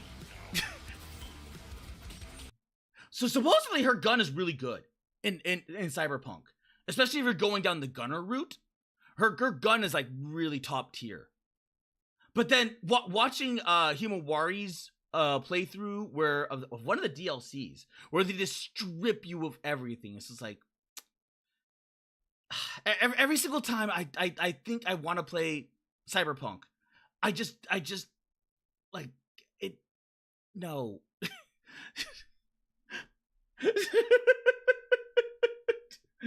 How is Becca gonna be in the game after she got her guts rearranged? Well, how is David gonna be in the game if he's got his brains rearranged as well?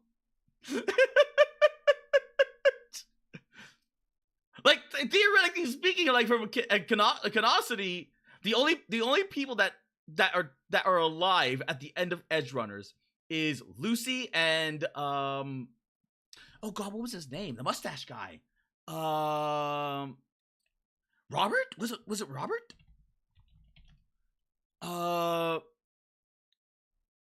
Who was the mustache guy that was the car driver?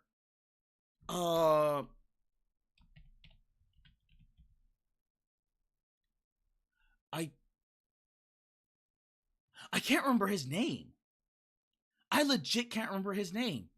But he's like one of an actual like main character from the Cyberpunk series. And I can't for the life of me remember his name.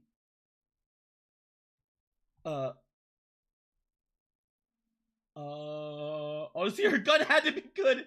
Also, holy shit, Vegeta theme drop. So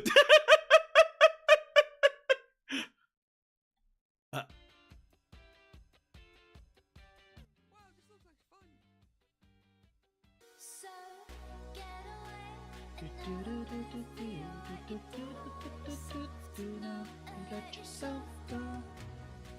You know you Copium. There was that one opening scene. The I guess that was like the happiest one. It's like dude. Oh god, what was that one?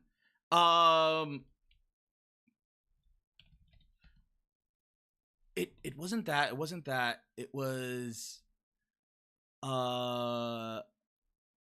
it was like right in the was it this one? This one.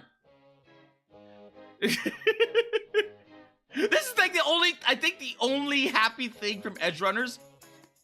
Everything else is just like depression.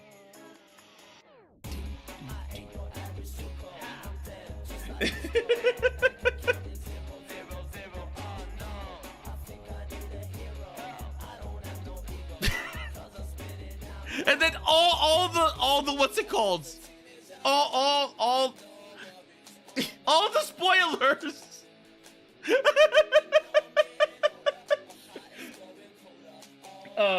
She was small, had to compensate for that.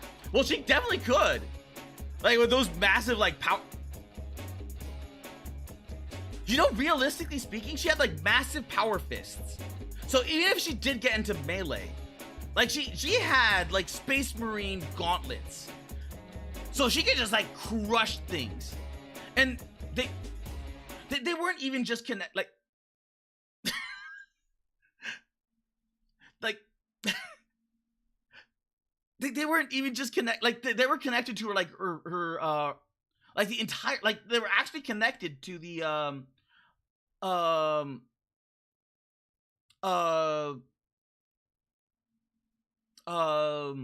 shoulder. I couldn't think of the thing because I'm like it's like the fists were not connected to the elbow. They were connected like to the whole shoulder. So Edge Runners Rebecca. Actually, let's just Google, because then search, pop, and then images. Wait a minute. No, that was there. That's there. Where's one where she had those gauntlets? So these big ass gauntlets, like after she got the upgrade and she got the big ass gauntlets, those were like unironically, those are freaking Space Marine power fist. Like straight up this. Like straight up they were this. Except she used them to manage the recoil of the massive freaking shotguns and the rifles that she was using. But like if she ever got into like a slobber knocker,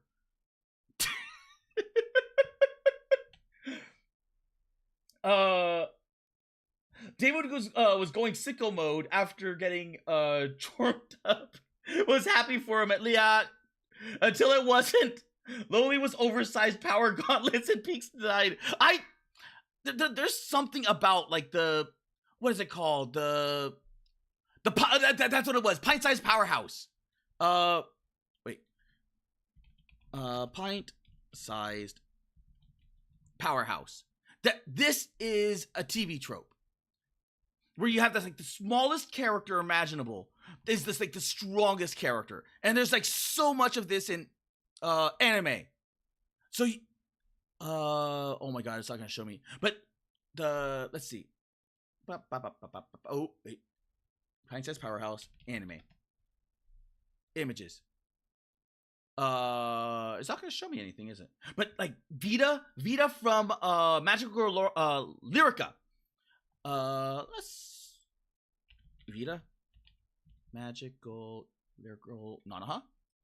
Like her. She has a big ass freaking mallet. And then you have like she has so many characters. I love this aesthetic where you have like the smallest character with the biggest freaking most powerful weapon. And it's like you end up with like the smallest, cute, like the cutest. Like I don't know what it is. Where you're like, oh, look at the cute little blam. Oh, like so many characters. It's mostly like Japan that does this. It's mostly Japan that does this. But you end up with like that the smallest character with all the biggest weapons. Like so you end up with like the big bazooka, the big, like either of them they're having big bazookas, big machine guns, big shotguns. Mika Return. Mika re. Oh. Damn it! Why do you keep doing that? This is peaked as out. Oh my god. What's her face? Oh god. From Skullgirls. I forgot her name. But yet, like Mika Returna. Oh, I forgot what. I forgot what character it was. I legit forgot what character it was. But she had a pile bunker. Like I like you mix like the power the pint-sized powerhouse with a pile bunker. I can't remember the character though. I vaguely remember the character. I vaguely remember the character. And I can't remember what game she was from either. But she was this tiny, cute little twin-tailed thing with a pile bunker. Little sister from Parasol. Powered CL, maybe? Powered CL? Nope, it wasn't her. But I like her. I do like her because pile bunker. Oh my god. I love that. Cause you just Amy Rose or Taz. I'm unfamiliar with Taz. But I do know that Amy Rose. Sonic. There she is. There she is with a gigantic mallet. And it is so stupid because it's usually played for comedy until it's not. Because then you'll see like this same character bringing out the which trope was it? Mallets. It's like trope mallet. Because there is a trope hyperspace mallet. It's a hyperspace mallet. Where it's just like they bring out the mallet and it's just purely for comedic purposes. Like it serves like no other purpose or reasons. Like the character brings out the hyperspace mallet and then bam, Goku's defeated. Bam, Superman's defeated. Like it's just like it like like realistically speaking, like this is not killing him, but it defeats him in a fight. Like for like one time. But it's usually like a fight that no one really cares about. It's like, okay, that you kind of beat them.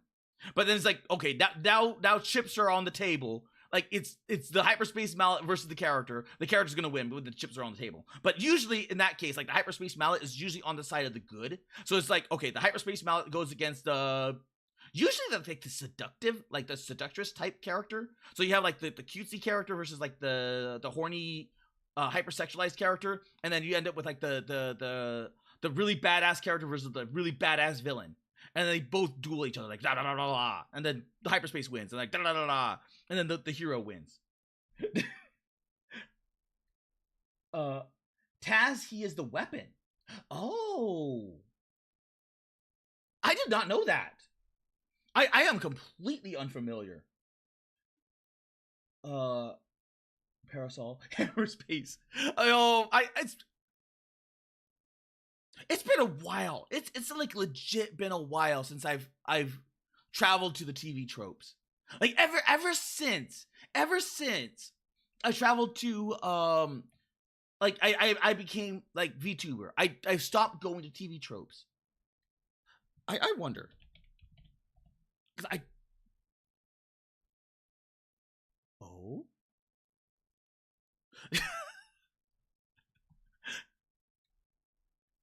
Uh, wait. Where?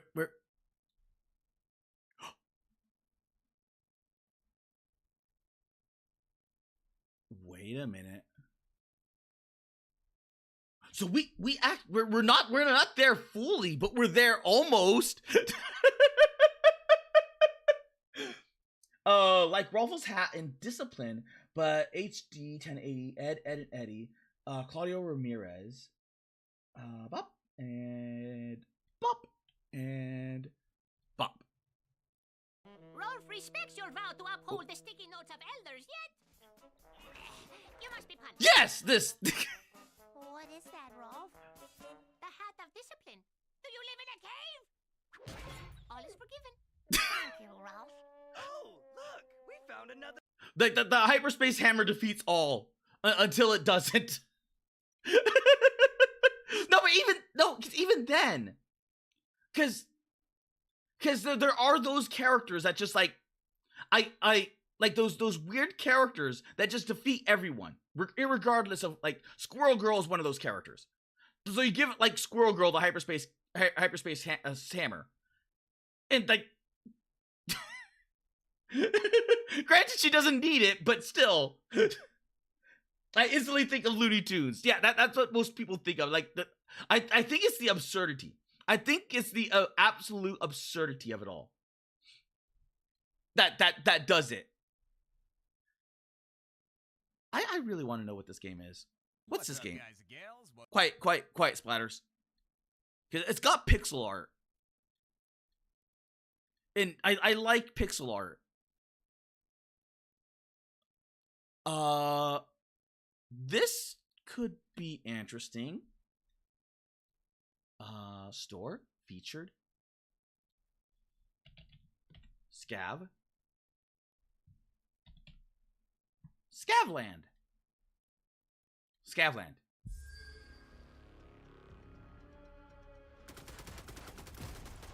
Ah, he's getting early access to it.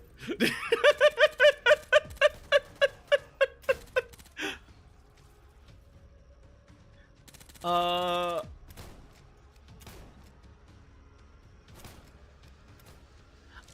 put it on my list. It's one of those weird things where like it could be just a gamble. Because top-down survival, but it could be good. It could be. And I'm willing to take a risk on it just by keeping an eye on it. Okay, you know what? We didn't get to have like the I still can't believe I did not get to be the faction that had the big titty towel. Zoss had to bail beforehand, but that I kind of expected that he had to bail. Things happen. I still can't believe Warhammer Official did this. Everything is canon.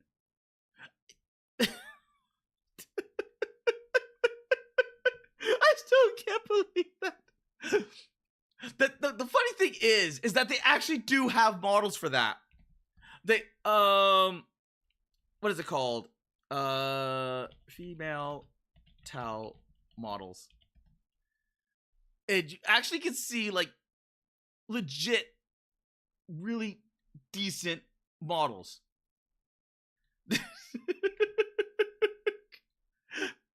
If I could, I totally would put this into whatchamacallit. Into the workshop and then use them.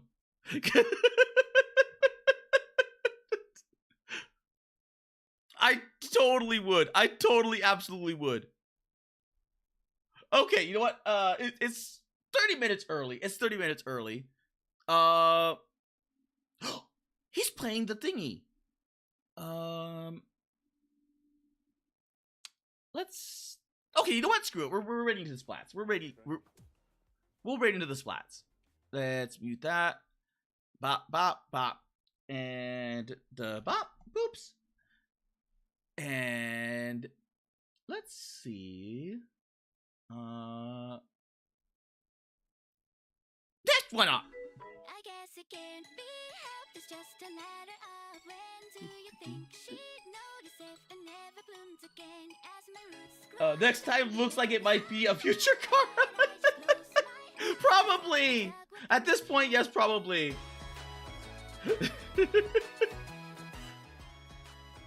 Okay, on Kick, thank you, Zooey Cap. On Twitch, thank you, Immortal Polar Bear King.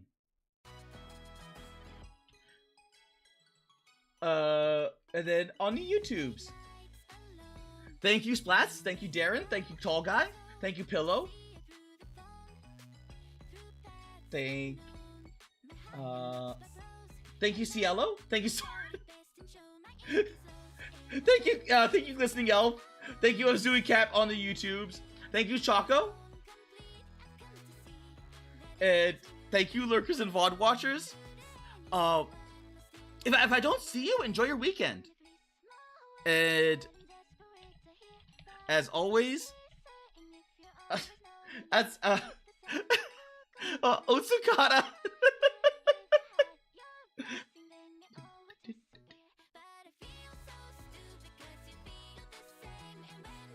Kara as a blue pussy. I have one that's kind of like that. Oh,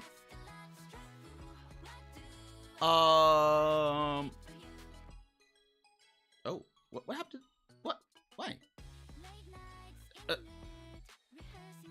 I do have them. That happened later with there. Oh. What was I thinking? Right here. I mean, granted, it's not blue, but it's like more purple.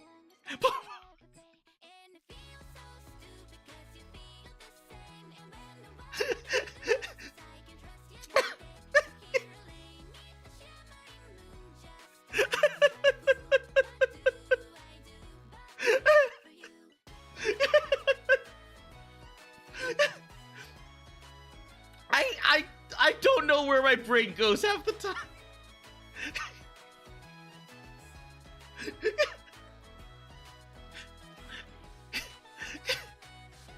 Yeah, night, everyone.